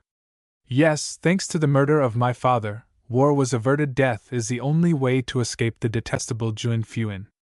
The two, Hayashi-sama and Hizashi-sama, their fates were determined by the order of their birth. And you, he pointed at Naruto, your fate was sealed when I became your opponent. You cannot hope to stand against me, and you have no idea what it's like to have a seal you'll never be rid of. Naruto decided to ignore the last part of Niji's response, and said, you don't know that for sure, growled Naruto. He was still standing, to Niji's amazement. Niji then tied his headband back on and listened to Naruto ramble about how Niji was wrong about fate. Reactivating his Byakugan, he moved. Incidentally, Kiba thought it was his fate to win the heart of the fair Hinata over the jester Naruto, so while rubbing her back, he let one of his hands drop lower than they were supposed to. Hinata, in response, whispered in his ear, touch me there, and IW will make sure you don't have kids. Kiba wasn't about to push his luck, because he knew that as shy as his teammate was, she was pretty strong when motivated. So he let go of Hinata and turned back to the arena, only to wince at the sight before him. Niji had hit Naruto with a palm strike, tossing him into the air, but Naruto was grinning. Instantly, Naruto disappeared in a puff of smoke. That caught everyone off guard. Tenten was shocked to see that Niji had actually failed to hit his actual target. The Kazekage was shocked to see that he had totally missed the Kyubi Jinchuriki. Denma was shocked because he knew that a Kage Bunshin shouldn't have lasted that long with all those hits. Hayashi was shocked because he knew that Niji should have been able to tell the difference between a real and a fake Naruto, and Niji was shocked to see that he missed. He immediately looked around for his quarry. Then he heard the rumbling. Hyuga Niji, the former Rookie of the Year, the genius of the Hyuga clan in over a century, made a mistake. He looked down, just in time to see a pair of hands grab his ankles and pull him underground. At this point, only his head remained above ground, and Naruto leapt out of the ground to confirm it. Kiba was trying to contain himself from grimacing. Naruto had used that exact same technique on him 2 days ago. But Hinata was beaming with joy at the sight of her love's near-perfect condition. Sarutobi chuckled. I guess it's true. He is Konoha's #1 surprising ninja. Kotetsu grinned. Astounding. I guess he discovered the trick about Kagebunshin. He forced his opponent to reveal his moves, and in the process switched places with a clone and performed a Doton Jutsu. Izumo nodded.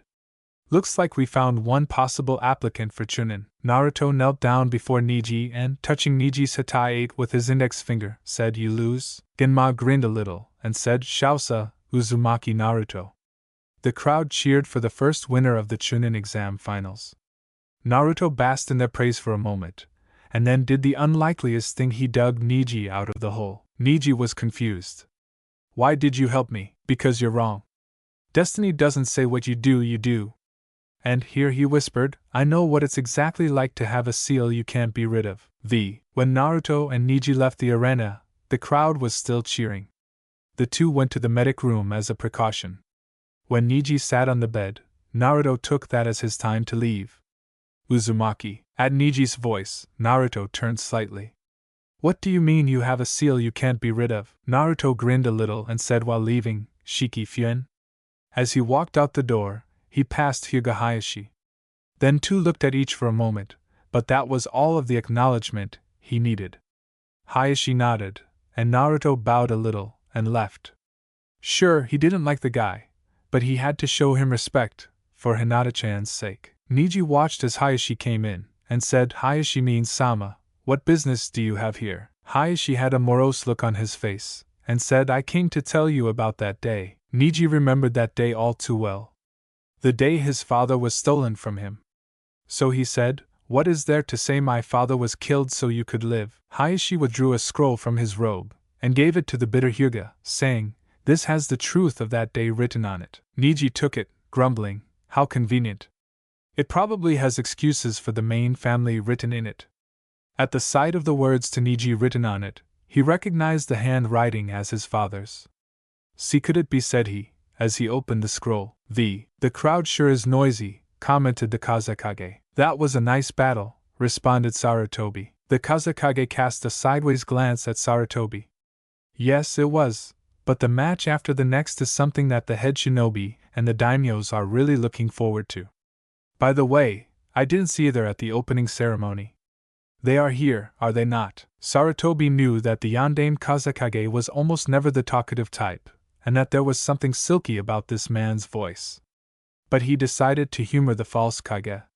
Yes, in his ear, Rado whispered, we still haven't found Uchiha Sasuke, and there's still the threat of Orochimaru. Already the people were getting rowdy. Where is he? Asked Shikamaru. Is he planning to not show up? If Sabaka no Gaara were here, said Shino, then Uchiha Sasuke would have made a wise choice. But since either are here, there should be no excuse. Yeah, well, he'd better show up, said Naruto, joining them. If I know Sasuke, then he'd come here tied up in chains. Hokage Dano, said the clearly false Kazekage. Before you do so, could you please refrain from disqualifying Uchiha Sasuke? Forgive the interruption, said Rado, but those who don't think much of time as a factor do not deserve to become Chunin, no matter how elite or powerful they are. Unless he has a good reason that the head shinobi and daimyos will accept, there's no reason to wait for him. I see. But there is a good reason myself. Along with the head shinobi and daimyos, we all eagerly await the match after next. He is the last Uchiha, after all, and we in Kaze no Kuni wish for him to fight our Gaara. Then we'll start the next match, said Sarutobi. In the meantime, we'll wait for him. If he doesn't show up, then we'll have to disqualify him. The same goes for Sabaka no Gaara. Rado nodded, and disappeared, reappearing next to Genma, and told him the ruling. Genma nodded, and said to the crowd, attention please, either contender has arrived yet for the match following this next one. So the match between Uchiha Sasuke and Sabaka no Gaara will be moved to the last match. That got people to thinking. What the hell is Sasuke doing? Asked Asuma. Sasuke-kun won't be forced to forfeit. That's good, exclaimed Ino, while Sakura kept silent. Well then the next match is Ryunosuke Hachi vs Abirame Shino, said Genma. Will the two fighters please come down? Shino remembered an old saying, discretion is the better part of valor. And in his research in the library, he knew that it was biologically impossible for Hachi to do what he did. Yes, he could have converted his chakra to electricity, but Shino wasn't willing to take that chance and risk losing his colony and his life. To complicate things, his Kikaichu were telling him that there was definitely something wrong with Hachi. He had a malevolent aura like Gaara did. So he did the only thing he could do at the time, and that seemed the most logical. I forfeit. Everyone was caught by surprise by this. Kurenai didn't see that happening at all, and Kiba was like, what the hell? Hinata was dismayed that her teammate had given up, but she knew that he had to have had a good reason. The other finalists had varying results. Hachi narrowed his eyes at the bug user. He's not going to fight, is it fear or something else? Naruto and Shikamaru had their eyes widen and said a simultaneous HUH. Last but not least, Temari furrowed her brow and looked at her brother in the stands. Kankura shrugged, and she turned back to the Aburame heir. She had seen the way the bug user had defeated the Oto Ninzaku, proving his strength and intelligence, but then again, Hachi had the power of electricity. It didn't make any sense. Shrugging it off as fear, she drew her wind, and waved it once when it was open. A gust of wind emerged, and she threw her fan over the rail and jumped on it, floating down to the arena floor. At least you seem willing to fight, said Genma to the now standing Temari. He then shouted up to the finalists, Hey Nara Shikamaru, get down here. Shikamaru was less than willing to fight Temari, and planned on withdrawing like Shino. However, Naruto put a damper on that plan when he shoved Shikamaru over the railing, shouting do your best, Shikamaru. Shikamaru landed at the bottom and lay there. Damn you, Naruto, growled Shikamaru in his mind as he stared at the clouds in the sky, ignoring the jeering of the crowd. Everyone wants me to hurry up so they can see Sasuke's match, so now they're being offered a poor opening of the main attraction Mendokus. Apparently, Temari wasn't going to wait for him to get up, because she rushed him. Heedless of Genma's I haven't told you to start yet, she tried to bash him with her fan, but Shikamaru took out 2 kunai, embedded them in the wall behind him, and stood on them, successfully avoiding the blow. I don't really care about becoming a Chunin or not, said he, but I can't stand the idea of losing to a girl, so you can count me in, clearly accepting his challenge. Temari leapt back, opened her fan, then waved it once, sending a gust of wind to pulverize the spot where Shikamaru was. Only to discover that Shikamaru was gone. Said Genin was hiding behind a tree in the arena, thinking it's not like I can just clobber her, I mean, she is a girl. Niji was stunned. His father, whom he had believed to have been murdered by the main family, had actually given up his life on his own accord. And his uncle was now on the ground, prostrated before him, asking for forgiveness. After Niji told Hayashi to lift his head, he would take his father's last words to heart. Niji, my son, here is what I say to you: grow up strong.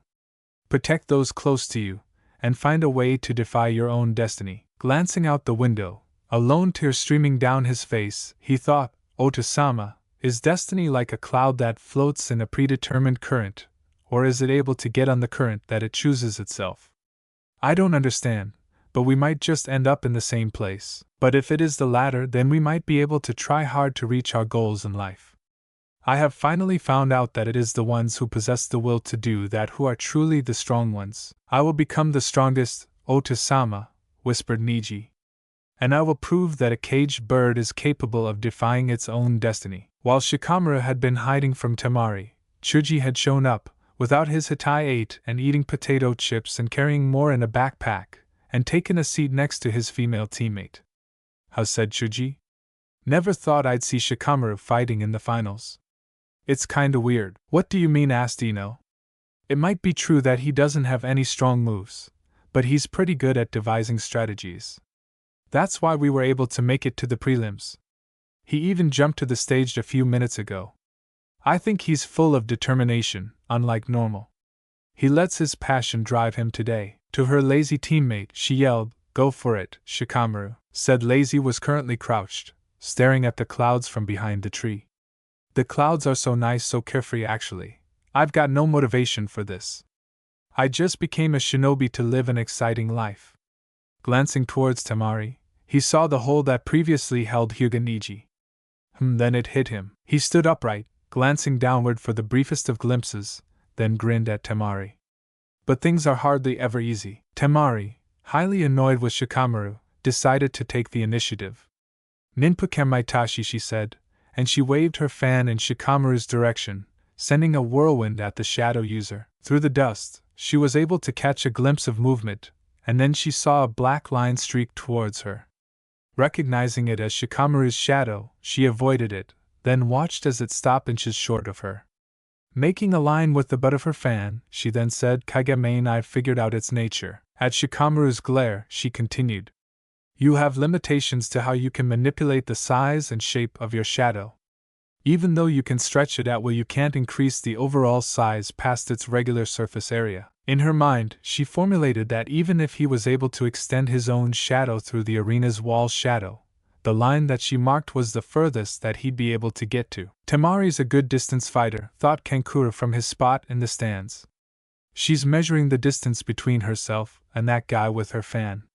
She's got this match won. In the meantime, Shikamaru had appointed his thinking pose, crouched, his hands in the circle, each finger touching their opposite partner.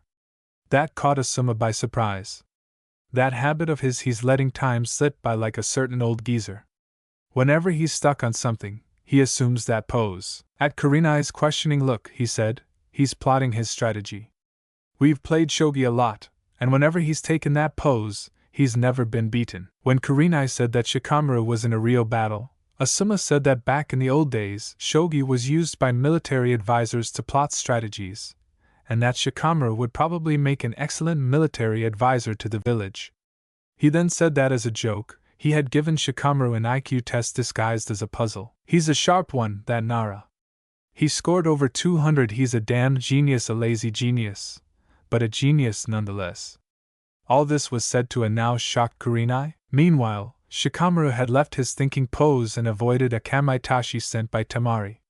He took off his short-sleeved vest and tied it to a kunai, then threw it at Temari through the dust. She was able to block it with her fan, only to see the shadow breach the line she made, sending her into a slight panic, only to have the same result from before after dodging a few times. I see, so you were stalling for time, waiting for the sun to drop so that area of the wall's shadow would increase the surface, and thus increase your shadow as well, since the length of the day increases the shadows. She was sure that Shikamaru was at his limit, at least, until her frantic brother told her to look up.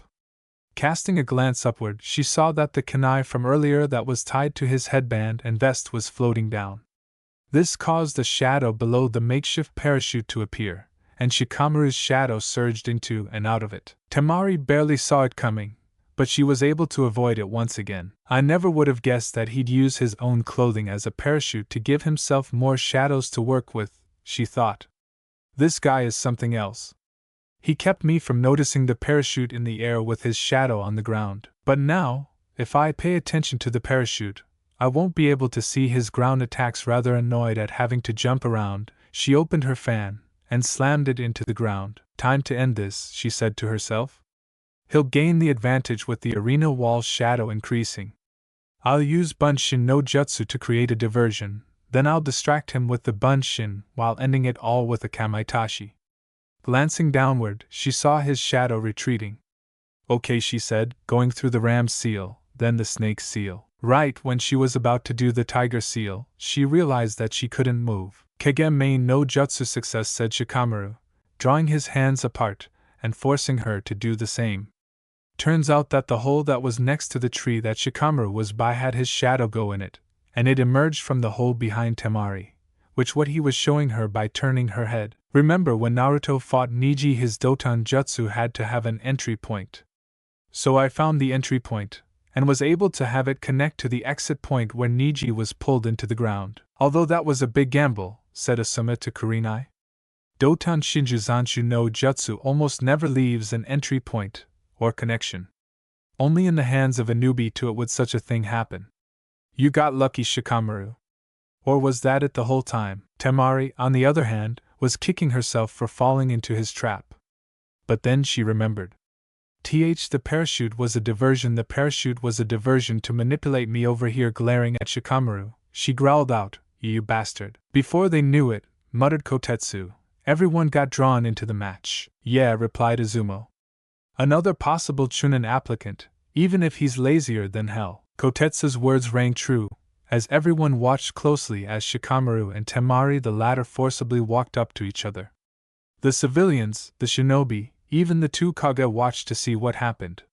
The only thing being spoken was Chuji's "if he gives up, you owe me 20 ryu, Ino and Ino's deal." Bufu was muttering, he could be a major problem.